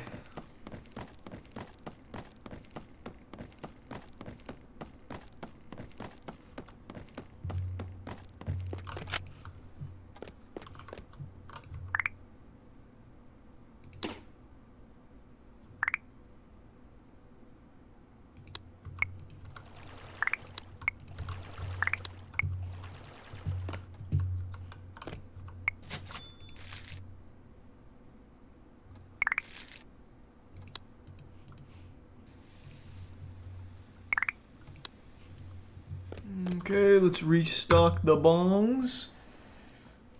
Or wait, did I get bongs? I don't remember. Either way, I'm still gonna get it. More bongs never hurt nobody. I did not get bongs.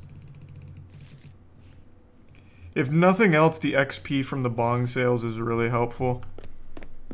Uh-oh. Oh boy, we got a huge traffic jam here. Out of the way. Move, Trudy. Oh god, no, I'm stuck. Oh.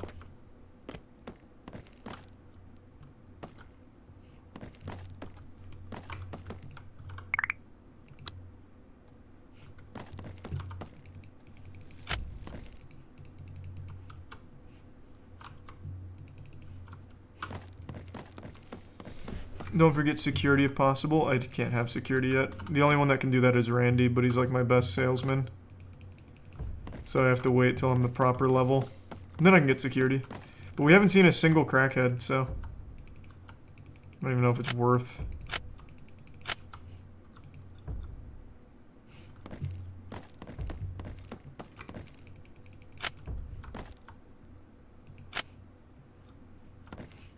Thanks, resub, Jimmy.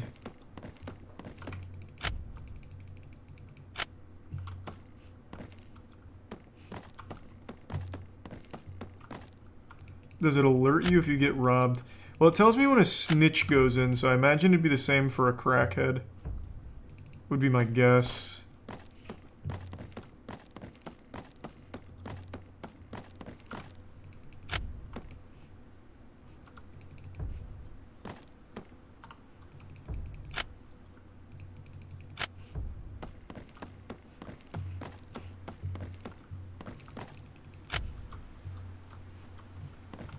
You can chase them down and recover stuff. Nice, easy.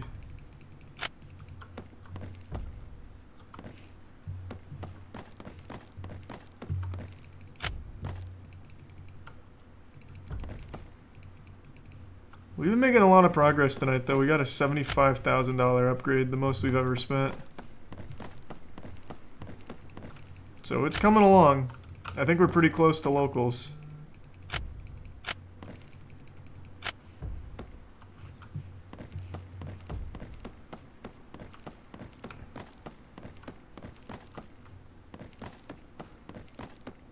What cost 75 grand? My carpet. It was really expensive weed carpet.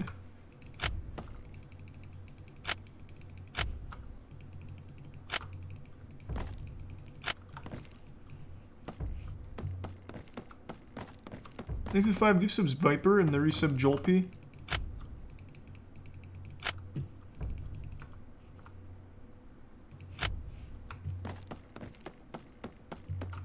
Oh fuck, I forgot I was growing. Oh god, don't get moldy, don't get moldy. Oh shit, I'm so far away. Oh, thank you for the 5 gift subs, T-Doc. Thank you, T-Doc.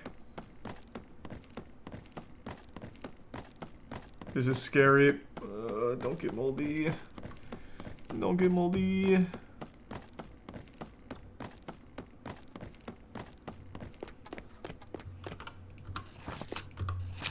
Thank God.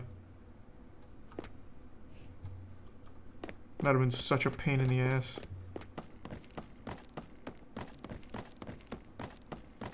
Thanks, the resub lost.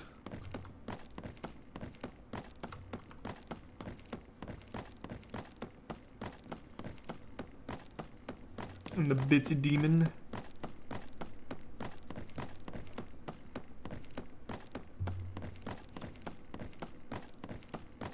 Man, nobody is buying sour diesel from my shop, only when I sell it to them on the streets. They really just like that new hotness. They always go for the most recent strains.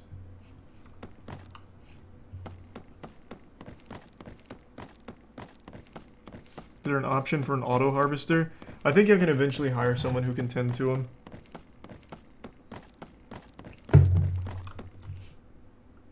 But no, not an auto harvester.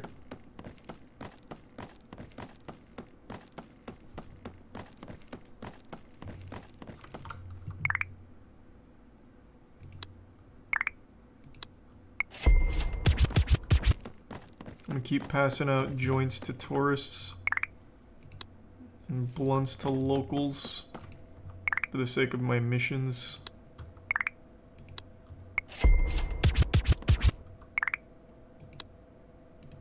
Why do you keep doing that? She just keeps scamming.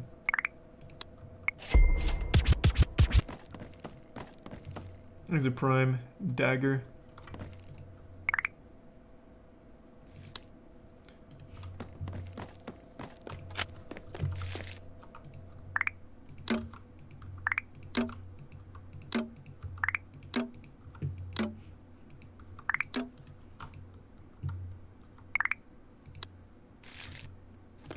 How close are we? Another 4 minutes. Alright, alright. Thanks to the bits Elgato.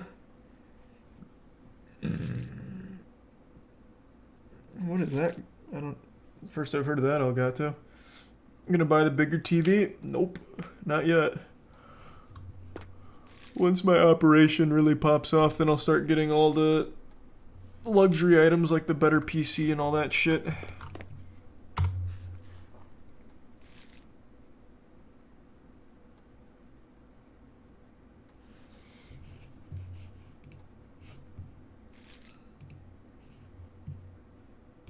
I need a level 7 saleswoman.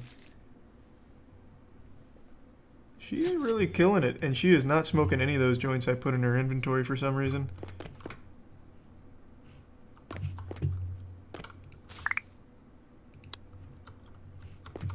Need a few more cures. I'll just get a whole nother load.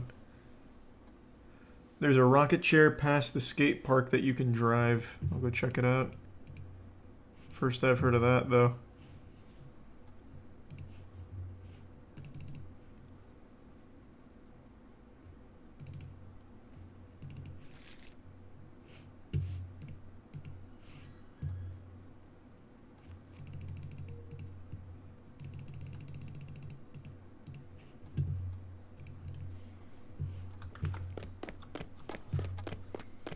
There's a tier 1 Zinkra and tier 1 Jerome.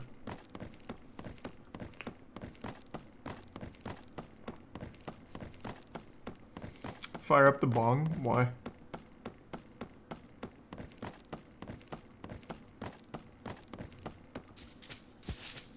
About to level up anyway. Why would I waste the weed?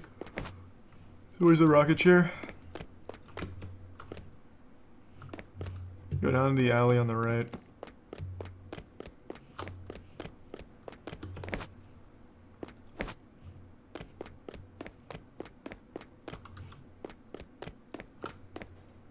Whoa, who's this? Mr. Person the Paint Wizard.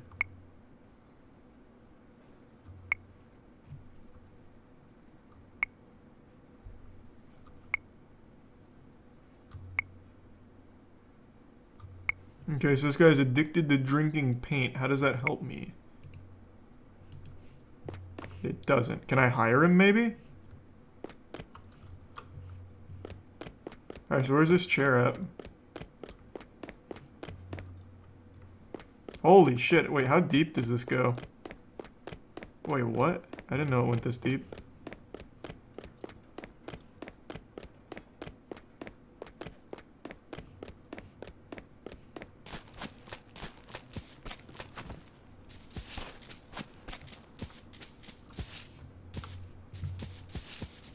Man, no wonder it takes so long for some of the fucking characters to get all the way back. Jesus Christ.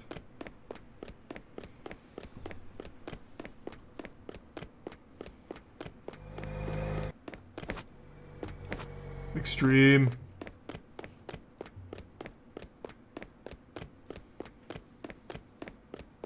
Or past the chair? Was it in the alley or where? I need to harvest these plants real quick, but was it in the alley?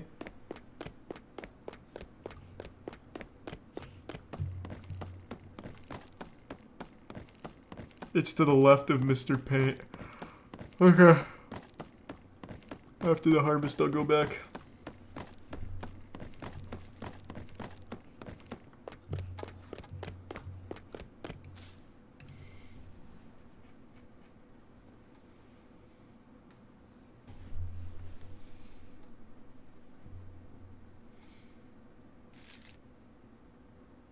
Thanks to the gift sub Hyperdoobie, and the Prime Quatin, and the resub McButter and Mucho.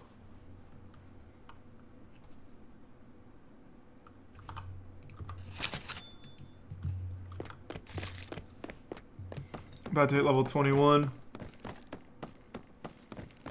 Thanks to Prime Baba Booey. Was there something I could get at level 21 that I needed? I feel like there was. I just don't remember what.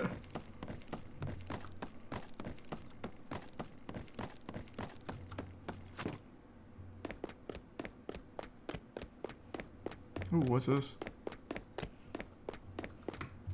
Ooh, secret area?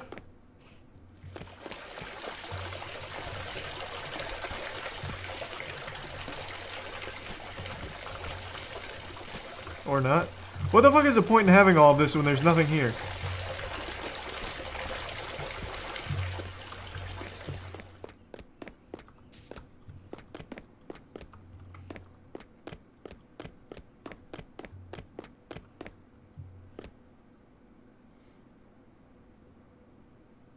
Future farm. That'd be pretty cool. Alright, let's go. Here I come! That is pretty fucking intense. Let's go! Okay, hold on. This is actually going to be really helpful for selling. Okay, let's see how quick I can go end to end. Get the fuck out of the way, idiots! Oh, wow. Now, if I park this inside my shop, will it always be there, or does it despawn?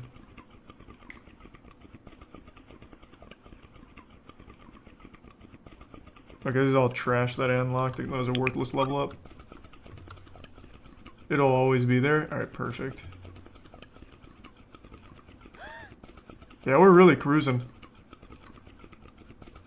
This is a good upgrade. Hey, Anita, I'm back. Thank you very much for shopping here. Hold on.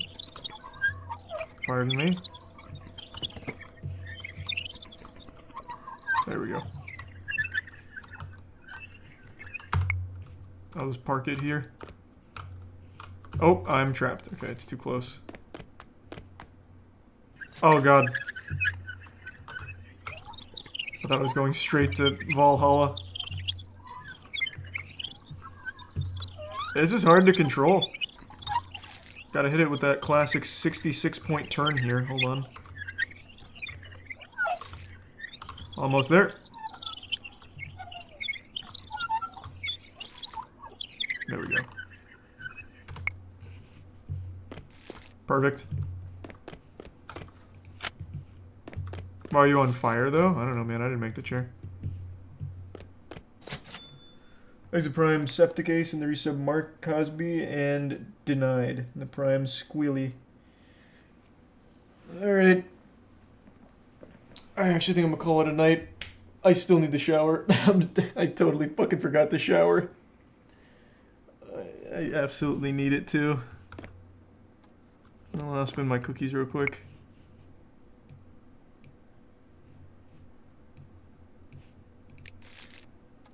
Okay. Let's save.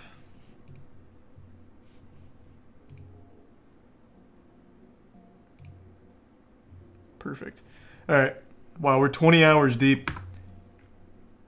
Alright, everyone. Thanks for tuning in. To everyone who donated, big thank you. New subs, welcome aboard. Sub means a lot. So thank you for subbing. I hope you all have a wonderful rest of your evening. And I will see you all tomorrow. And here, I'll publish yesterday's VOD as well before I forget. Let me see who's streaming. Someone said Muda's streaming. Is he still streaming? He is. Alright, I'll toss you to Muda hard. He's playing some Payday. Alright, have a great night, everyone. See you tomorrow.